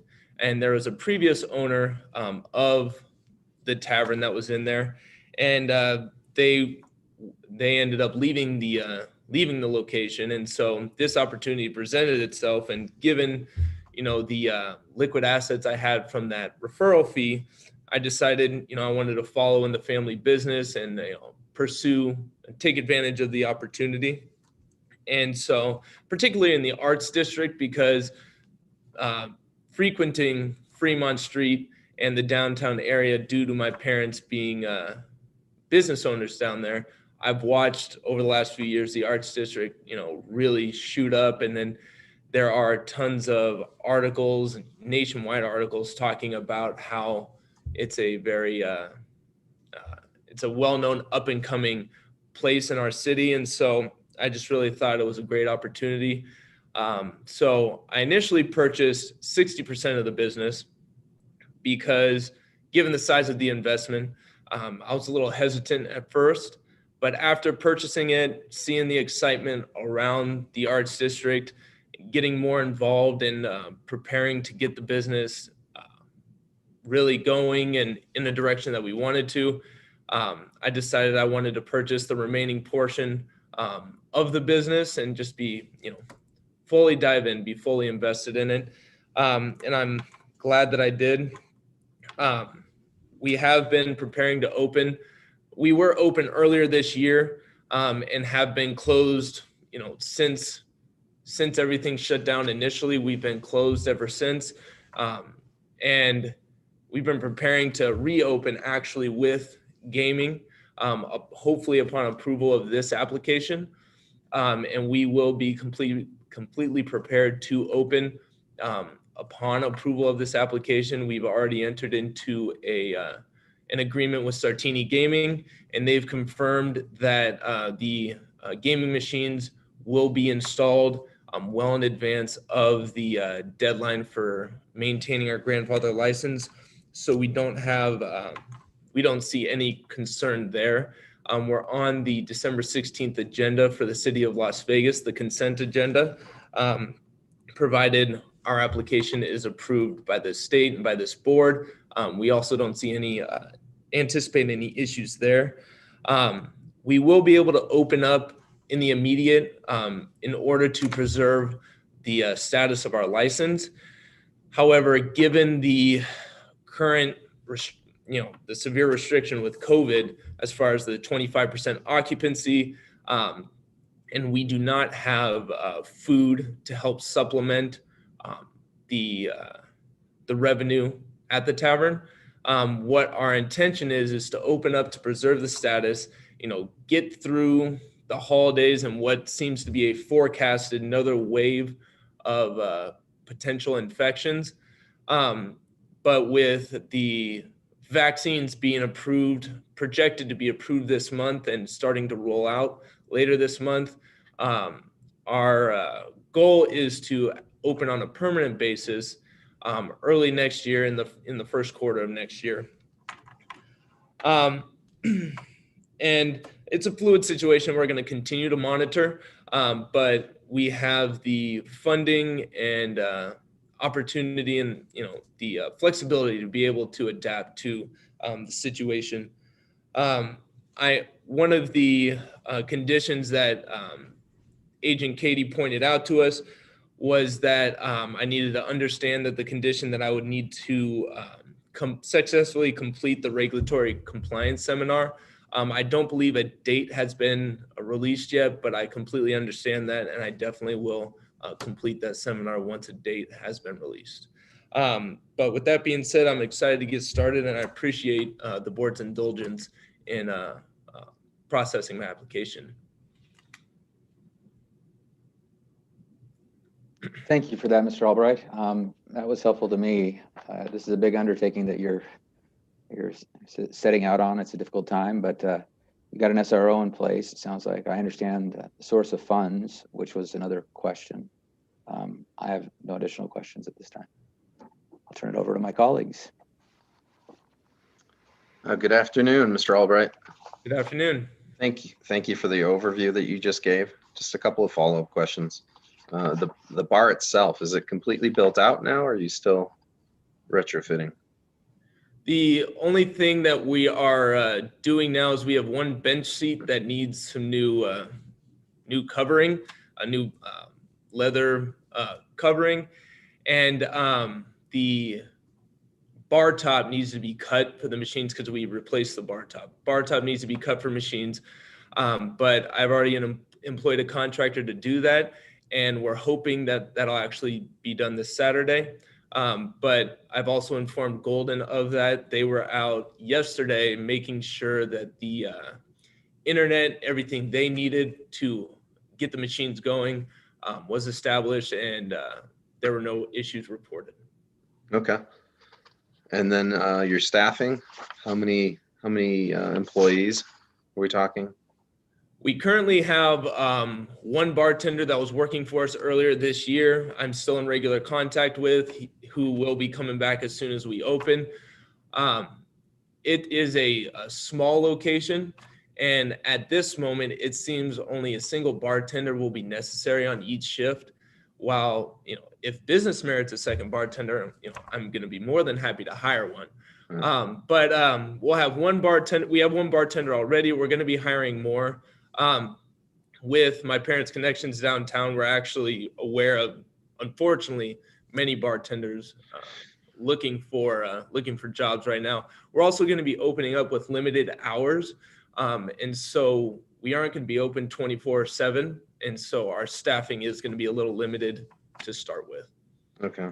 And do you envision, sort of long term that your patronage there is more local business based, or are you trying to draw upon the downtown tourist foot traffic as well?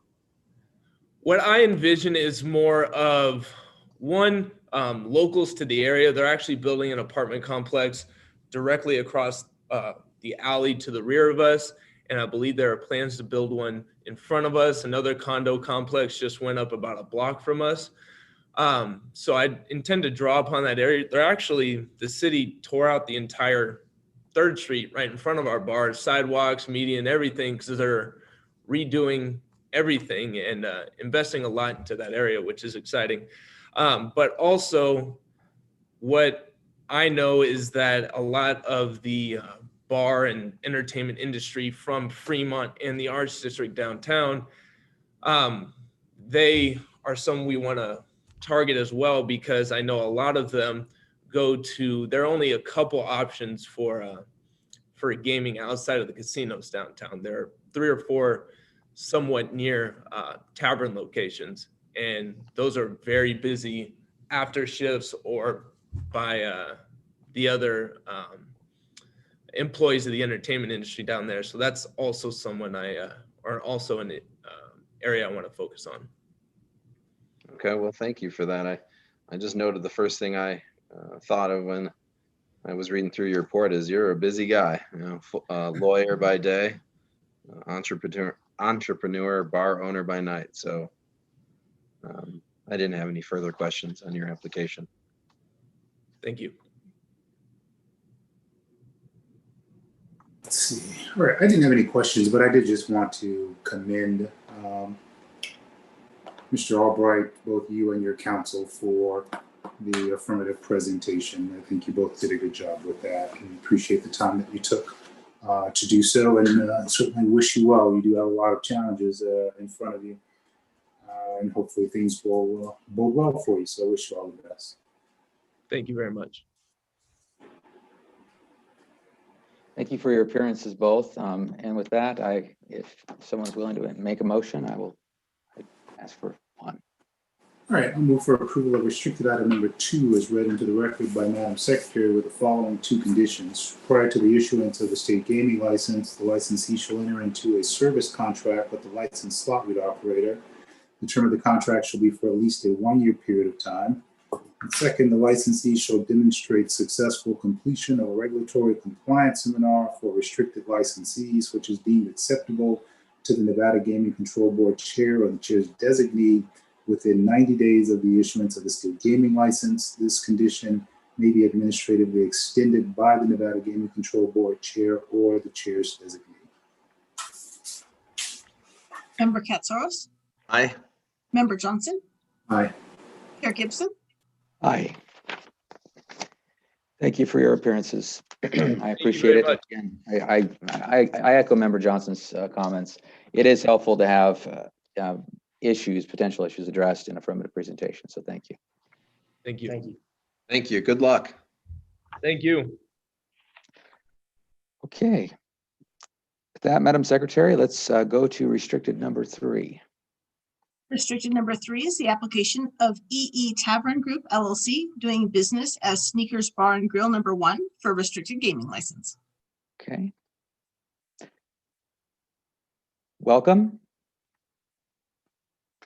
And please state your names for the record, if you would. There we go. This is Matt Everett. I don't know if you can hear me now. Can, yes. Welcome. Perfect.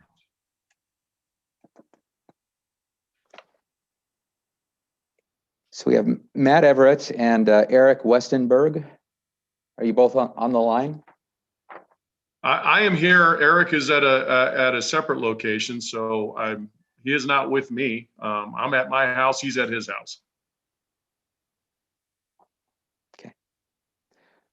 Okay.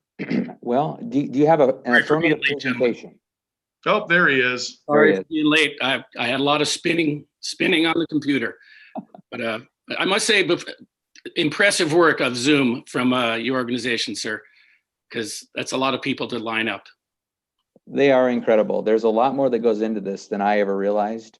The queuing and just getting people on. It's occasionally hiccups, but they do great work. Oh, So fantastic work. Yeah. for that. Do you have an affirmative presentation regarding your matter? I do not have anything prepared. I was just prepared to answer questions that the board members or the chairman may have. Okay. I believe that we didn't prepare anything. This is the 3rd or 4th time we've been before you guys. And so we did not prepare anything. No, sir. Okay. With that, then I'd open it to questions from my colleagues, and I'll jump in at the right point. All right, so tell us about the location then, gentlemen. This is your 3rd location, so this triggered an expanded investigation, which is why you're here, if I'm not mistaken. But tell us what this location is all about, what you plan on doing with regards to gaming, and the overall offerings that will be made available at the location. Eric, did you want to address that, or do you want me to? You can take a run at that, Matt, just to start. Okay. Well, the location we took over is out in Stead, north of Reno, of course, on Stead Boulevard. And it has been, we're the second owners of it. We purchased it from the original owners, and it's been, I believe they opened their doors in 1992 out there. So the location needs a little love as far as rehabilitation, cosmetic improvements and stuff, which we plan on doing hopefully after the first of the year. We've had a contractor come out and walk the property and working on giving us a bid on doing what we want to do. We're currently open, obviously without gaming, doing food and to-go orders at the reduced capacity. And like I said, basically we're going to keep it as is, but we're just going to, give it some love and the attention that it needs. Did the location operate under a different name prior to your operations? No, it is Sneakers Bar and Grill. It has always been that. That location has always been that name, and that's what it's operating currently under. Okay, and then you have you have two other locations, right? Correct. And what are those? We have, I have a separate company also where I have Coach's Grill and Sports Bar. And then with Mr. Westenberg as my partner, we have 3 sneakers locations and then Jock's Sports Bar and Grill together. So I've already done my expanded licensing a couple of years ago. This expanded was for Mr. Westenberg. I've gone through expanded a couple of years ago. Justin Schweitzer was my investigator.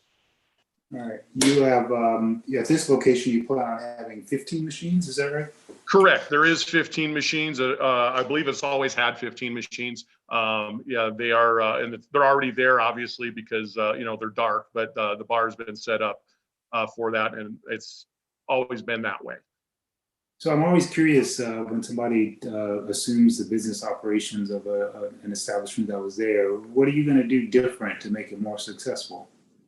Well, we're going to start by, like I said, rehabilitating location. It's very outdated as far as wear and tear and just cosmetics, etc. Improvements in the restrooms and stuff. The kitchen actually was in really great shape. There might be a couple pieces of equipment we need to upgrade, but most of the improvements need to be done front of house. And then also on the building exterior, we've spoken with the landlord about doing outdoor seating and stuff, which is actually more useful now with everything that's been happening with COVID and stuff, to have outdoor seating available come once the weather gets nicer up here in northern Nevada. So doing those type of improvements, also probably some menu tweaks, removing items from the menu that aren't really big sellers, but the menu's never really been adjusted, and doing some improvements there as well. Board Member Johnson. I'm sorry. I just wanted to interject that. May I interject something? Please go ahead. Oh, good. I couldn't tell if that was poor decorum. I think it's important to note that we do run 4 places, the 2 of us together right now. Matt's other 2 places, all of them are neighborhood style taverns. All of them are placed in places where people live. It's a business that we've been doing for quite some time. We've been successfully running together the other 3 for over 2 years. We have gaming at all 3 of those. And so when you ask, we won't be changing things so much as what Matt said, which is shining up the place and giving it the attention that the folks who were there before us were quite successful. I mean, I don't know if a lot of houses is a report card, but I mean, they have a house in Costa Rica, a beautiful home here in Reno and Spanish Springs, and they did it for quite some time. And we bought 2 of our other locations from them. And so it's important to note that having some history now with the way that they did their business and the types of contracts that they have written, so back end stuff, and also what they did in the front. I mean, Matt did a fantastic job of our first sneakers location by taking out, we had the smallest TVs that you've seen in America. And so we created a whole new sports feel to that place. But so we're upgrading, and it's a business that we're very familiar with. It's a business that I've been in for 20 years away from here, but in Reno for the last 5 or 6 and 2 with Matt. Sorry about interrupting. Okay. It's all right. So, gentlemen, for at least the immediate future, we're going to still be dealing with this COVID scenario. And so with these multiple locations that you have, my hope is that you have some economies of scale, so to speak, in terms of your compliance with COVID-related restrictions at the local and state level. So can you give an overview of your efforts at maintaining compliance with COVID mandates, if you will, at the local and especially at the state level? Sure. Eric, On my end. What's that, Matt? Oh, I'll just let you address that. Sure. I mean, on my end, what we've done is we've obviously read all the documents from state and local, and I've had actually conversations with numerous GCB agents when they were out at the onset. What we do is consistent education for our staff. What we also do is lots and lots and lots of signage. And I heard earlier today, and it was an accurate point, that it's almost forced us to, in engaging some of the customers, you know, it's giving us a higher level of customer service because people will come in and, you know, by this point, people should know the darn rules, but some don't. And, you know, they'll come in and kind of have a mask in their hand. Hey, you can't come in here unless you have a mask on. And that's the same in all locations and all public places these days. So please put that on until you sit down. We do accurate, you know, we are really serious about spacing people out at the bar and follow the GCB guidelines on that. We have a sanitation process that is much improved. And again, something someone else said today on this whole Zoom was that they probably will keep going on with the new sanitation process because it just makes great sense. I mean, in bars and restaurants, you're always wiping down, sanitizing, but we have a standard process now that the moment that someone leaves a bar or restaurant seat, the person on staff, bartender or cook, because we have 2 people on staff at our locations most of the time, they have to get out there, and before we even allow another person to sit down, we've wiped that whole thing down with bleach solution and sanitizer. And, you know, other things like we supply sanitizer at all of our places. We have them in 3 or 4 locations on the bar, and upon entrance, lots and lots of literature in certainly in men's restrooms where all of us like to read, but also, you know, on the front doors. I mean, our front doors are hard to see through now because we have really giant posters that describe what's going on. And so those are some of the processes that we've taken up, and many of them we'll keep doing. Okay. And then do you use a slot reader operator at your locations? We own our own slot machines at the Jocks location. And then we use Golden Gaming at our 2 others, and Golden Gaming will be our slot route operator at the one that we're discussing today. So how did you arrive at the revenue projections for gaming at this location, just out of curiosity? I took them directly off of Golden Gaming's records. That were supplied to us by Golden Gaming after obviously the current owner. This was our 3rd place we bought from them, but the current owner, you know, gave them the go ahead to tell us whatever we wanted to know. So that was on our projections came straight off of actual dollars from last year. Great. So Golden was the operator previously. And we've actually cut deals that are a little bit sharper with Golden than the former operators, meaning that, you know, we should do better than I actually projected. Obviously with COVID, it's challenging, but as others have said, gaming is not fantastic right now because, you know, you're limited to less seats, but food and beverage has been a little bit harder to keep the energy, you know, keep that energy up. And we've had to, as Matt, I think mentioned, resort to delivery stuff and drop buys and things of that nature. That's where we've seen a little bit of a decrease. Gaming's decreased, but a little bit of decrease in that food and beverage part, which we're constantly trying to make better. All right, thank you. Good afternoon, gentlemen. Sounds like you guys have been sitting here a while listening to the prior agenda items. Yes, sir. Yes, sir. Good experience for you. We learned a lot. So just to reconfirm then, because I had a different, I jotted down some notes and I had it jumbled a bit, but what you just stated is the 3 sneakers and the 1 Jocks. Those are the 4 between the 2 of you. And then Mr. Everett, you have the 2 coaches separate. Correct, yes. Okay. And then the Jocks, you own the machines. And Correct. the other 3 are Golden, SRO. Coaches SRO too? Yes, coaches is also, I utilize Golden Gaming as my slot route operator. Okay. And the sneakers, is there one over there in Longley and South McCarran? That's Correct, exactly yes. correct. Yeah. Okay. And then you said one in Sparks, and then Stead is the particular item we're discussing right now. Accurate. Correct. Okay. I wanted to clear that up in my head because for some reason I thought you weren't involved in the Jocks, Mr. Westenberg, but thank you for the clarification. Sure. Again, I think you understand that this was an expanded investigation, as was suggested a minute ago for Mr. Westenberg, because it reached the threshold. Mr. Everett, you had gone through this expanded investigation previously. That is correct. Okay. Now, Mr. Westenberg, there were some items of interest, I would say, in the report. it was carried over from the prior investigative report because there was a background check done nonetheless. But there were some items that were raised in the new report, in the current report that were new to this board and this agency.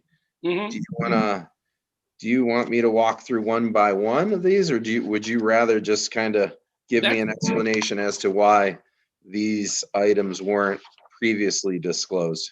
Anything not disclosed was either something that I didn't remember or didn't know about, is a general answer, but I'd be happy to do item by item if you would like to. I know that Ms. Tan was very, very thorough and had a great many questions for me, and we probably had over 100 emails and 100 phone conversations. So it was definitely a thorough one where I learned some stuff that I would not have even remembered about 15 years ago in my life. So are you suggesting then that these items that are now raised in the report that weren't previously disclosed by you, they were brought to your attention by Agent Tan? I'd have to know which one you're talking about to answer the question. Well, there's 3 different ones, sure, I believe. There was a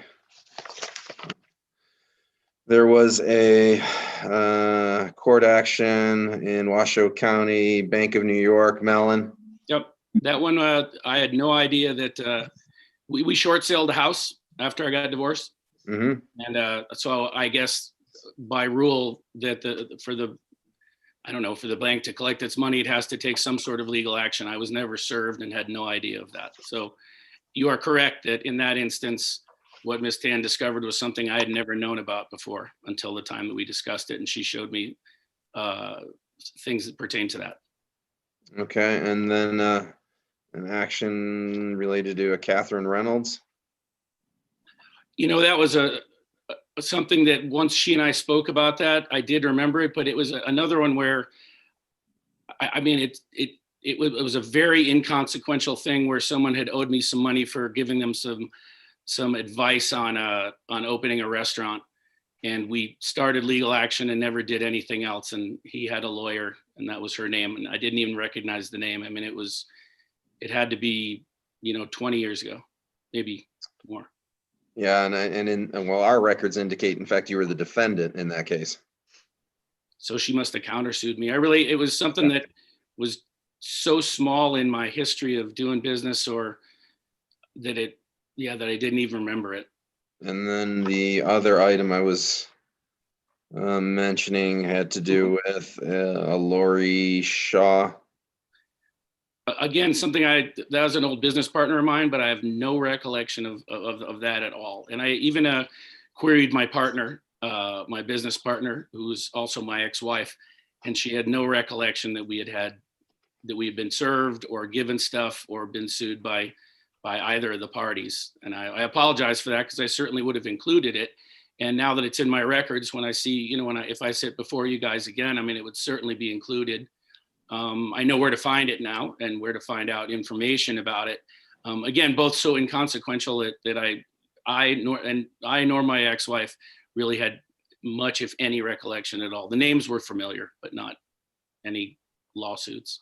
Okay, and what we have to do is try to judge your integrity, good character, sure, as part of this process. And when we start to see things that are omitted, as small or large as, irrespective of if they're small or large, they're omissions nonetheless.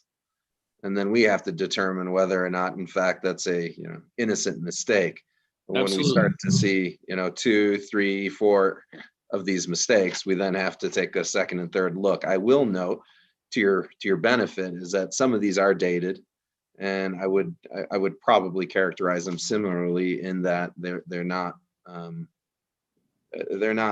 substantial or concerns those individual items. It's more of okay, do we have somebody who doesn't really pay attention to what he's doing with regard to his personal finances, his business acumen? Is he sloppy in his work, right? This is probably a natural sort of thought that would come into somebody's head when they start to see these things.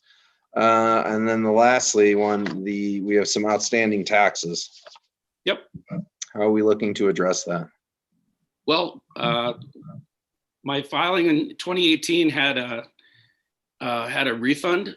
So 2019, we did not have a basis available to start making estimated quarterly taxes. I'll be paying my first estimated quarterly tax for Q3 of 2020. Now that we finally finished 2019's taxes, they were quite delayed due to COVID, but also due to the extensions well, we took the extension, but then they got more extended. So, I mean, I actually have in front of me, one of the pieces of paper I have in front of me is, I don't know if you can see that, but that's actually the tax form for Q3 where I'll start doing the quarterlies. And I basically was just waiting for the IRS writes you, according to my personal accountant, the IRS will write you a letter and tell you how much they owe and give you an opportunity to pay it all or pay it in parts. And so I was waiting for that letter, but then after talking with Agent Tan, I reached back out to the accountant and she said, well, let's just start paying it now. And I have no problem doing so. Well, I'm not giving you any advice here, but I think it's probably a good idea to take the initiative upon it yourself. Yeah, it was hard. It was hard to do before because we didn't. We didn't know what basis to do, and to be quite frank, we were surprised that we had a healthy income in 2019. That was surprising to both Matt and myself. Right. Well, and I'm glad to hear that you've actually liaised with your accountant now. Mm-hmm. I'm guessing what your accountant is going to tell you is that because you didn't make estimated quarterlies, there's going to be fees attached to the bill at the end of whatever principal amount you're going to have fees and interest. Luckily, the way the law is written, to the best of my knowledge, and you may be correct, but because I didn't have income in 18, there wasn't a way to. I could have guessed it 19, but now that we're in 20. This Q3 one should be good. I believe. I can circle back and tell you if I get fined. I don't think I will actually in this case, but maybe. Yeah, I'd be interested to understand that because I don't know that matters whether or not. Right. You had a basis the year prior, whether or not they're going to. That was how she explained it to me actually. Okay. Yeah, I'd be interested if you want to circle back with Agent Tam and just give her an update at some point. Absolutely, I sure will. Okay. With that, I didn't have anything else to go over, Chair Gibson. But I did want to touch upon some of those matters nonetheless. So thank you. No, thank you. Thank you both. I'd ask you, Mr. Westenberg, have you used an attorney or accountant in preparing any of your applications? I don't believe that we have, Matt. Have we used it? I think that we've done them all ourselves. No, I've done everything myself. The only time I had help was on my very, very first application. I had my accountant help me gather paperwork and stuff, but every license, I've had no representation at all. I've done it all on my own. My very first license, I actually had to appear in person down in Las Vegas in their chambers down there. And that's one thing that kind of freaked me out. I was the only guy without a lawyer. And I just remember one older gentleman in the waiting room looking around, and I was looking around. He goes, "What's the matter?" And I'm like, "I'm the only guy without a lawyer here." I said, "What am I doing wrong?" He goes, "That means you told the truth." I was like, "Okay." I've never utilized one. I'm not here to suggest that everyone needs an attorney or an accountant, but what I'd say is that at a bare minimum, everyone should run themselves through LexisNexis, and you should be aware of income and be prepared to answer the claim that you haven't received W-2, which is it's not an excuse. But LexisNexis is a good way to find any outstanding suits against you. And it's not the case that the courts act without, or that they're willing to act without providing some kind of service to you. So that's it's difficult for me to. I don't want to get hung up on that because these are some old claims. But I just say that that's not the way courts work. Understood. Chairman, I think that you bring up a really good point, and actually this whole exercise has brought up a good point. As Matt and I have expanded and gotten more professional at what we're doing, and we answered the question. We did not use professional help for our applications. We've now also noted that lots of folks bring attorneys to in front of you, which is respectful to you guys. You're busy people. And they know the ins and outs and stuff. But what we have done is we actually have a payroll service now. We have a bookkeeper now, and we've started to outsource things that are not our true expertise. but and outsource things that are detail oriented that are going to be important for our success. And so, I mean, I agree 100% with what you've said, and I actually will go get on LexisNexis and see if there's any other things, gosh, that, standing out there that I didn't even know about. But this whole exercise has brought us to a place where we're actually outsourcing some stuff and have been honest with ourselves about what we're good at and, what we could probably use help with. And so I agree with you 100%. Thank you. Member Johnson, do you have anything you'd like to ask, or what is the sense of the board at this point? No, I didn't have any other questions, and I think there's been an ample discussion of the issues that were identified in the investigation, and the responses have been satisfactory. So I'll be prepared to move forward at the appropriate time. Please do. I would concur with that as well. I'm satisfied with where we're at on this application. I almost said these applications, the singular application. But I just, Mr. Westenberg, obviously you understand where we're coming from. Absolutely. I absolutely do. I see the error in that for sure. So I appreciate your understanding, but I also appreciate that that's something that I need to be better at and will be. Okay. Well, thank you. You bet. All right, I'll move for approval of restricted item number 3 is read into the record by Madam Secretary. Member Katsaros? Aye. Member Johnson? Aye. Chair Gibson? Aye. Thank you both for appearing. I appreciate your time. It's good to see you both. Thank you very much. And thank you very much to Ms. Tan and Ms. McElhaney. They did a very fair and thorough job. Absolutely. Thank you again. Thank you. Good luck. Bye-bye. Thank you. Madam Secretary, let's go to restricted number 4, if you would, please. Restricted number 4 is the application of MJRA Inc. doing business as Top Shelf Wine and Spirits for restricted gaming license, and the applications of Malaj Julag and Ramirez Alvarez for licensure as an officer, director, and/or shareholder. Let's give them, I think we're still, let's wait a second for our queuing to catch up. Welcome. If you're there, please state your name for the record.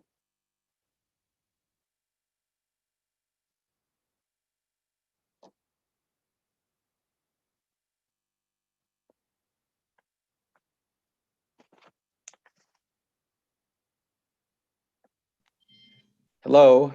Yes, can you hear me? Okay, welcome. Thank you. Are you alone, or are you expecting? No, I'm at work. Okay. And my name is. Go ahead, sir. Okay, so so Ramirez Alvarez, we have you, and what about your colleague, Mr. Julag? I think it's today just by myself. Okay. Yes. Well, welcome. Thank you. You've stated your name for the record. Yes. Let's talk about your application. So tell us about it. Tell us about yourself and your partner, if you would. Yes. My name is Ramirez Arrayes, and I'm a partner with Milad Cholach at the Top Shelf Wine and Spirits. And this is actually my first time. I'm opening business in Las Vegas, and first I'm applying for Nevada gaming license. Okay. Well, welcome. Thank you. I'd open it up to my colleagues for questions as well. Yes.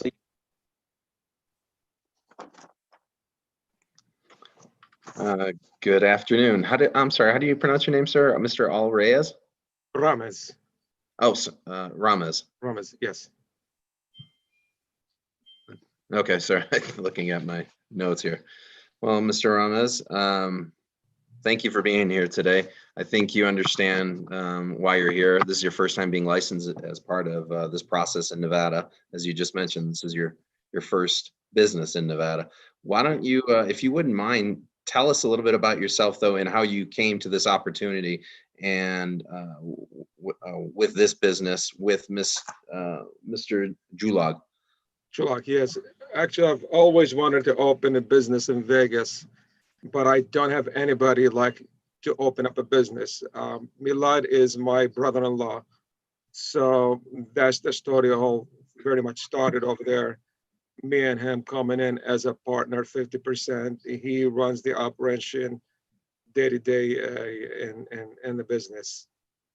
So you're going to be somewhat of a silent partner. Is it accurate?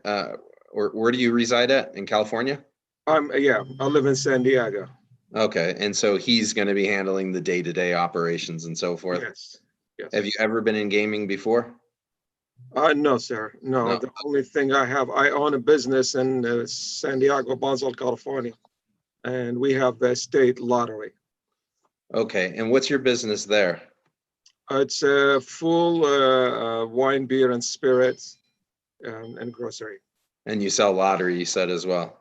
Yes, we do sell lottery. Yes. With the okay, and do you sell scratchers? You sell? It's all one part. Okay. No, I wanted to ask your nexus with Mr. Julag, because I noted you both came from Baghdad, and I was wondering how you guys knew each other, because it didn't seem as if you were blood related. So no, we're not blood related. His brother and my wife. Yeah. Okay. My brother-in-law. Okay. Well, your background came back clean, which is a good thing. And so that generally speeds these hearings up, frankly. I didn't have anything in your background that I really was interested in discussing. Is there anything you'd like to add as part of this application? I do want to note that there is a condition on here. Hopefully you're aware of that, but we can talk about that in a minute. Sure. But other than that, if you wouldn't mind, if there's anything you wish to share. Not really. I don't have any. I enjoyed. I've been sitting here for almost 6 hours, listening to the other parties. I'm pretty sure they all have their bigger business than I do over there in Vegas. So well, no more important though. So I mean, you have the floor now. I can see you're in your shop or in your storeroom. It seems right now. That's a first, I think, for us. I was here. actually nervous because I have nobody here with me until I had to call. My brother had a doctor appointment. I had to bring him over, and my second employee showed up at 1 o'clock. So okay. I was ready for this. Yeah. Well, I won't take up any more of your time. As I mentioned, you had a no good background. I didn't have any other further questions, but we do always want to put a name with the face, particularly when we're trying to deliberate on whether or not to approve an application before us. I have no further questions, but if you have any questions regarding my business in California or my application in Vegas, so. Yeah, the other members may, so I'll turn it back over to Chair Gibson. Okay. I would turn it over. I'd ask Member Johnson if he has any questions. I don't have any. Is there a slot read operator that takes care of these machines for you, or who will be attending to the machines? Who? I'm sorry, say that again. Who will be taking care of the slot machines for you? Milad, my partner. And he has a gaming license? Yes, I believe he does. He is licensed somewhere else. Okay. Yes. All right. Thank you. I didn't have any other questions. Well, with that, thank you for appearing, and thank you for taking it. Looks like you've gone to pains to make this meeting. Thank you for that. Appreciate that. I enjoyed it. I enjoyed it every single bit of it. All 6 hours of it.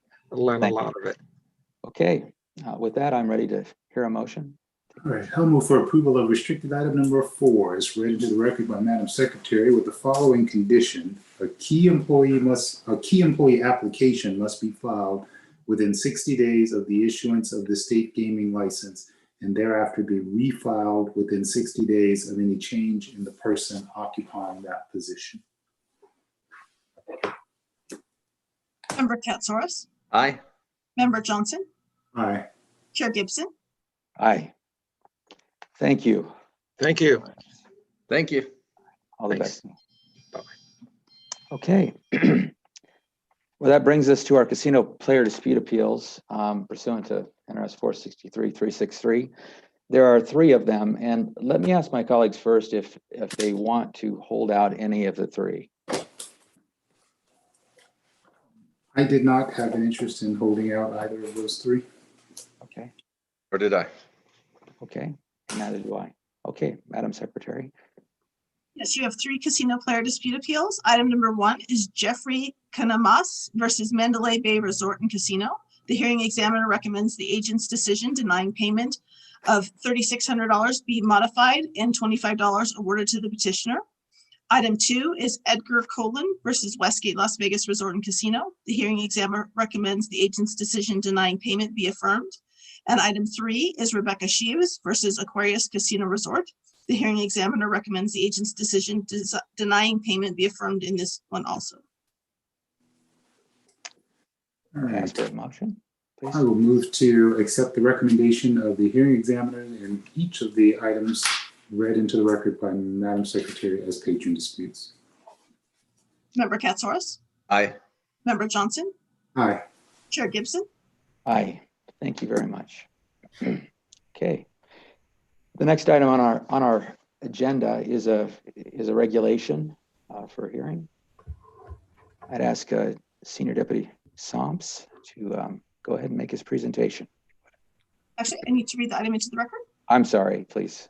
That's okay. You have 1 regulation agenda item regarding proposed amendments to Nevada Gaming Commission Regulation 12.060 as noted on the agenda. Thank you, Mr. Chairman, board members, Madam Secretary. For the record, this is Mike Soss with the Attorney General's office. And as Madam Secretary read into the record, before the board right now are some proposed changes to Reg 12.060, which is the regulation that concerns chips and tokens. You should have a draft before you that's dated October 15th of this year.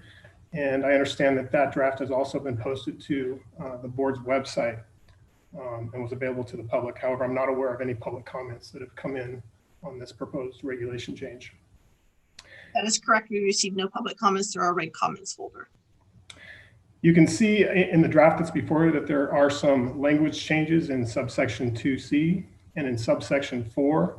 Really the guts of what we're doing here is contained in subsection 4. And I'll just read in to the record how that regulation would be proposed to read. A licensee shall not redeem his chips or tokens if presented by a person who the licensee knows or reasonably should know did not obtain the chips or tokens directly and lawfully from the licensee's gaming establishment. And then the regulation goes on. The purpose behind this change is to make it clear that licensees don't have an obligation to redeem and in fact shall not redeem chips or tokens presented by persons who did not obtain them legitimately through their interactions with the gaming licensee.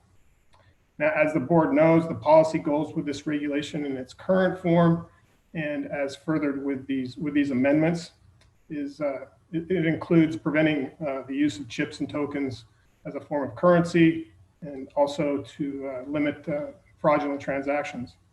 The problem with the current language in the regulation, though, is the use of the term patron. And it is that term could be construed more broadly than what the Board and Commission intended. This was highlighted by a recent Nevada Supreme Court decision on a patron dispute that concluded that patron is essentially the equivalent of a customer. So it's that decision that is prompting these changes. And after that decision came out in early October, I conferred with former Chair Morgan as well as Chief Taylor of the Enforcement Division. And this is the language that former Chair Morgan agreed to put forward and is before you today. So with that, I'm happy to answer any questions, but we're asking for a recommendation of these changes up to the commission. Thank you, Mr. Somps. I'd open the floor to discussion, this reg amendment. Does anyone have any comments or questions? I didn't have any comments. It seems very straightforward. But I do see that Chief Taylor is on joining us on the call. And since we have his presence here, I didn't know if maybe he wanted to add anything to what Senior DAG Somps just outlined for us. So we do get Hello, everybody. Excuse me. I should have introduced myself for the record. James Taylor, I'm Chief of the Enforcement Division. And good afternoon, board members and Chair Gibson and Madam Secretary. We do get quite a few calls from the public about this very item. The most common is that they received these chips from a tip, or sometimes even ladies of the evening will call in as they try to negotiate a chip that they got. We're normally able to resolve that, but there are occasions when somebody is a player, but not a player to the level that they have that chip. So they might be a $100 player, but they might have a $5,000 chip. And so we need to protect the industry. We need to protect the licensees from theft. We do have a number of chip theft cases, and then those people try to come in and negotiate those chips. So I like the language about whether they got the chip or token directly and lawfully. I think that helps, but to remove the word patron is also going to be helpful. The only other suggestion would be to take it even one step further to say play that's commiserate to the level of chip that they have, but that might be hard to arbitrate as well. Well, thank you for that. Now, I'd agree that'd probably be difficult to include something that was tangible with respect to your latter comment there.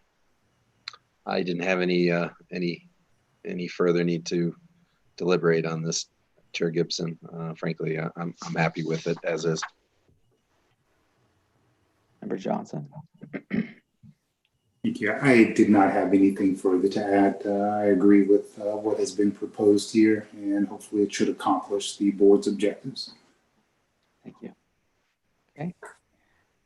With that, I'd ask for a motion to make a recommendation to the commission.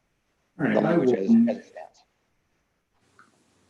I will make a motion that the board refer to the Nevada Gaming Commission for its review, consideration, and adoption the proposed amendments to Regulation 12 as read into the record by Madam Secretary and as discussed. And for clarification, Mr. Stomps, is there a recommended effective date? Is this proposed to be effective upon adoption? That would be my request, Member Johnson. All right, and the motion would include then the recommendation that the proposed revisions be effective upon adoption. And that would conclude the motion. Member Katsouris? Aye. Member Johnson? Aye. Chair Gibson? Aye. Thank you. Thank you. That brings us to our next item on the agenda, a miscellaneous matter. Madam Secretary. This item is the consideration of granting authority to file a notice of appeal and/or writ regarding the 8th Judicial Court's order, case number A-20-809-249-J, Department 14, as noted on the agenda. Thank you. I would consider a motion if there is one.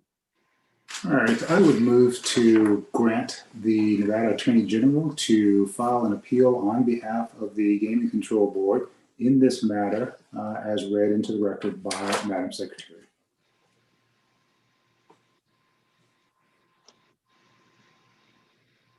Member Katsouris? Aye. Member Johnson? Aye. Chair Gibson? Aye. Thank you. Okay. So, Madam Secretary, this brings us to public comment. This item is placed on the agenda to give the public an opportunity to comment on gaming related matters. We did not receive any additional comments during the meeting. Okay. Thank you. With that, unless I'm wrong, and please correct me if I am, that concludes our Nevada Gaming Control Board meeting for the month of December, and we are adjourned. Thank you very much.